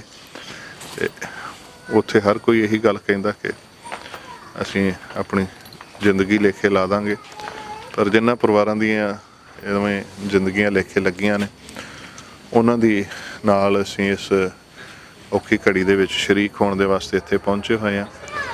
ਤੇ ਇਹ ਇੱਕ ਛੋਟੀ ਕਿਸਾਨੀ ਵਾਲਾ ਪਰਿਵਾਰ ਹੈ ਤੇ ਮੈਂ ਸਮਝਦਾ ਕਿ ਇਹ ਘਾਟਾਂ ਜਿਹੜੀਆਂ ਨੇ ਉਹ ਤਾਂ ਬੜੀਆਂ ਪੈ ਜਾਂਦੀਆਂ ਨੇ, ਕਿਉਂ ਸਰਦਾਰ ਜੀ? ਹਾਂਜੀ, ਘਾਟਾਂ ਤਾਂ ਬਹੁਤ ਨੇ ਜੀ, ਇਹ ਘਾਟਾਂ ਪੂਰੀਆਂ ਵੀ ਨਹੀਂ ਹੁੰਦੀਆਂ, ਪਰ ਇਹ ਕਾਨੂੰਨ ਰੱਦ ਕਰਾ ਕੇ ਹੀ ਪਿੱਛੇ ਹਟਾਂਗੇ, ਬੇਸ਼ੱਕ ਹੋਰ ਸ਼ਹੀਦੀਆਂ ਪਾਣੀਆਂ ਪੈ ਜਾਣ। ਸੋ ਮੈਂ ਸਮਝਦਾ ਕਿ ਸਰਕਾਰਾਂ ਨੂੰ ਇਸ ਪੱਖ ਤੋਂ ਸੋਚਣਾ ਚਾਹੀਦਾ, ਬੜਾ ਸੰਵੇਦਨਸ਼ੀਲ ਵਿਸ਼ਾ ਹੈ। ਇਹ ਸਾਰੇ ਜਿਹੜੇ ਕਿਸਾਨ ਨੇ ਇਸੇ ਮੁਲਕ ਦੇ ਵਸਿੰਦੇ ਨੇ, ਇਸੇ ਦੇ ਰਹਿਣ ਵਾਲੇ ਨੇ, ਤੇ ਇਹਨਾਂ ਨੂੰ ਦੀ ਆਵਾਜ਼ ਜਿਹੜੀ ਆ ਉਹਨੂੰ ਇੰਨਾ ਅਣਗੌਲਿਆ ਕਰਨਾ ਇਹ ਕਿਸੇ ਪੱਖ ਤੋਂ ਵੀ ਸਹੀ ਨਹੀਂ ਹੈ।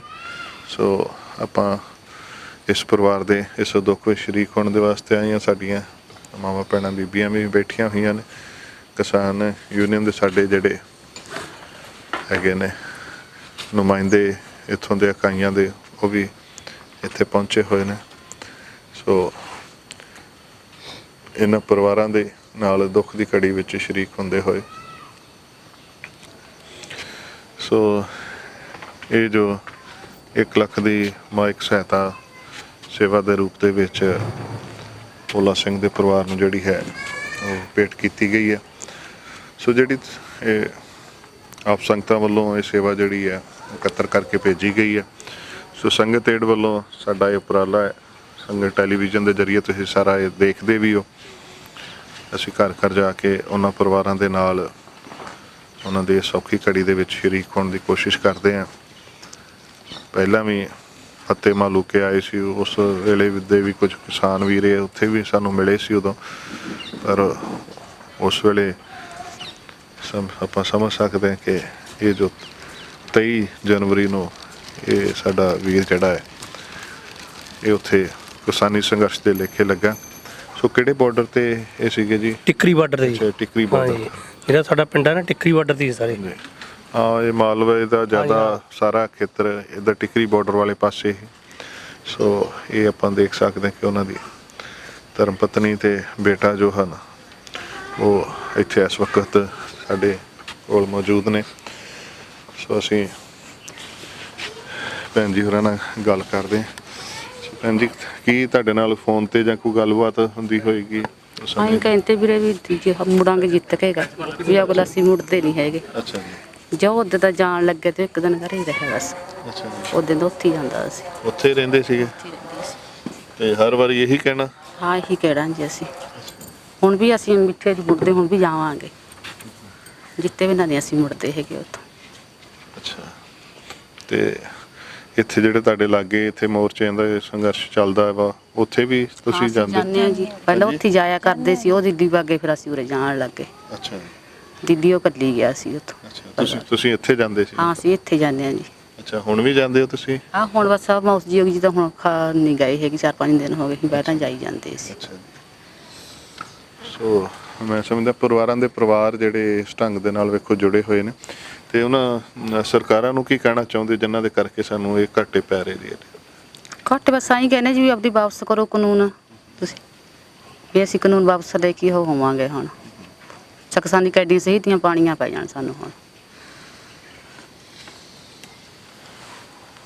ਵੇਖੋ ਇਹ ਦਲੇਰ ਕੌਮ ਦੀਆਂ ਦਲੇਰ ਬੱਚੀਆਂ ਹੀ ਕਹਿ ਸਕਦੇ ਆ, ਆਪਣੇ ਸੁਹਾਗ ਨੂੰ ਕੁਰਬਾਨ ਕਰਕੇ ਬੈਠੀ ਹੈ ਸਾਡੀ ਭੈਣ, ਪਰ ਫਿਰ ਵੀ ਕਹਿ ਰਹੀ ਕਿ ਅਸੀਂ ਕਾਲੇ ਕਾਨੂੰਨ ਵਾਪਸ ਕਰਕੇ ਹੀ ਦਮ ਲਵਾਂਗੇ, ਭਾਵੇਂ ਹੋਰ ਸ਼ਹੀਦੀਆਂ ਪਾਉਣੀਆਂ ਪੈਣ। ਸੋ ਇਹ ਸਮਝਣਾ ਚਾਹੀਦਾ ਇਹਨਾਂ ਦਾ ਜਜ਼ਬਾ। ਮੈਂ ਸਮਝਦਾ ਜਿਹੜੀਆਂ ਚੀਜ਼ਾਂ ਸਿੱਧ ਹੋ ਚੁੱਕੀਆਂ ਹੁਣ ਉਹਨਾਂ ਨੂੰ ਬਹੁਤਾ ਫਿਰ ਨਹੀਂ ਪਰਖਣ ਦੀ ਲੋੜ ਹੁੰਦੀ। ਇਹ ਬਾਰ-ਬਾਰ ਪਰਖਾਂ ਜਿਹੜੀਆਂ ਨੇ ਕਈ ਵਾਰੀ ਫਿਰ ਉਹ ਬਲਾਸਟ ਕਰ ਜਾਂਦੀਆਂ ਨੇ। ਸੋ ਤੁਸੀਂ ਭੈਣ ਜੀ ਕੁਝ ਕਹਿਣਾ ਚਾਹੁੰਦੇ ਇਹਨਾਂ ਦੀ ਜਿਹੜੀ ਕੁਰਬਾਨੀ ਹੋਈ ਹੈ ਜੀ? ਹਾਂ ਜੀ, ਅਸੀਂ ਕਹਿੰਦੇ ਆ ਜੀ ਵੀ ਕਾਨੂੰਨ ਵਾਪਸ ਲਵੇ ਸਰਕਾਰ ਸਾਤੋਂ। ਭਣੋਈਆ ਦੀ ਜੀ ਮੇਰਾ ਇਹ ਛੋਟਾ ਸੀ ਮੇਰੇ ਤੋਂ। ਬਹੁਤ ਦੁੱਖ ਦੀ ਘੜੀ ਹੈ ਜੀ ਹੁਣ ਤਾਂ ਸਾਨੂੰ। ਅਸੀਂ ਐਂ ਕਹਿੰਦੇ ਸਰਕਾਰ ਨੂੰ ਵੀ ਵਾਪਸ ਲਓ, ਵਾਪਸ ਲੈ ਜੋ ਲੈਂਦੇ ਨਹੀਂ, ਅਸੀਂ ਆਉਂਦੇ ਨਹੀਂ ਜੀ ਉੱਥੇ ਟਿੱਕਰੀ ਬਾਰਡਰ। ਹੁਣ ਵੀ ਉਹਨਾਂ ਦਾ ਭਰਾ ਜਾ ਰਿਹਾ ਜੀ ਉੱਥੇ। ਅੱਛਾ ਜੀ। ਹਾਂ ਜੀ, ਇਹਨਾਂ ਤੋਂ ਵੱਡਾ ਜਾ ਰਿਹਾ। ਅੱਛਾ, ਭਰਾ ਅਜੇ ਵੀ ਉੱਥੇ ਜਾ ਰਿਹਾ? ਹਾਂ ਜੀ, ਜਾ ਰਿਹਾ। ਸੋ ਕੀ ਆਪਾਂ ਇਹਨਾਂ ਗੱਲਾਂ ਤੋਂ, ਇਸ ਜਜ਼ਬੇ ਨੂੰ ਤਾਂ ਮੈਂ ਸਮਝਦਾ ਸਲਾਮ ਹੀ ਕੀਤਾ ਜਾ ਸਕਦਾ। ਕੀ ਕਹਿ ਸਕਦੇ? ਛੋਟੇ ਭਰਾ ਦੀ ਜ਼ਿੰਦਗੀ ਲੇਖੇ ਲੱਗ ਗਈ, ਉਹ ਵੱਡਾ ਅਜੇ ਜਾ ਰਿਹਾ ਤੇ ਉਹਦੀ ਧਰਮ ਪਤਨੀ ਕਹਿ ਰਹੀ ਹੈ ਵੀ ਅਸੀਂ ਹਰ ਕੁਰਬਾਨੀ ਦੇਣ ਨੂੰ ਅਜੇ ਵੀ ਤਿਆਰ। ਇਹ ਸਰਕਾਰਾਂ ਕੀ ਪਰਖਣਾ ਚਾਹੁੰਦੀਆਂ ਨੇ, ਇਹ ਸਮਝ ਤੋਂ ਬਾਹਰੀ ਗੱਲ ਹੈ। ਸੋ ਥੋੜ੍ਹੀ ਜਿਹੀ ਆਪਾਂ ਇਸ ਗੱਲ ਦੇ ਬਾਰੇ, ਕਿਉਂਕਿ ਦੇਖੋ ਜਿਹਨਾਂ ਪਰਿਵਾਰਾਂ ਨੂੰ ਘਾਟਾ ਪੈਂਦਾ ਉਹ ਆਪਾਂ ਸਮਝ ਸਕਦੇ ਹਾਂ। ਸਾਡੇ ਨਾਲ ਕਿਸਾਨ ਯੂਨੀਅਨ ਵਾਲੇ ਜੀਵਰੀ ਤੇ ਪ੍ਰੋਫੈਸਰ ਸਾਹਿਬ। ਪ੍ਰੋਫੈਸਰ, ਜਿਹੜਾ ਜਜ਼ਬਾ ਸੀਗਾ ਮੈਂ ਸਮਝਦਾ ਕਿ ਇਹਨੂੰ ਸ਼ਾਇਦ ਦੁਬਾਰਾ ਲਫ਼ਜ਼ ਦੇਣੇ ਔਖੇ ਨੇ। ਇੱਕ ਆਪਣਾ ਸੁਹਾਗ ਜਿਹੜਾ ਉਹ ਲੇਖੇ ਲੱਗ ਗਿਆ ਤੇ ਅਜੇ ਵੀ ਉਹ ਭੈਣ ਸਾਡੀ ਕਹਿ ਰਹੀ ਹੈ ਭਾਵੇਂ ਸ਼ਹੀਦੀਆਂ ਦੇਣੀਆਂ ਪੈ ਜਾਣ ਅਸੀਂ ਪਿੱਛੇ ਨਹੀਂ ਹਟਦੇ। ਇਹਨੂੰ ਕਿਵੇਂ ਤੁਸੀਂ ਆਪਣੇ ਇੱਕ ਲਫ਼ਜ਼ਾਂ 'ਚ ਕੀ ਬਿਆਨ ਕਰਦੇ ਹੋ? ਗੁਰਪ੍ਰੀਤ ਜੀ, ਅਸੀਂ ਜਿਸ ਪਰਿਵਾਰ ਦੇ ਵਿੱਚ ਬੈਠੇ ਹਾਂ ਅੱਜ, ਦੁੱਖ ਦੀ ਘੜੀ ਦੇ ਵਿੱਚ ਉਹਨਾਂ ਦੁੱਖ ਬਣਾਉਣ ਵਾਸਤੇ ਆਇਆ। ਭੋਲਾ ਸਿੰਘ ਉਰਫ ਹਰਵਿੰਦਰ ਸਿੰਘ, ਪਿੰਡ ਖਡਾਲ ਕਲਾਂ, ਜ਼ਿਲ੍ਹਾ ਮਾਨਸਾ ਦੇ ਵਿੱਚ। ਇਸ ਪਰਿਵਾਰ ਦੀ ਹੋਰ ਪਰਿਵਾਰਾਂ ਨਾਲੋਂ ਇੱਕ ਵਿਸ਼ੇਸ਼ਤਾ ਸਾਡੇ ਸਾਹਮਣੇ ਆਈ ਹੈ ਨਾ, ਵੀ ਛੋਟਾ ਭਰਾ ਆਪਣੀ ਜਾਨ ਗਵਾ ਗਿਆ ਤੇ ਵੱਡਾ ਭਰਾ ਮਤਲਬ ਭੋਗ ਤੋਂ ਉਪਰੰਤ ਜਿਹੜੀਆਂ ਰਸਮਾਂ ਨੇ ਉਹ ਪੂਰੀਆਂ ਹੋਰ ਕਰਨ ਉਪਰੰਤ ਆਪ ਖੁਦ ਉਸੇ ਮੋਰਚੇ 'ਚ ਪਹੁੰਚ ਗਿਆ, ਉਸੇ ਮਹਾਜ ਤੇ ਪਹੁੰਚ ਗਿਆ, ਉਸੇ ਜੰਗ 'ਚ ਪਹੁੰਚ ਗਿਆ, ਉਸੇ ਸੰਘਰਸ਼ 'ਚ ਪਹੁੰਚ ਗਿਆ ਜਿੱਥੇ ਛੋਟੇ ਭਰਾ ਦੀ ਕੀ ਹੋਈ ਆ, ਮੌਤ ਹੋਈ ਆ। ਇਹ ਤੇ ਉਹਨਾਂ ਦੀ ਧਰਮ ਪਤਨੀ ਹੈ ਨਾ, ਤੇ ਸਾਡੀ ਭੈਣ ਉਹ ਕਹਿੰਦੀ ਹੈ ਵੀ ਜੇਕਰ ਮੈਨੂੰ ਵੀ ਸ਼ਹੀਦੀ ਦੇਣੀ ਪਈ ਹੈ ਨਾ ਤੇ ਅਸੀਂ ਪਿੱਛੇ ਨਹੀਂ ਹਟਾਂਗੇ। ਇਹ ਜਜ਼ਬਾ ਜਿਹੜਾ ਹੈਗਾ, ਜਿਵੇਂ ਤੁਸੀਂ ਗੱਲ ਕੀਤੀ ਆ, ਇਹ ਦਲੇਰ ਕੌਮ ਦੀਆਂ ਬੀਬੀਆਂ, ਦਲੇਰ ਕੌਮ ਦੀਆਂ ਧੀਆਂ, ਗੁਰੂ ਗੋਬਿੰਦ ਸਿੰਘ ਦੀਆਂ ਅਸਲ ਵਾਰਸ, ਮਾਈ ਭਾਗੋ ਦੀਆਂ ਅਸਲ ਵਾਰਸ ਇਹ ਨੇ। ਤੇ ਇਹ ਮਤਲਬ ਆਪਾਂ ਪਹਿਲਾਂ ਗੱਲ ਜਜ਼ਬਾ ਲਫ਼ਜ਼ਾਂ ਦੇ ਨਾਲ ਨਹੀਂ ਆਉਂਦਾ ਜੀ, ਇਹ ਸਿਰਫ ਅਲਫਾਜ਼ਾਂ ਦੀ ਗੱਲ ਨਹੀਂ। ਤੇ ਸਰਕਾਰ ਵੀ ਨਾ ਕਿਤੇ, ਸਰਕਾਰ ਜਿੱਥੇ ਮੈਂ ਸਮਝਦਾ ਵੀ ਬੜੇ ਵੱਡੇ ਇੱਕ ਧੋਖੇ 'ਚ ਬੈਠੀ ਆ, ਉਹ ਗਲਤ ਕਿਤੇ ਨਾ ਕਿਤੇ ਆਪਣੀ ਸ਼ਕਤੀ ਦਾ ਅੰਦਾਜ਼ਾ ਗਲਤ ਲਗਾਈ ਬੈਠੀ ਆ ਵੀ ਸਾਡੇ ਕੋਲੇ ਪੁਲਿਸ ਦੀ ਪਾਵਰ ਆ, ਸਾਡੇ ਕੋਲੇ ਅਦਾਲਤ ਦੀ ਪਾਵਰ ਹੈਗੀ ਆ, ਸਾਡੇ ਕੋਲੇ ਫੌਜ ਦੀ ਪਾਵਰ ਹੈਗੀ ਆ। ਪਰ ਜਿਹੜੇ ਇਹ ਜਜ਼ਬੇ ਨੇ, ਇਹਨਾਂ ਜਜ਼ਬਿਆਂ ਮੂਹਰੇ ਨਾ ਕਦੇ ਪੁਲਿਸ ਖੜੀ ਆ, ਨਾ ਕਦੇ ਫੌਜ ਖੜੀ ਆ।